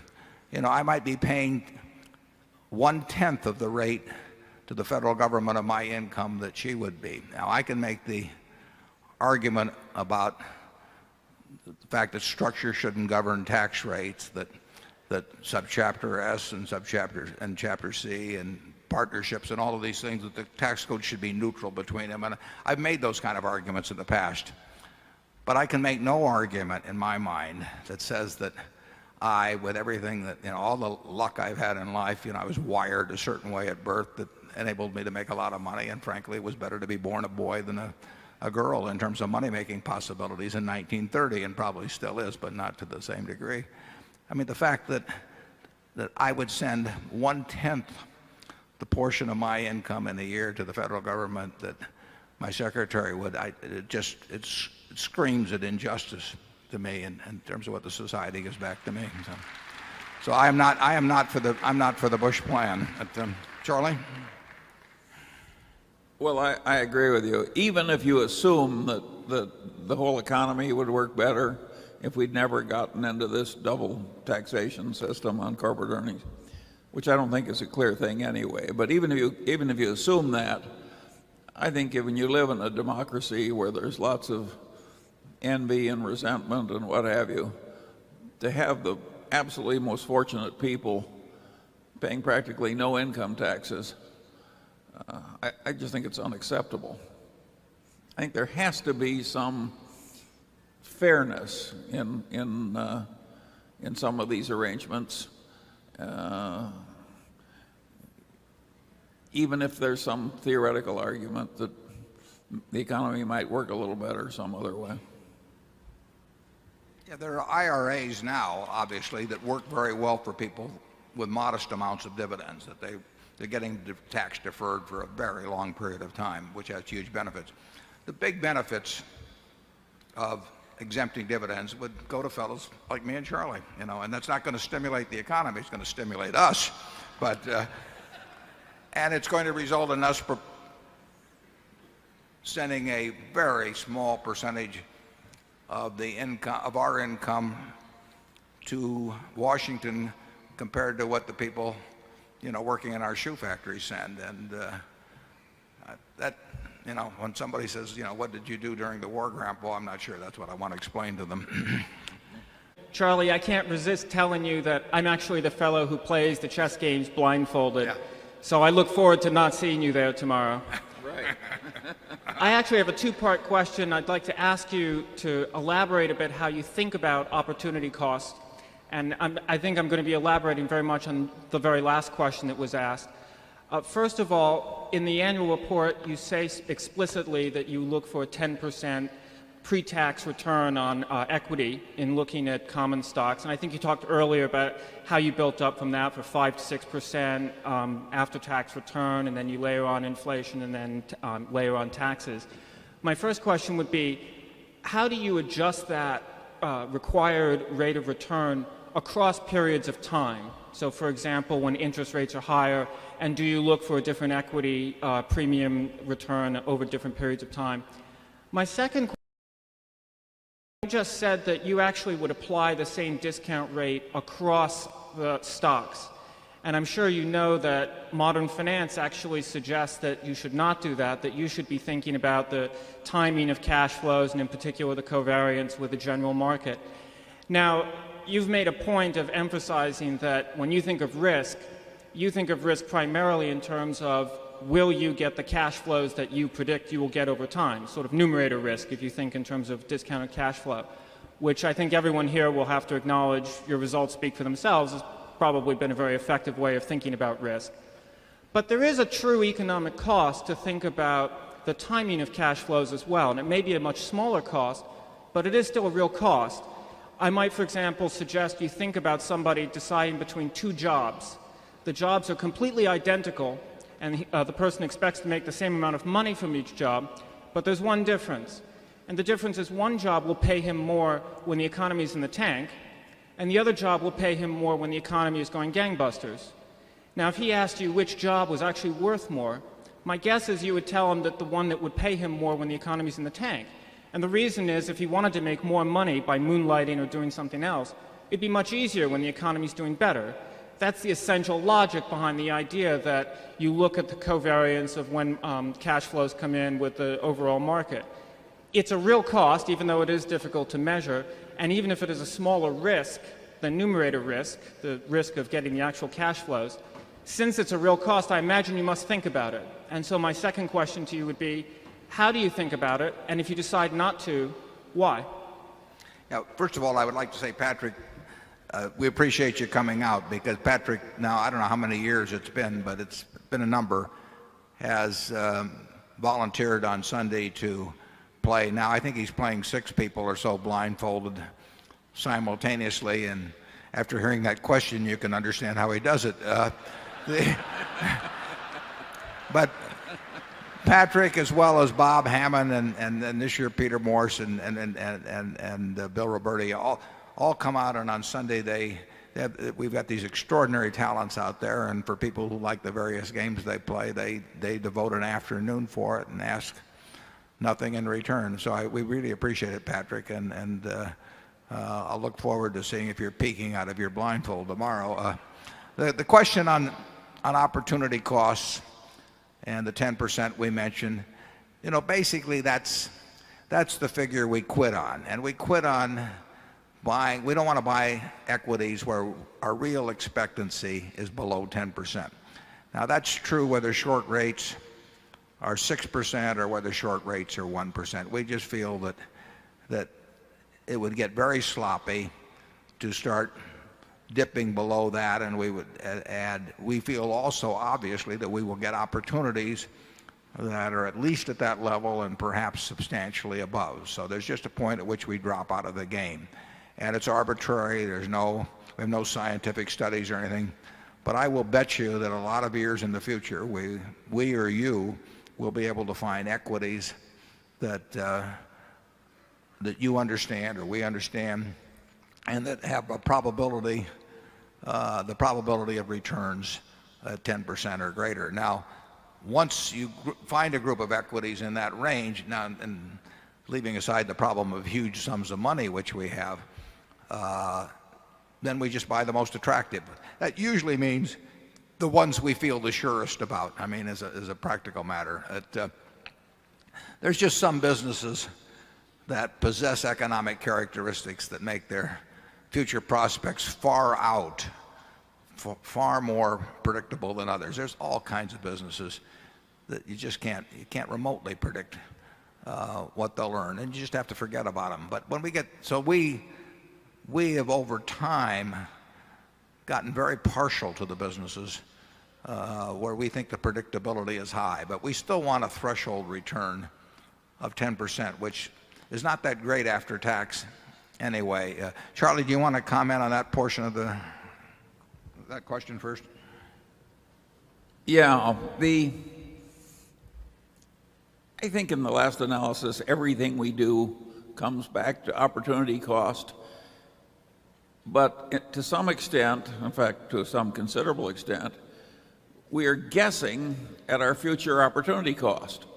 Warren is basically saying that he's guessing that in due course to put out money at pretty attractive rates of return, and therefore he's not going to waste a lot of firepower now at lower returns. But that's an opportunity cost calculation. And if interest rates were to more or less permanently settle at 1% or something like that, and Warren were to reappraise his notions of future opportunity cost, he would change the numbers. It's like Keynes said, what do you do when you change your view of the facts? Well, you change your conduct. But so far, at least, we have hurdles in our mind which are basically Well, they involve implicitly future opportunity cost. Right now, with our $16 billion that's getting 1.25% pre-tax, that's $200 million a year.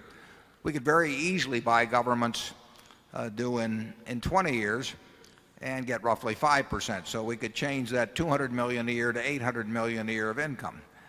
And we're making a decision, as Charlie says, that it's better to take $200 million for a while on the theory that we'll find something that gives us 10% or better than to commit to the $800 million a year and then find that in a year thereabouts when the better opportunities came along that what we had committed to had a big principal loss in it. But that's, you know, that's not it's not terribly scientific, but all I can tell you is in practice it seems to work pretty well.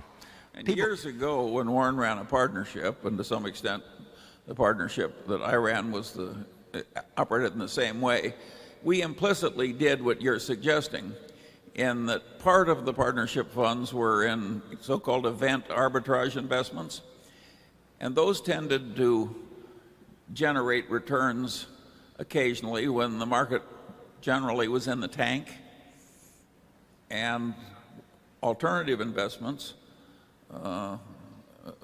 would more mimic the general market. So we were doing what this academic theory prescribes, 40 years ago,